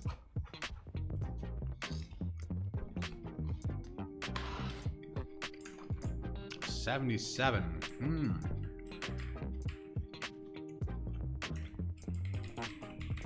All right, what we can do here in 77. OTP was already consumed. That is interesting.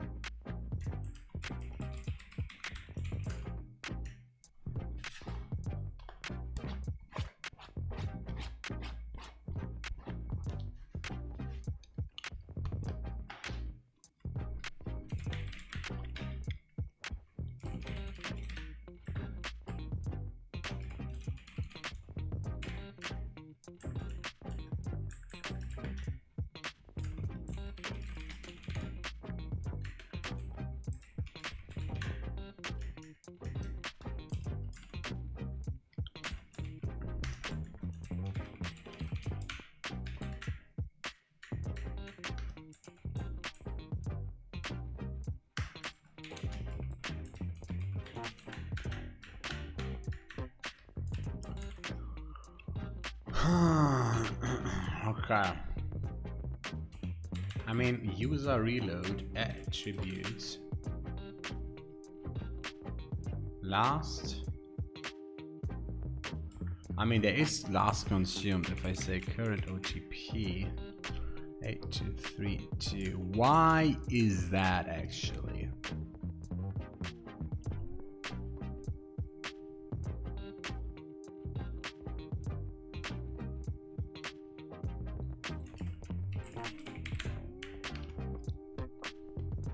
Why is that?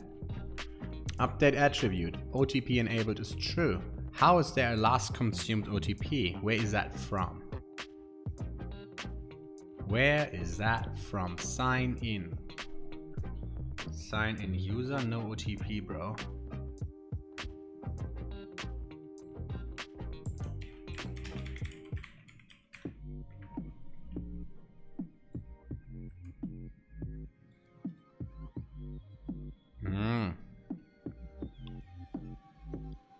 From the login.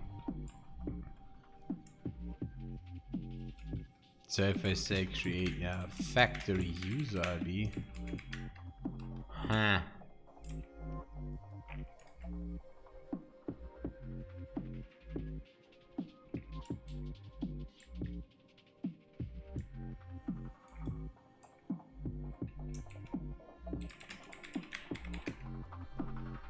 So we say only this if user OTP enabled.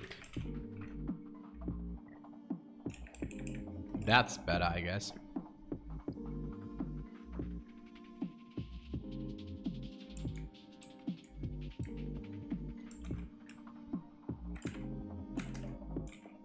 So now it should be nil, and then it should just work.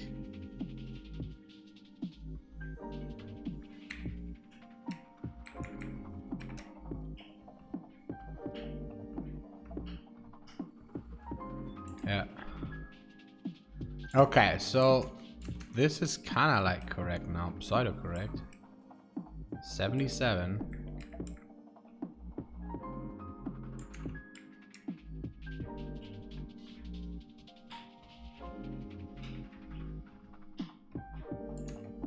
Okay, we say this. And we say disable 2FA. And I say current path. I say this. That is wrong.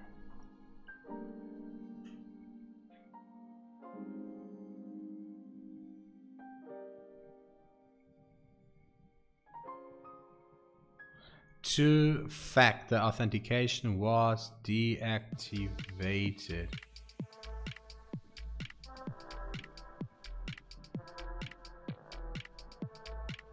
How is that?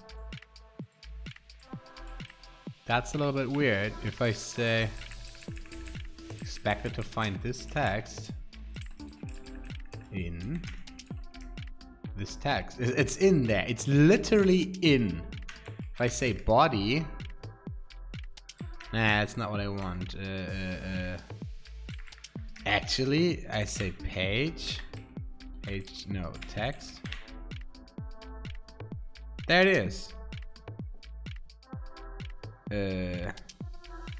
Two-factor authentication was deactivated. Okay, maybe that's the issue.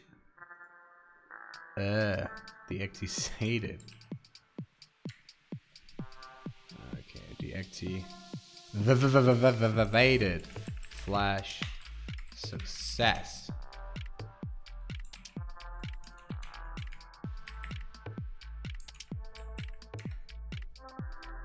Okay, that is better.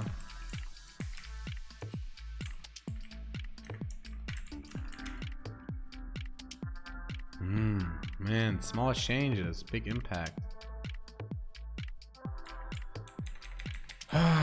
Aspect. So I think coverage is true. And now we aspect this and everything should work. Finally. Man, what a nasty thing here.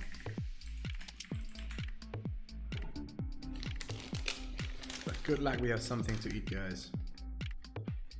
Stay hydrated, don't stay hungry. Always feed yourself with these awesome wraps.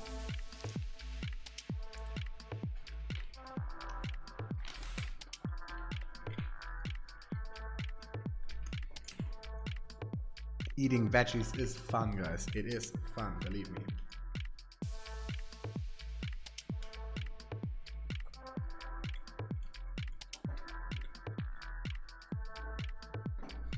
Okay.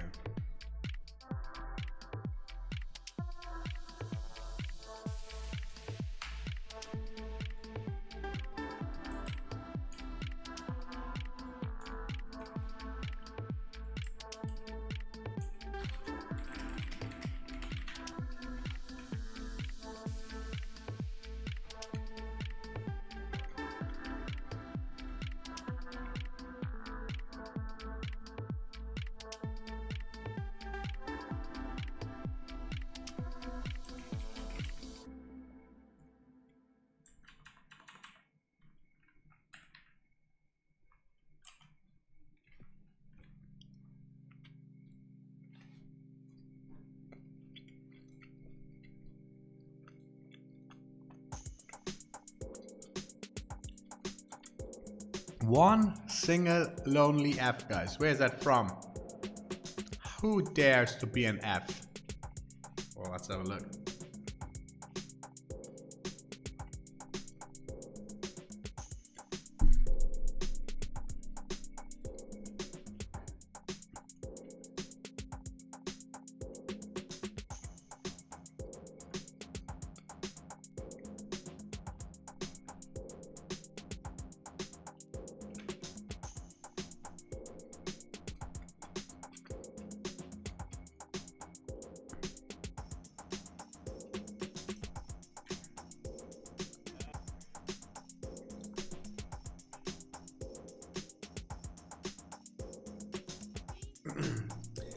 I can tell you this test failed yesterday as well. I saw that yesterday the first time failing.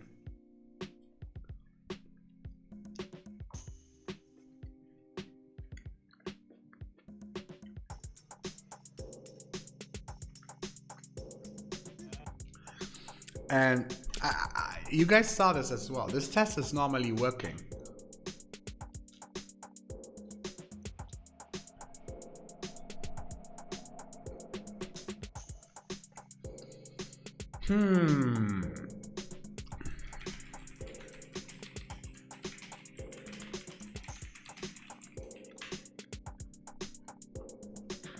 So let's write this down.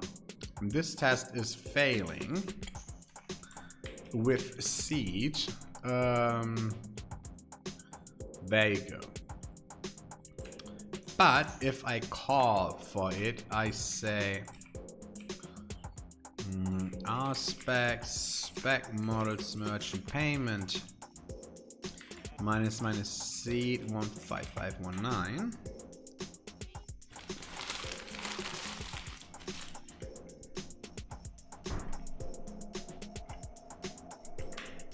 Right.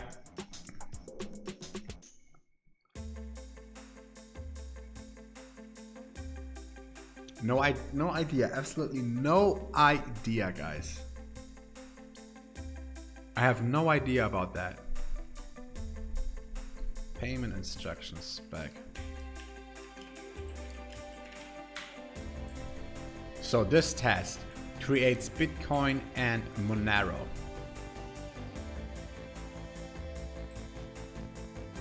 And it's in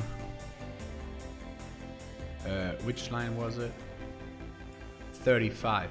So this describe it's not. It's somewhere here. Let instruction invoice instruction BTC.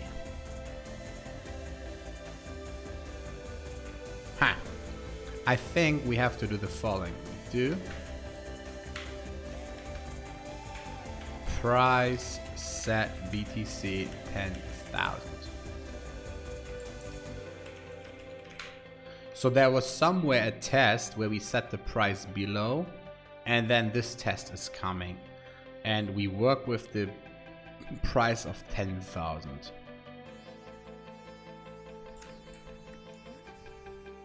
So I think from now on this should be totally fine. Okay.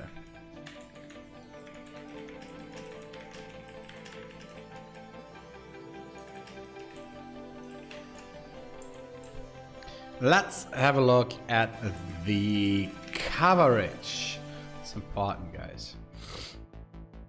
The form builder. Yeah, sure. Don't need that.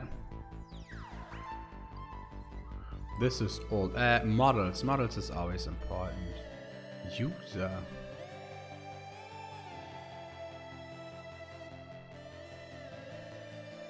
Okay. We need to test this quick. User spec, and there's GSL, and we say it can't set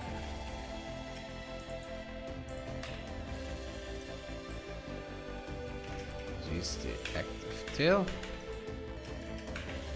And I say expect, and now we say subject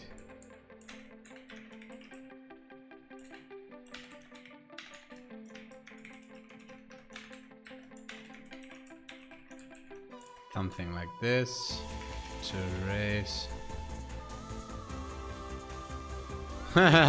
Wanna play together, bro? We can play one together. To raise error, and the error is you can invite me if you want. Can't be written. And then activation. Oh, we need a test for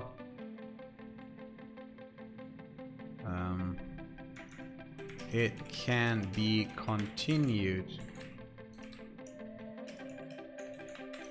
Do. So we say the same here.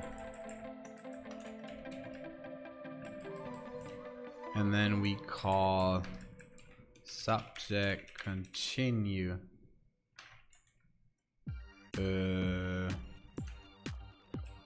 GSL.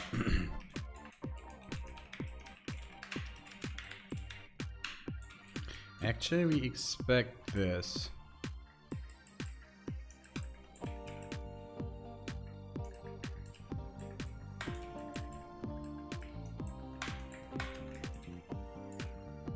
Let's run this quick. Rspec spec models user spec. They should be good. Yeah. Good. That is tested. Breadcrumb is unnecessary. Lips. Yeah, this form builder. I mean, I don't care about it actually. This can go no cough. I don't know.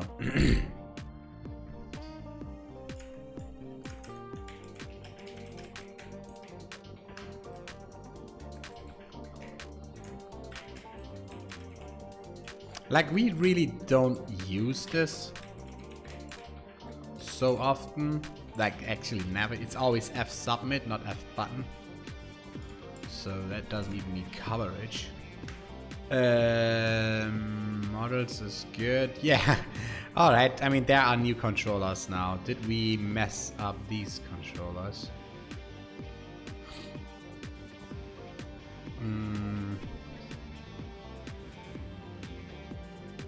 Internal security. There we go. So 2 factors controller. This is interesting. This needs to be tested. That if GSL is active, we end up there. Ligi, send me an invitation. Code in game. Clash of Code. Okay, guys, we go. 5 minutes break here. Join a clash. So who's joining, mate? Yeah, wanna join? Come on, join. Hurry up, hurry up. I don't want to wait 3 minutes now. Come on.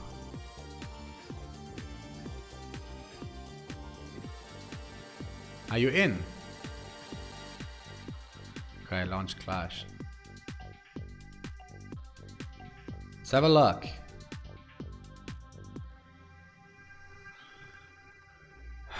Give a string you must output if its content is an integer, float. What? Is that a joke?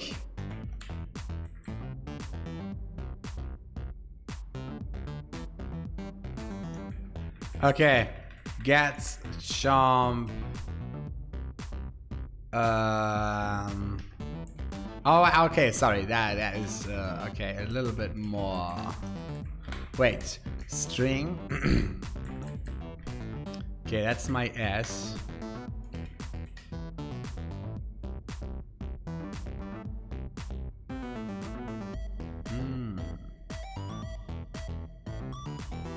Let's see the test case quick.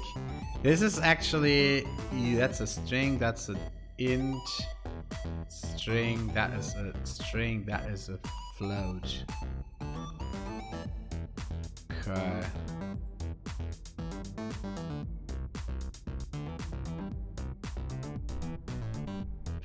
Well, there is Ruby check if string is numeric. There is something. Oh yeah, is number. No. Float string. Yeah. Okay. This is about quick shit. So we say S is that, and we say either float S or integer S or S class downcase P.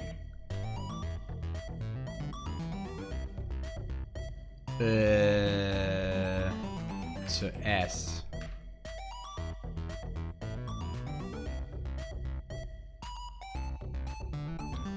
Expected integer? Yeah, sure. Oh no. Oh no. This would work only in theory because... Okay, if that is not working... Oh. Shit. Okay, so I can say... Don't worry, don't worry, don't worry. So I can say float... Man, this is pretty stupid what I'm doing. That's embarrassing. I can say... No, numeric. Okay, wait. This... Let's see the test cases quick. Okay, we just have to work. This is float. Okay, we just have to work. Actually, this is... okay, well. Okay. S contains a dot. If S contains a dot and...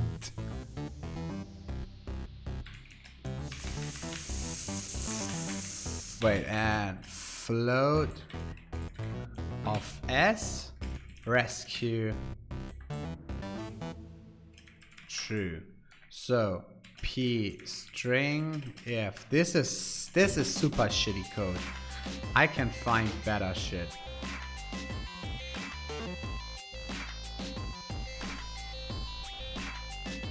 Wait, here we expect this is float. This is string.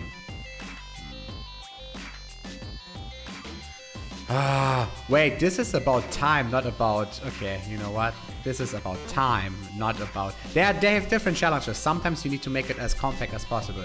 Okay, so an if float S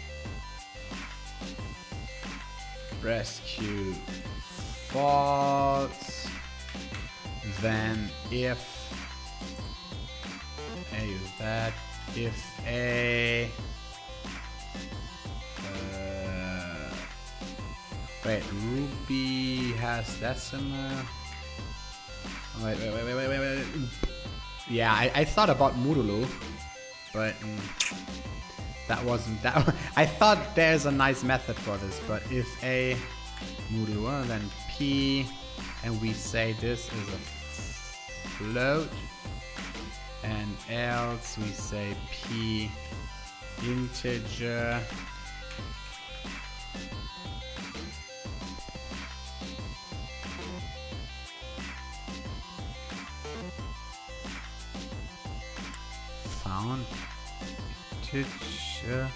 Huh?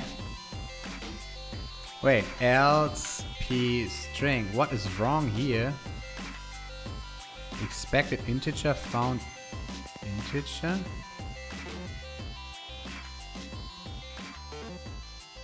Huh? What is this bullshit? Why is that, guys? Can somebody help me? This seems absolutely broken.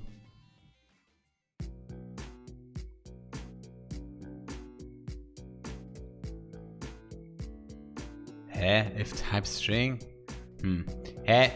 Wait, this seems totally broken. Like, where is this dot coming from? This is stupid.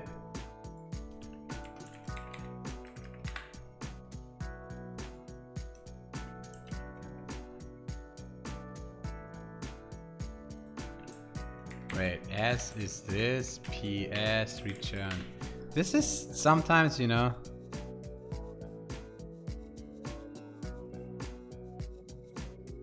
Why is he quoting this? Wait, what is the input? Huh? Oh, I have to do print?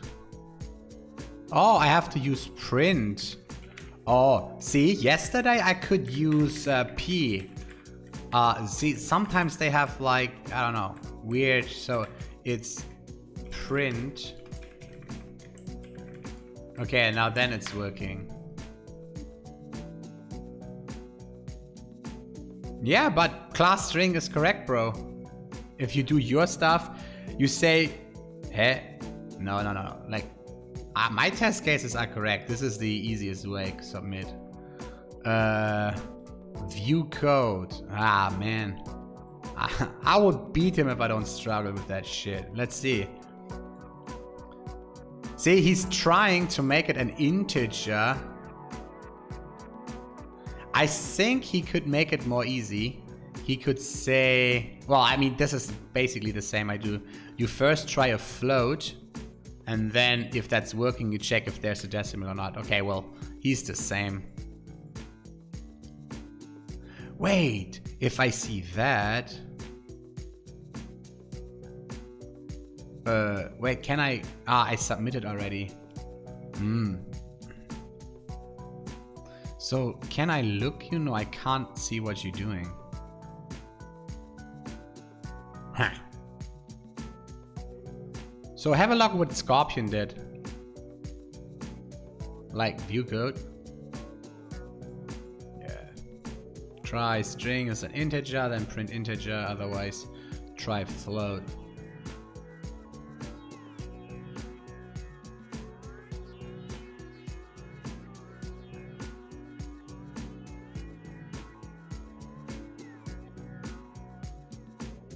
But that was a shitty clash. I want to play another one. That was, I don't know. Play again. I want Flash. What is Flash, dude? 15 minutes. Okay, what is this? Did you know that Modulo may give different answers depending on language? Do you know how it works? You have to give 3 possible results following these rules. A modulo B, remainder's value is positive and should, and between 0 and B minus 1 inclusive.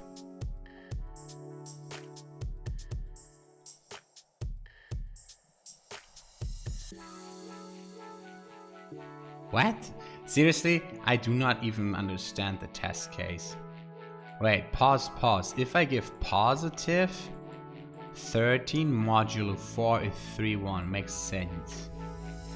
And negative pause is you give minus 12.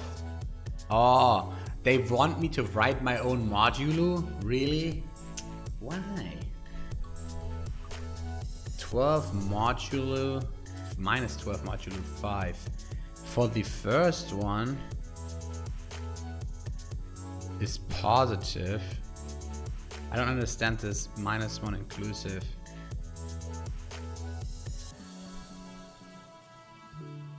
Here. So that is 3 modulo 1 minus 3 modulo 3. Huh? Why is that? And then minus 2 modulo minus 2 modulo minus 3 minus 3. Honestly, I do not understand this. I don't understand what they mean with and B is minus 1 inclusive. I don't know.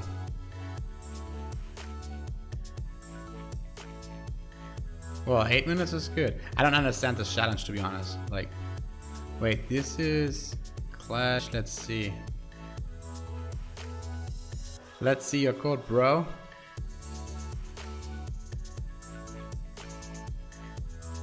Wait, you did not submit code. You have to click submit code. No, you do not. Yeah, okay, he's having the same here then.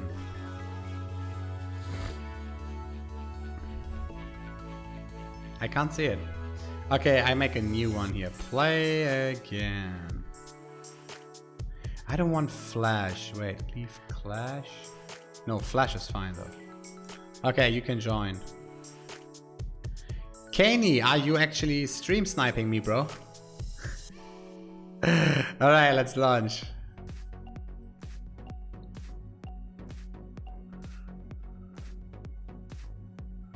I have to send money to my wife. Reverse mode. You have to guess what to do by observing the provided set of tests. The fuck? The fuck?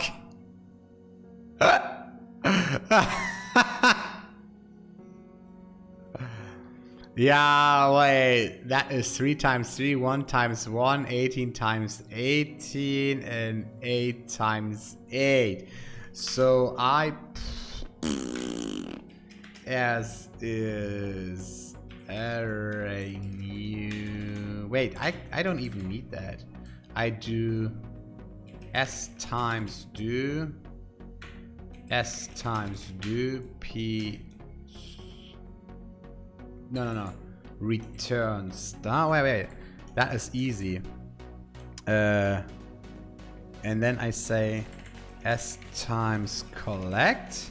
No, I just say, actually, super easy. I can say star times S P. Finish. What? Oh, puts. Oh, it's a plus. Don't steal my Ruby, bro. Ruby is the best. Okay. Play all test cases and submit. Finish. 1 minute 45. Let's see. Come on, guys.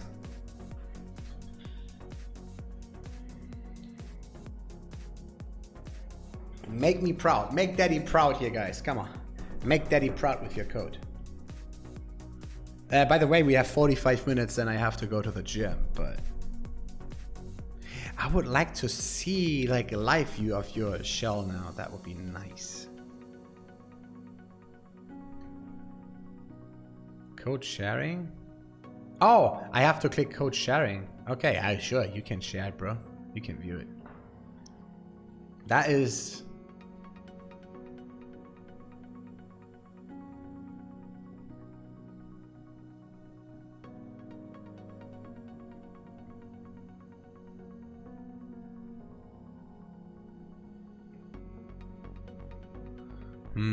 I mean, if you see my code, that is so simple. Come on, bro, you can do the same. Hey, if you apply for a job, you should just make a video how you do 1 hour of this and they say, yeah, it's good or not. Now, let me quickly transfer money to my wife. And then, by the way, Leju, if you finish, you have to click share code and then I can see your code though. Otherwise, top secret.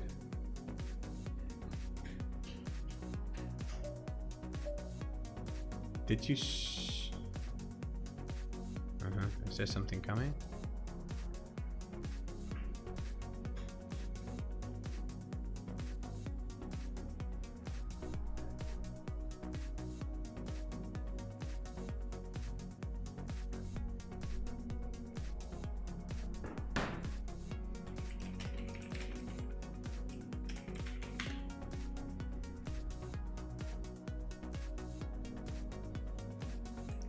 Are you finished?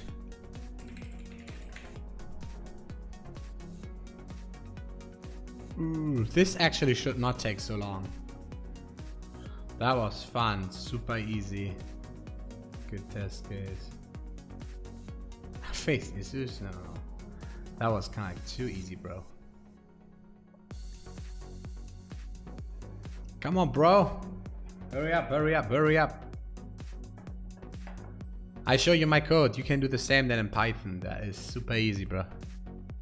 Actually, I don't know Python, but this is super easy also in Python.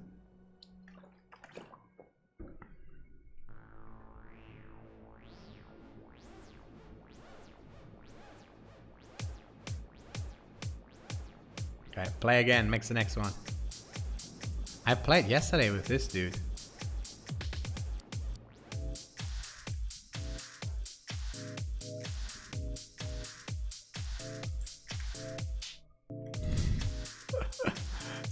So instead of working, well, we can run coverage here, but instead of working, we are playing. We are playing work. Bro, you might not use more than 5 minutes for this. Come on.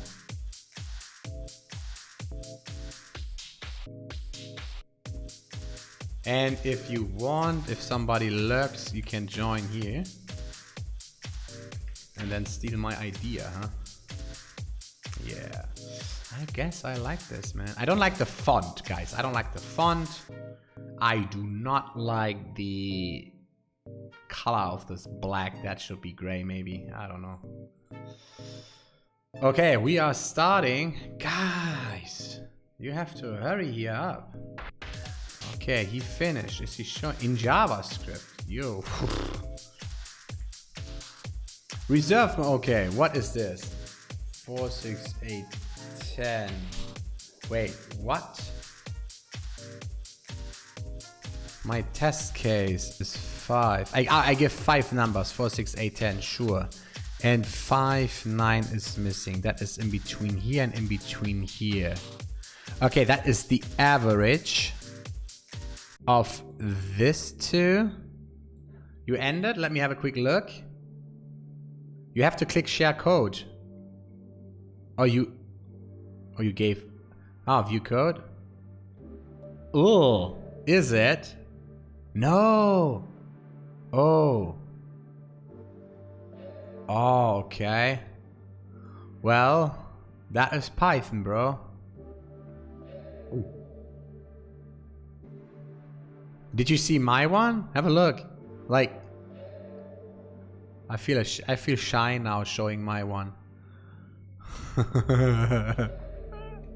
All right, let's do this. So the result is what is in between, and then here it's 3, 1. So the average is 2. Wait. 10, 5. The average is 7.5. And then if it's just one number, if it's uneven, the average is this. This is super easy in Ruby. This is super easy in Ruby, guys. 6, so 1 is, yeah, okay. Okay. So what we have is inputs. That's all we need, I guess. Inputs, inputs. Because if I play this, what we got? Inputs gets split. What? No, shit. What?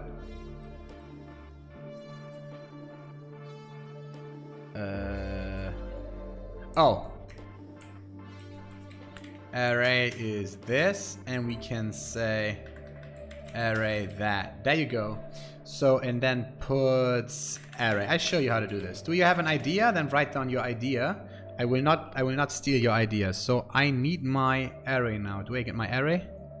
Print me an array, bro. Just print my array. Can you print my array, buddy? Is it working?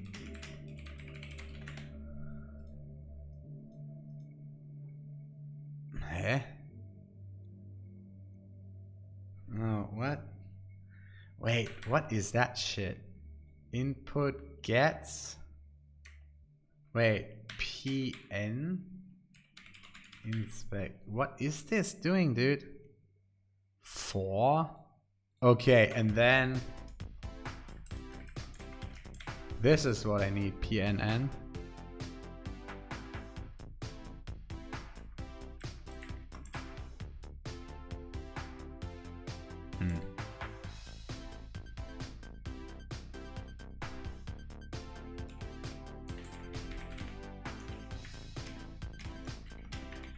Okay, this is what I need actually.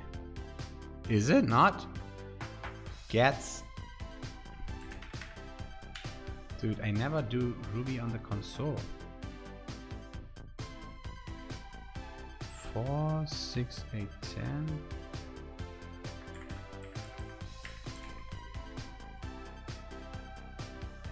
I get only 4, and then here I get this. Okay, so then here I say gets split.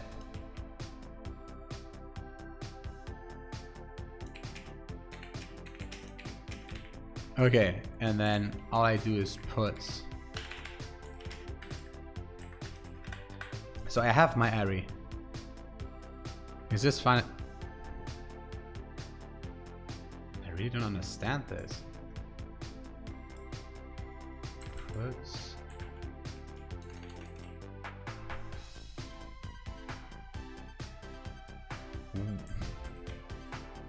Can somebody explain me how this stupid shit is working? P inputs. Ooh.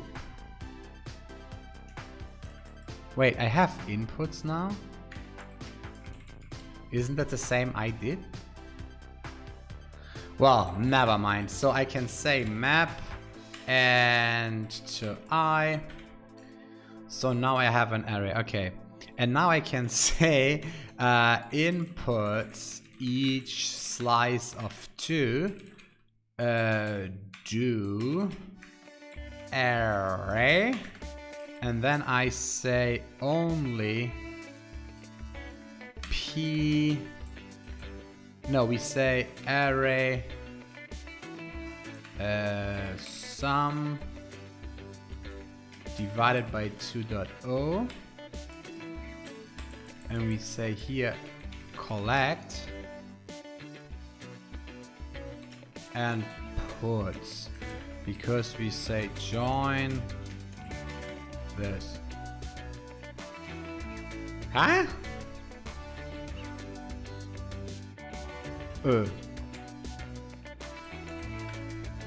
What? Puts each slice? Oh, R. 5, 9, that is correct. So we say now actually collect this, and then we say join with that, and we say puts. Did somebody submit? I'm faster, man. Join. I just have, like, really? I wasted 5 minutes on setting up these input handling. Join Neil. Yeah. Each slice do. Wait. Ugh. Okay, and then I say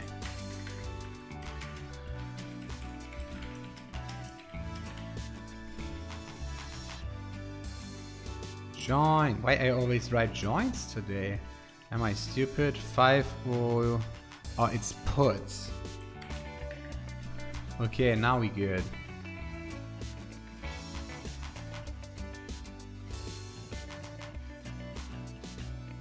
Oh.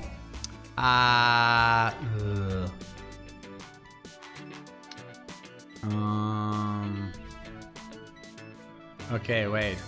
Val is that, and we say a like val dot to I, or so if super nasty quick now, if val model 1 equals 0, then this,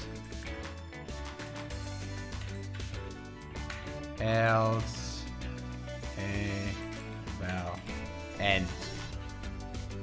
Annoying as hell. Oh, val equals. So that is working, play all test cases, work, and submit. Clash is completed, cannot restart. Ugh. See, they do it probably the same as I do. What are they doing?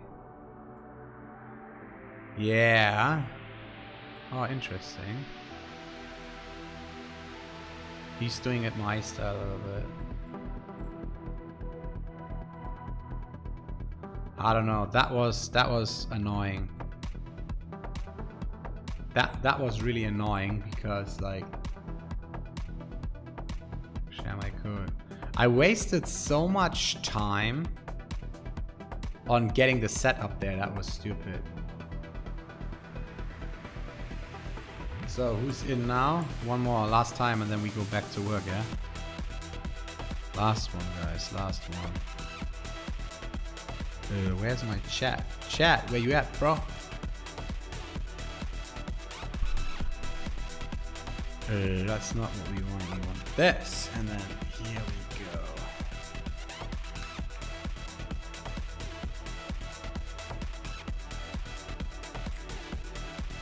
Yeah. Lips 100%. I like that.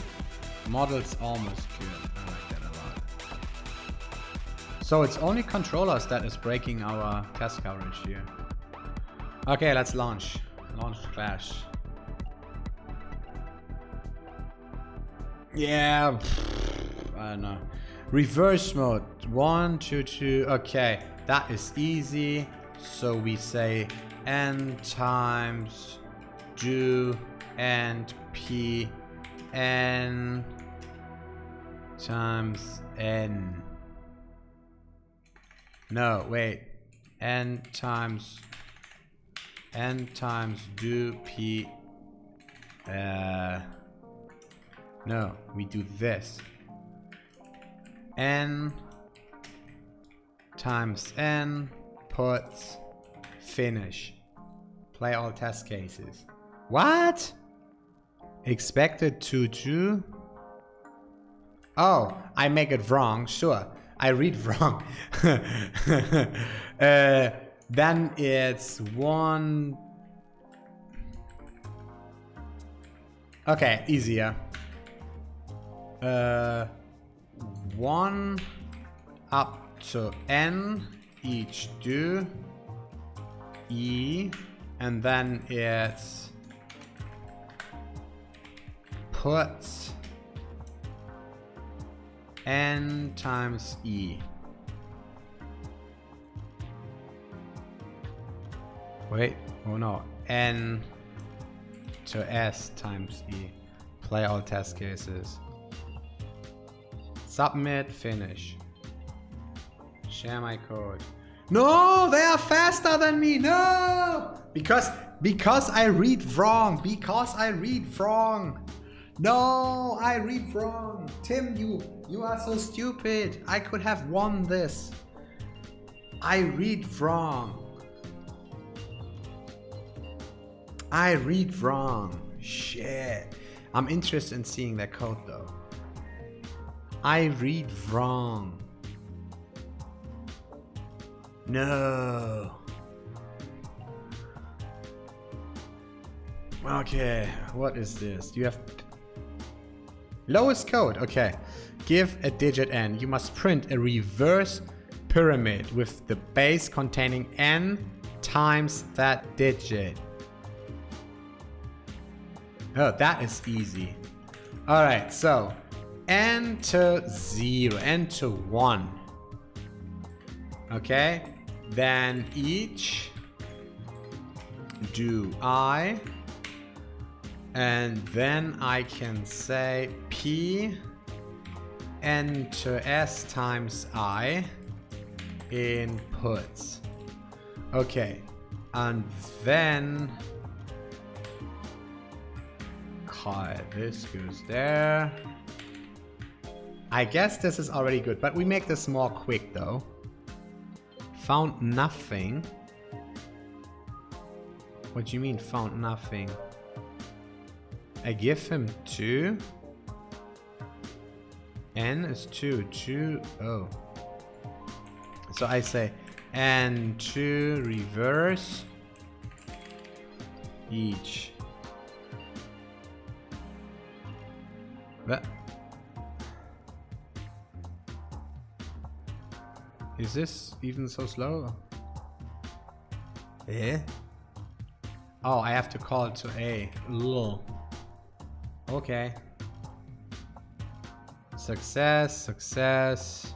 Okay, I can make this more quick because I can call map and I do this and then I say that and then this and this, and I think it would be, yeah, play all test cases, submit. I think I can get it shorter, but I don't know. Pending results. 54 characters. Actually, 419 characters? Bro, you're supposed to make it the shortest. Like, the shortest, bro. Like...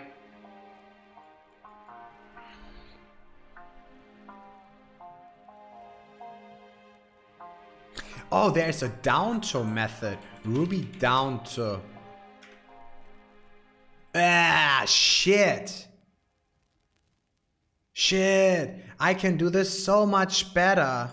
I'm so stupid. Fuck. I could just say n down to 1. Oh no, I messed up. This is, I would have beat him. No, fuck me.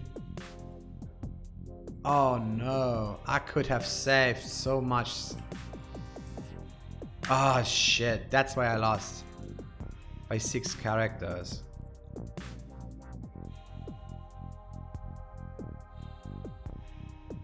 Yeah.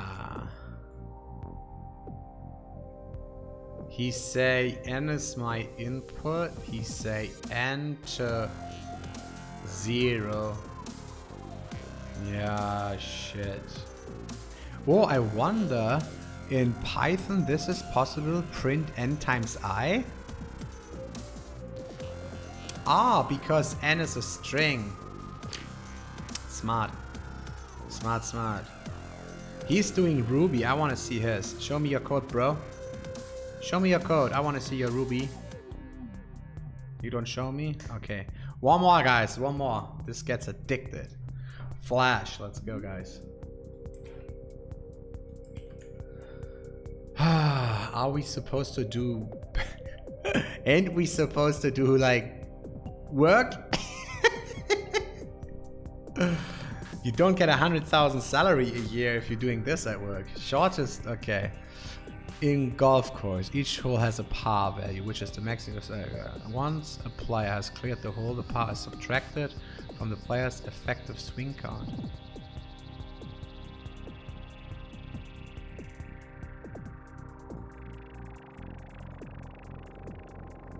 Huh?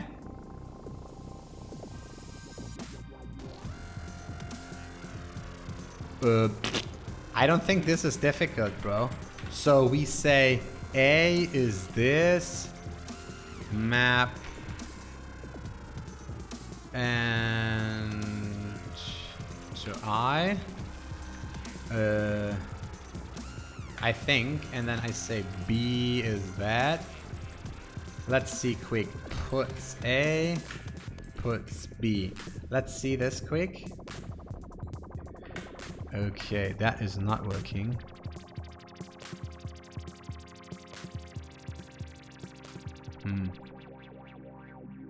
I don't understand why I always fail on this. Puts X. Gets split. Puts inputs. What is that? That is the first row.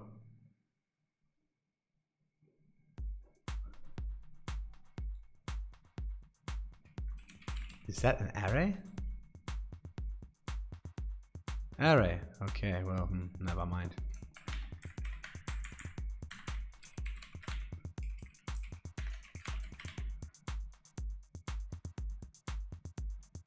Okay, and then I say sum. A is this and B is this. And then I say put A minus B. Right? 6. No. B. Given result, so result minus given. Play all test cases. Well, of course, these test cases work, but do we get this shorter, guys? Absolutely.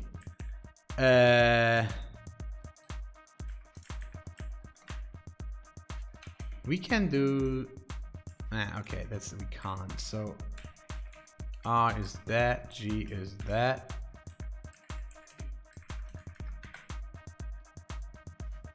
Oh, wait.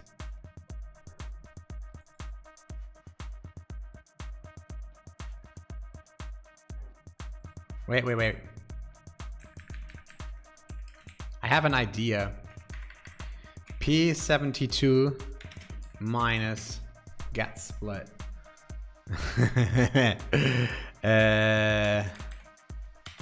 Minus 72.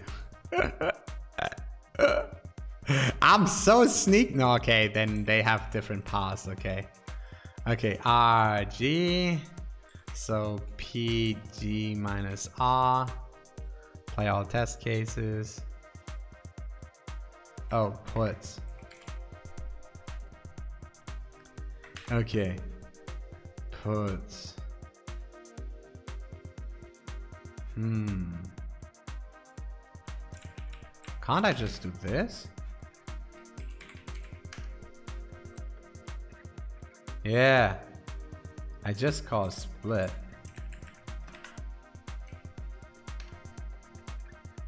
I think this is the shortest I can do, guys. What do you guys think? Oh, I can do it shorter. Alright, play all 66.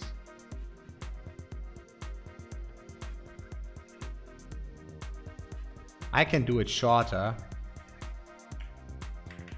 This puts there. It's shorter, man. Say what you want. It's shorter. Play all test cases. Check again. Yeah, that's working. Submit. Let's see if I'm good or not. Haha! 62, bro. You do 97. I beat ya. I'll beat your ass.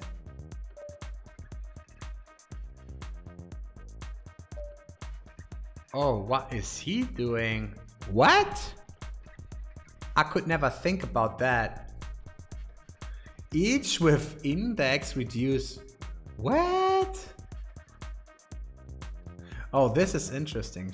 Okay, I do split, he do shards. Okay, I did not know about that. Gets shards map, sure. Why are you input 1? Okay, gets and he did. The fuck? I don't even understand his code, bro. Each with index. This is the index. Okay. He is like calculating the difference for each hole. And then like why? Oh man. That is unnecessary, bro. You don't need to do that. Just some like give. Oh. 462. I would not feel confident submitting that code. That was fun. That was easy. That was good. Statement. I think so. I used 2 seconds longer than him.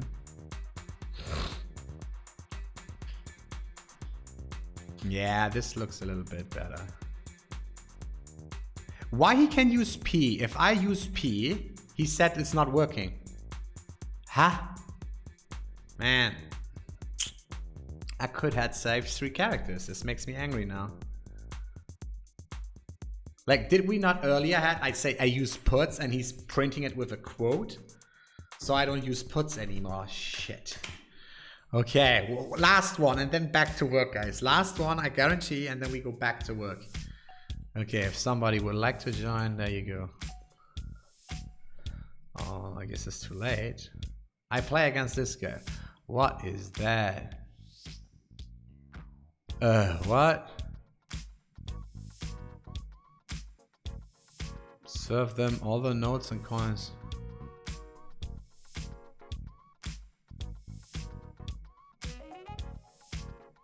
As a hobbyist, and we don't want to make all the characters.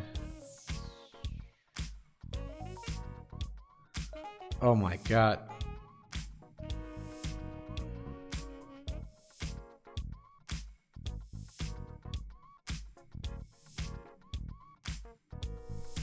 I want to see the test case first.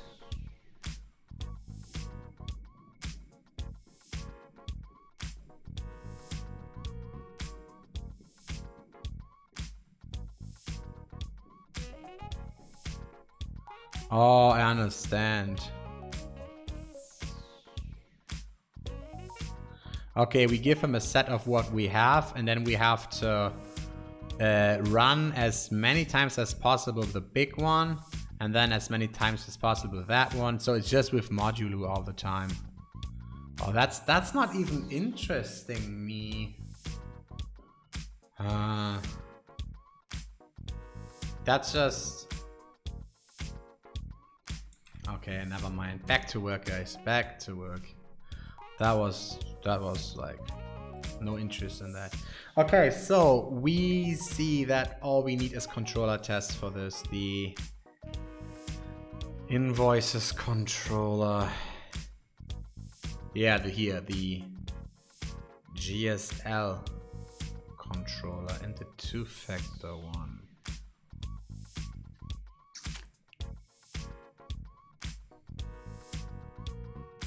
Actually, no, this doesn't exist anymore.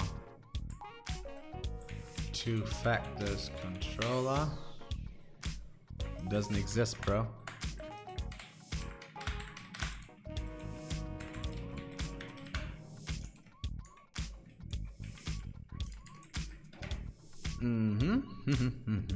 Controllers.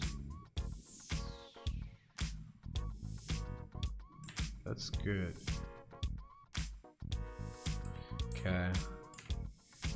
Yeah, this never ever happens because we are GSL protected. So that is useless. So this goes back to 100. Okay. Do you think we have enough time for this quick?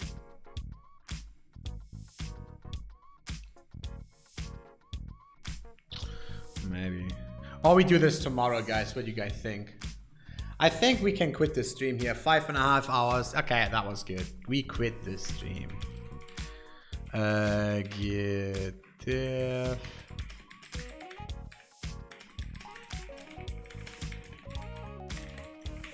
Get push origin GSL.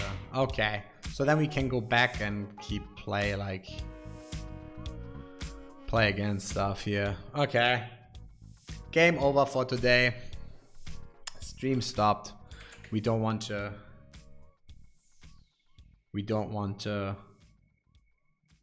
work anymore. I have 20 minutes left, guys, and then I have to go to the gym. Okay.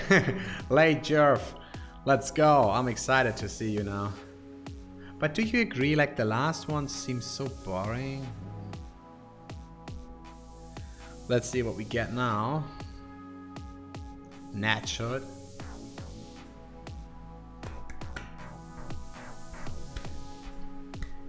It's actually a nice website, Clash of Code. Coding game.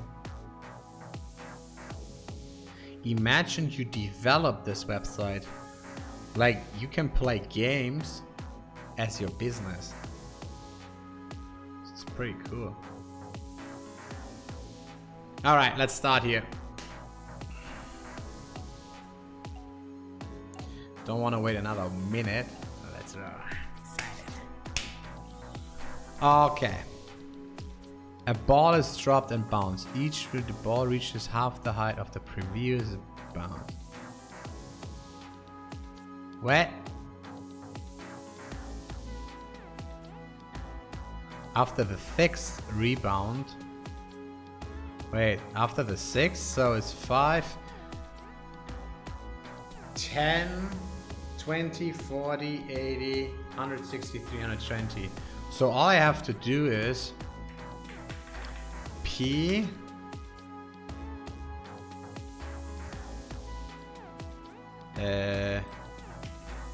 times 6. Is it? Oh, wait, what? Oh, 6. That.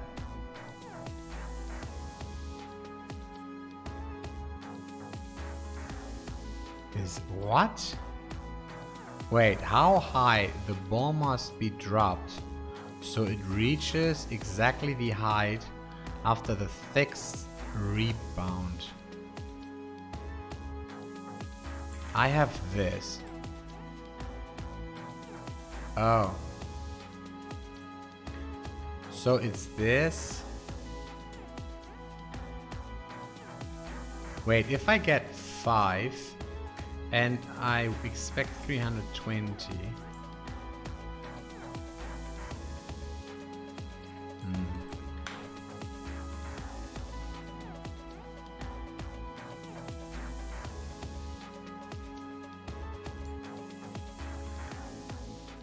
Okay, wait. So it's E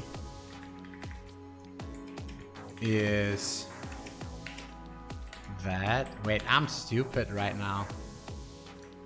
If I have 5, the next 20, 40. Okay. And I say 6 times do.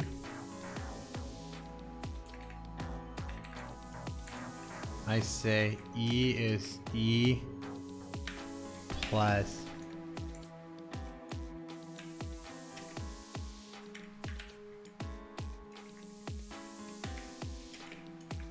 isn't it this way? Okay, but this is not what we want. Plus equals E.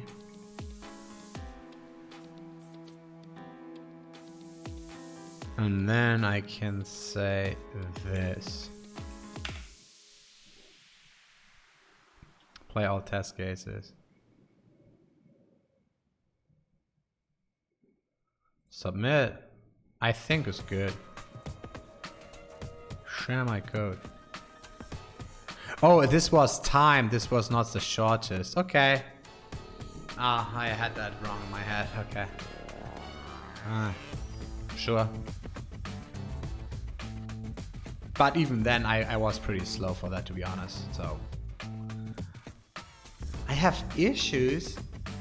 No, actually, I understood the question correct. I just implemented it wrong. Okay, can happen. Leiji, come on, bro. It's 4 minutes. You should be done now. You should be done, bro. Come on. This should not take that long, buddy. Well, it could be 40, bro. So I have to play again without you or wait?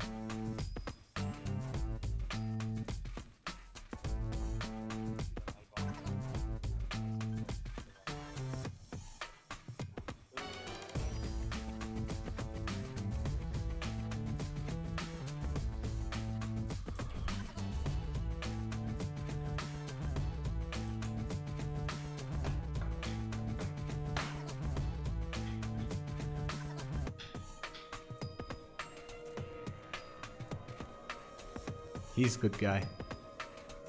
Johnny and... Okay, are we ready to launch, guys? Let's launch.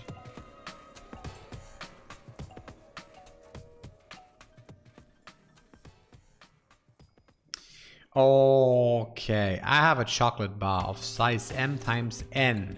I wish to split it into units size pieces. What's the minimum split I have to do with the bar? Wait, what?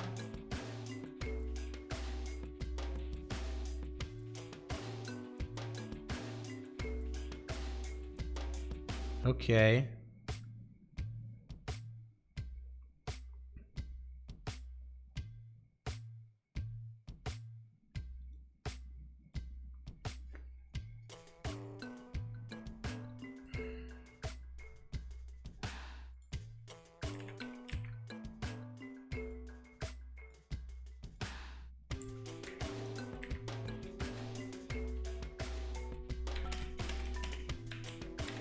But this is the answer.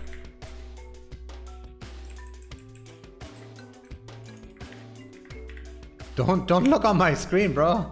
Don't look on my screen. Is this time or is this size? What is this? Is this about time? Okay, this is about code size. Is it about time?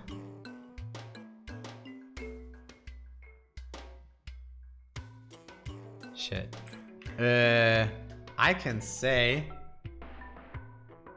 Hey, is this about time? Shit, Oblivinia, did you see this? Is this about...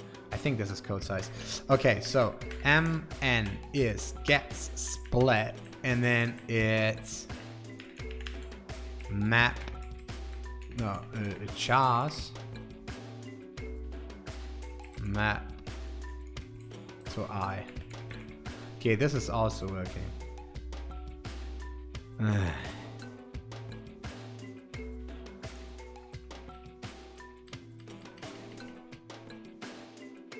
Why is this working?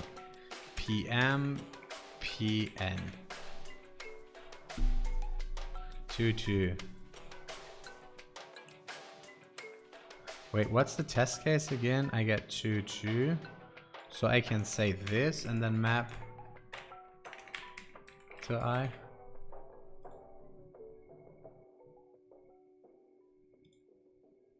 One, 3, 2.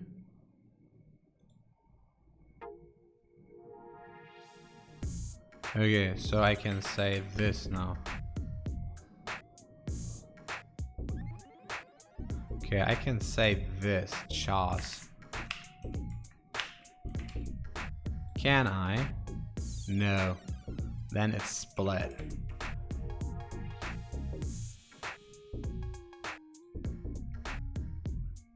Okay, submit. Shortest code. That is short, bro. Share code. Yo, what? 277 in 23 seconds? That was quick, but that was...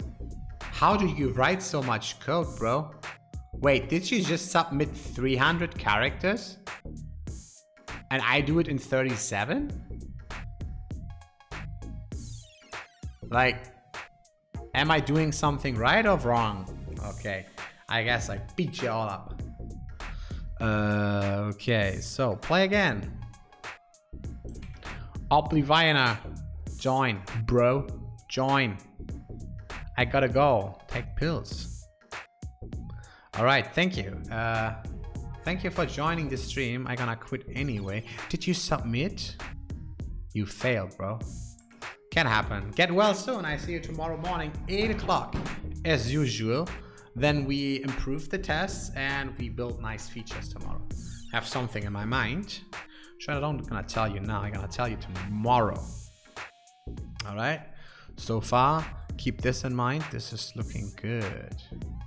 Okay, so we have to do this. And yeah, we want to go back to 98 or something tomorrow. At least the controllers needs to be tested completely. Everything else is looking good. You will start at 3 AM. Yeah, perfect. Are you in Europe? You are Germany or something. UTC plus 2. There you go. Perfect. 3 o'clock on the night. That sounds about right. Sweden. Yeah, well, same time zone. So then, Svenska. No, is that Svenska? I don't know. Hello to Sverish. Sverish. I don't know. Hello to Sweden, bruh. How can you have such a high body temperature if it's so cold there? That is impossible for me.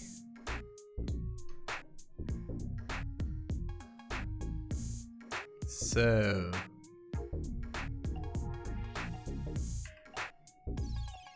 And we are starting. Did they just leave? They are. Sinusitis. That sounds dangerous. I don't know what that is. I'm not a doctor. Fastest mode. You are given a text grid of size n by n. Your program must choose words which are placed on the main and the second diagonal. What? Of the grid, the main diagonal is laid from the top left to the top bottom. Main. What? Wait, what? Main anti? I don't even read this. What? on the main and the secondary diagonals of the event grid. Yeah, of the given grid.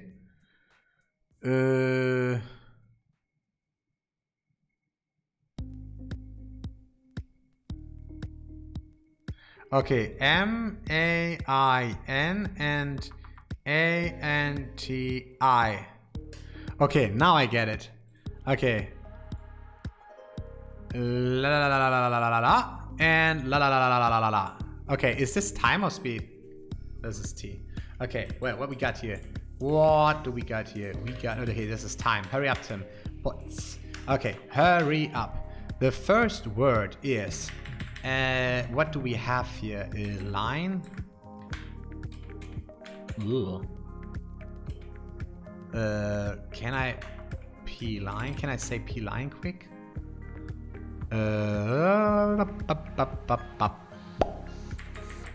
Okay.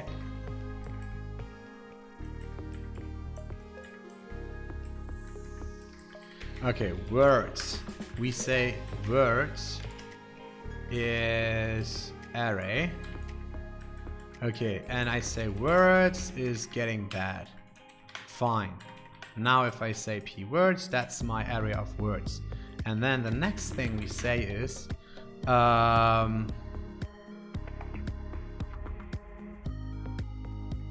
n up to, no, 1 up to n the collect E, and I say here is then words of I. Words of I. Okay, and then it's n down to. No, that's wrong. Wait, this is correct. P. Have a look. So that is M. Neil class. Words of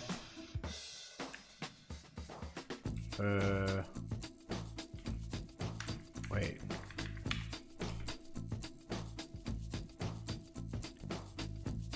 Main. Okay, but still pause Ruby. Now Ruby char add. That is. I thought I can do this. Hey. Why should I not be able to do that? Words of that. Oh, I can do that then. I. Okay, is that working? 1 up to n. Collect I. Pi. What do we get here? 0. Oh. 0 up to n minus 1. Sorry. And then it's words of I and I. Yeah, that's obviously. Okay, so we get M-A-I-N, and then I can say join. Join. That is my first word. And then the second word is interesting. That goes from there to there. So my second word is from 0 up to n minus 1, collect I, and then I start off n minus I. No, I start off I and then minus I can do actually. Yeah, minus 0 plus 1. Minus I minus 1. That is one way to do it. Main anti, nothing. And then it's P. So is that working? Yeah, main anti. And then I can say this plus. Okay. Wait, what? Puts. Main anti, play all test cases. And submit. Ah, I am slow. I am so slow. Oh, I should be so much faster. I felt that was really slow. I would love to see their code. I would love to see their code, guys. I'm the slowest. But yeah. You know what? I think it's also a matter of if you practice these. Like if I do these every day, I get faster and faster. I'm pretty sure about that. It's not about like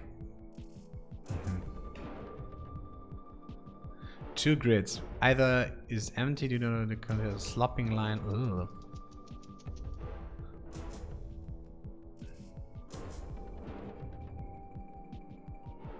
What?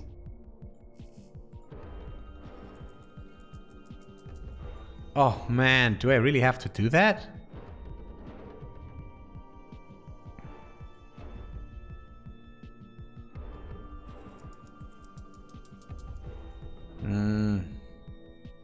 I don't like that. Next one. Back. Play again. The whole task is like, really, I don't want to read 10 minutes task just to make something. We are here on stream, bro. This has to be quick. Leave Clash. Let me go. I create my own one. Join a Clash. Okay, it's the same. Okay. Like, I want these quick tasks. Quick. I don't want to, like, do big stuff there. Okay, this is last one, then I have to leave. Reverse mode. Okay. 4 is true. 0 is false. 1 is true. Oh, wait. 4 is... Okay. 1. False. Odd, even. Okay. PN even.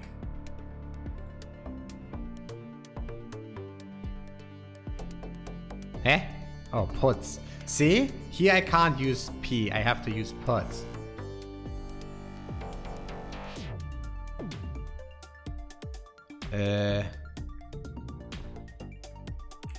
So S. Expected false? Oh, it's odd.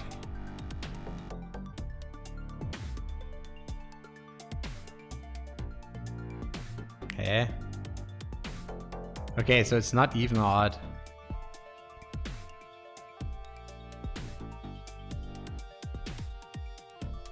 Even? True, false? Wait. Play all test cases. That is interesting. This one is working. Working. Number 4 is not working.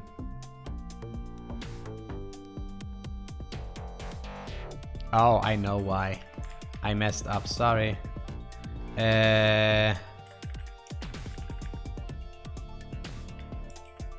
P. Put even. Okay, now we good.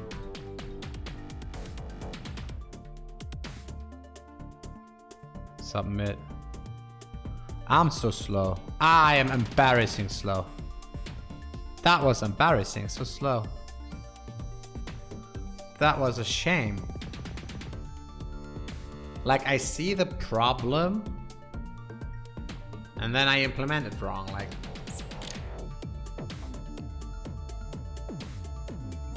I'm always confused that the first line is telling me how many lines I get. Like,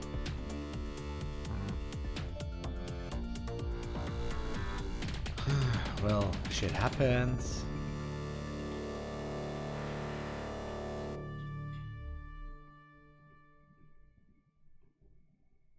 Okay, last one, guys. Really, that is the really last one. And then I'm leaving, I promise. Last one, guys, and I'm leaving. I see you then all tomorrow morning. If you want to rate somebody, tell me who, and then we can have a look. Science and technology. Is there maybe somebody interesting? Shortest, okay.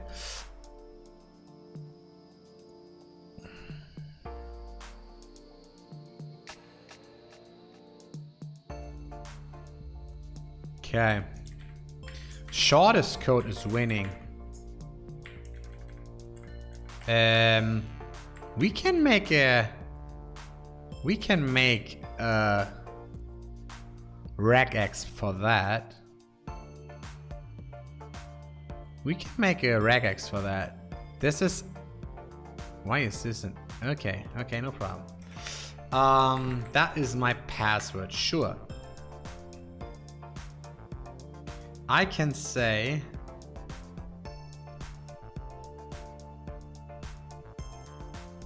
my regular expression of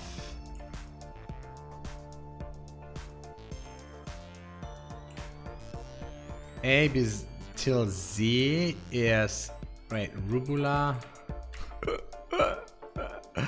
Wait, my rubula is ABC, no, A to Z is \s and, no, wait. No. Plus, any one or more. Okay, plus. So we say plus and A to Z plus and \d plus. Okay. And then this whole thing needs to be 8 or more. And I think I can do that. Puts, I'm not sure yet. There is something like, ugh. That is my regular expression. My bracket is wrong. Wait, what?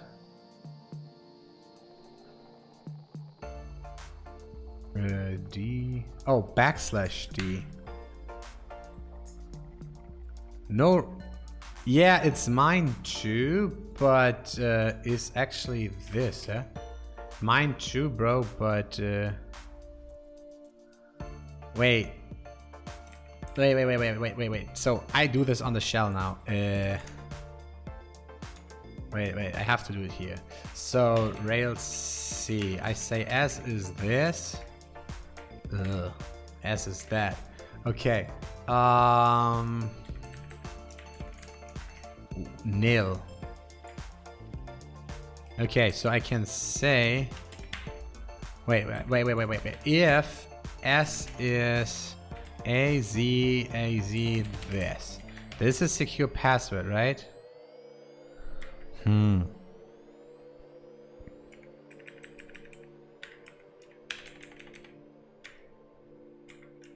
What means nil? AZ plus? Okay. And AZ plus. I think this is the problem. I need this group and that group.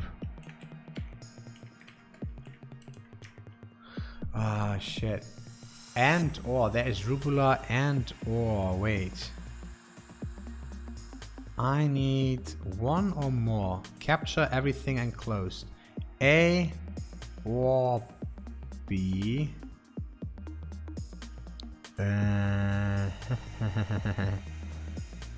I think this thing is like, because it has to be the shortest code, so it needs to be in regular expression. It needs to be a regular expression.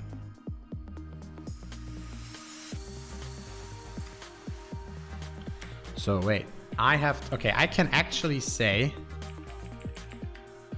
this. Yeah, sorry. And S is, goodness, What? I can't blind tip. Okay, so there. There we go. And can I do this? A to Z plus.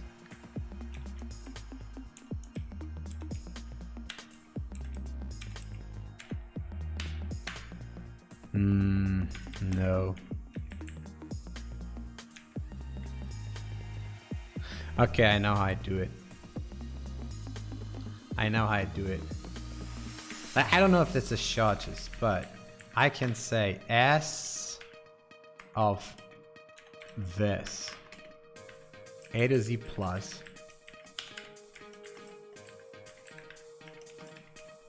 And S of A to Z plus. And S of backslash D plus. And this should be then put, yeah, found nothing. Oh, and this goes into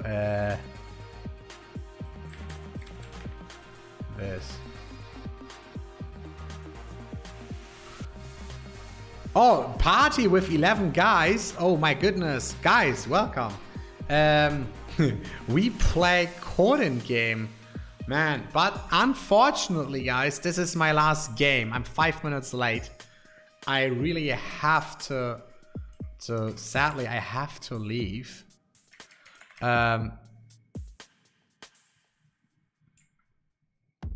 So this is actually a safe password. So my code is correct. Sadly. Wait, what? What? My code is correct for real. My code is correct. Very sure my code is correct. If I say S is Oscar, sorry, S is Oscar, and I run this is giving me true. I'm very sure this is giving me true, guys. My code is so damn correct. And if I say S is this, whoa, this is horrible. So this is false. My code is correct. There is nothing to talk about. That is ridiculous. Play our test case. Okay, now it's working. Submit. Okay. Let's see if I win this. 62. They are still working. Share my code. Wait, do I have something wrong? No, I don't have something wrong. Why I have... Wait, what? They all worked. I think that's a bug here. Like, that must be a bug. How is this 80? Dude, the challenge is the smallest code, bro. Okay, never mind. Thank you everybody for watching. That was fun. Yeah, sadly for the raid, guys, I'm so sorry. I'm leaving now. I'm streaming again tomorrow morning, 8 o'clock. So that is like this time you have right now minus 8 hours. So, do we want to raid somebody else, guys? I just had a look actually. So who is it? Who is it? Who is it? Who we gonna raid, guys? You tell me. There is nobody on here. I don't know. That's no problem. Thank you everybody for watching. I really have to go. I'm already late. I think he has the same issue as me here. Why is he passing 80%? That doesn't make sense. That is no fun. Broken tests, dude. Okay, thank you everybody. I see you tomorrow. Have a good one. Bye bye.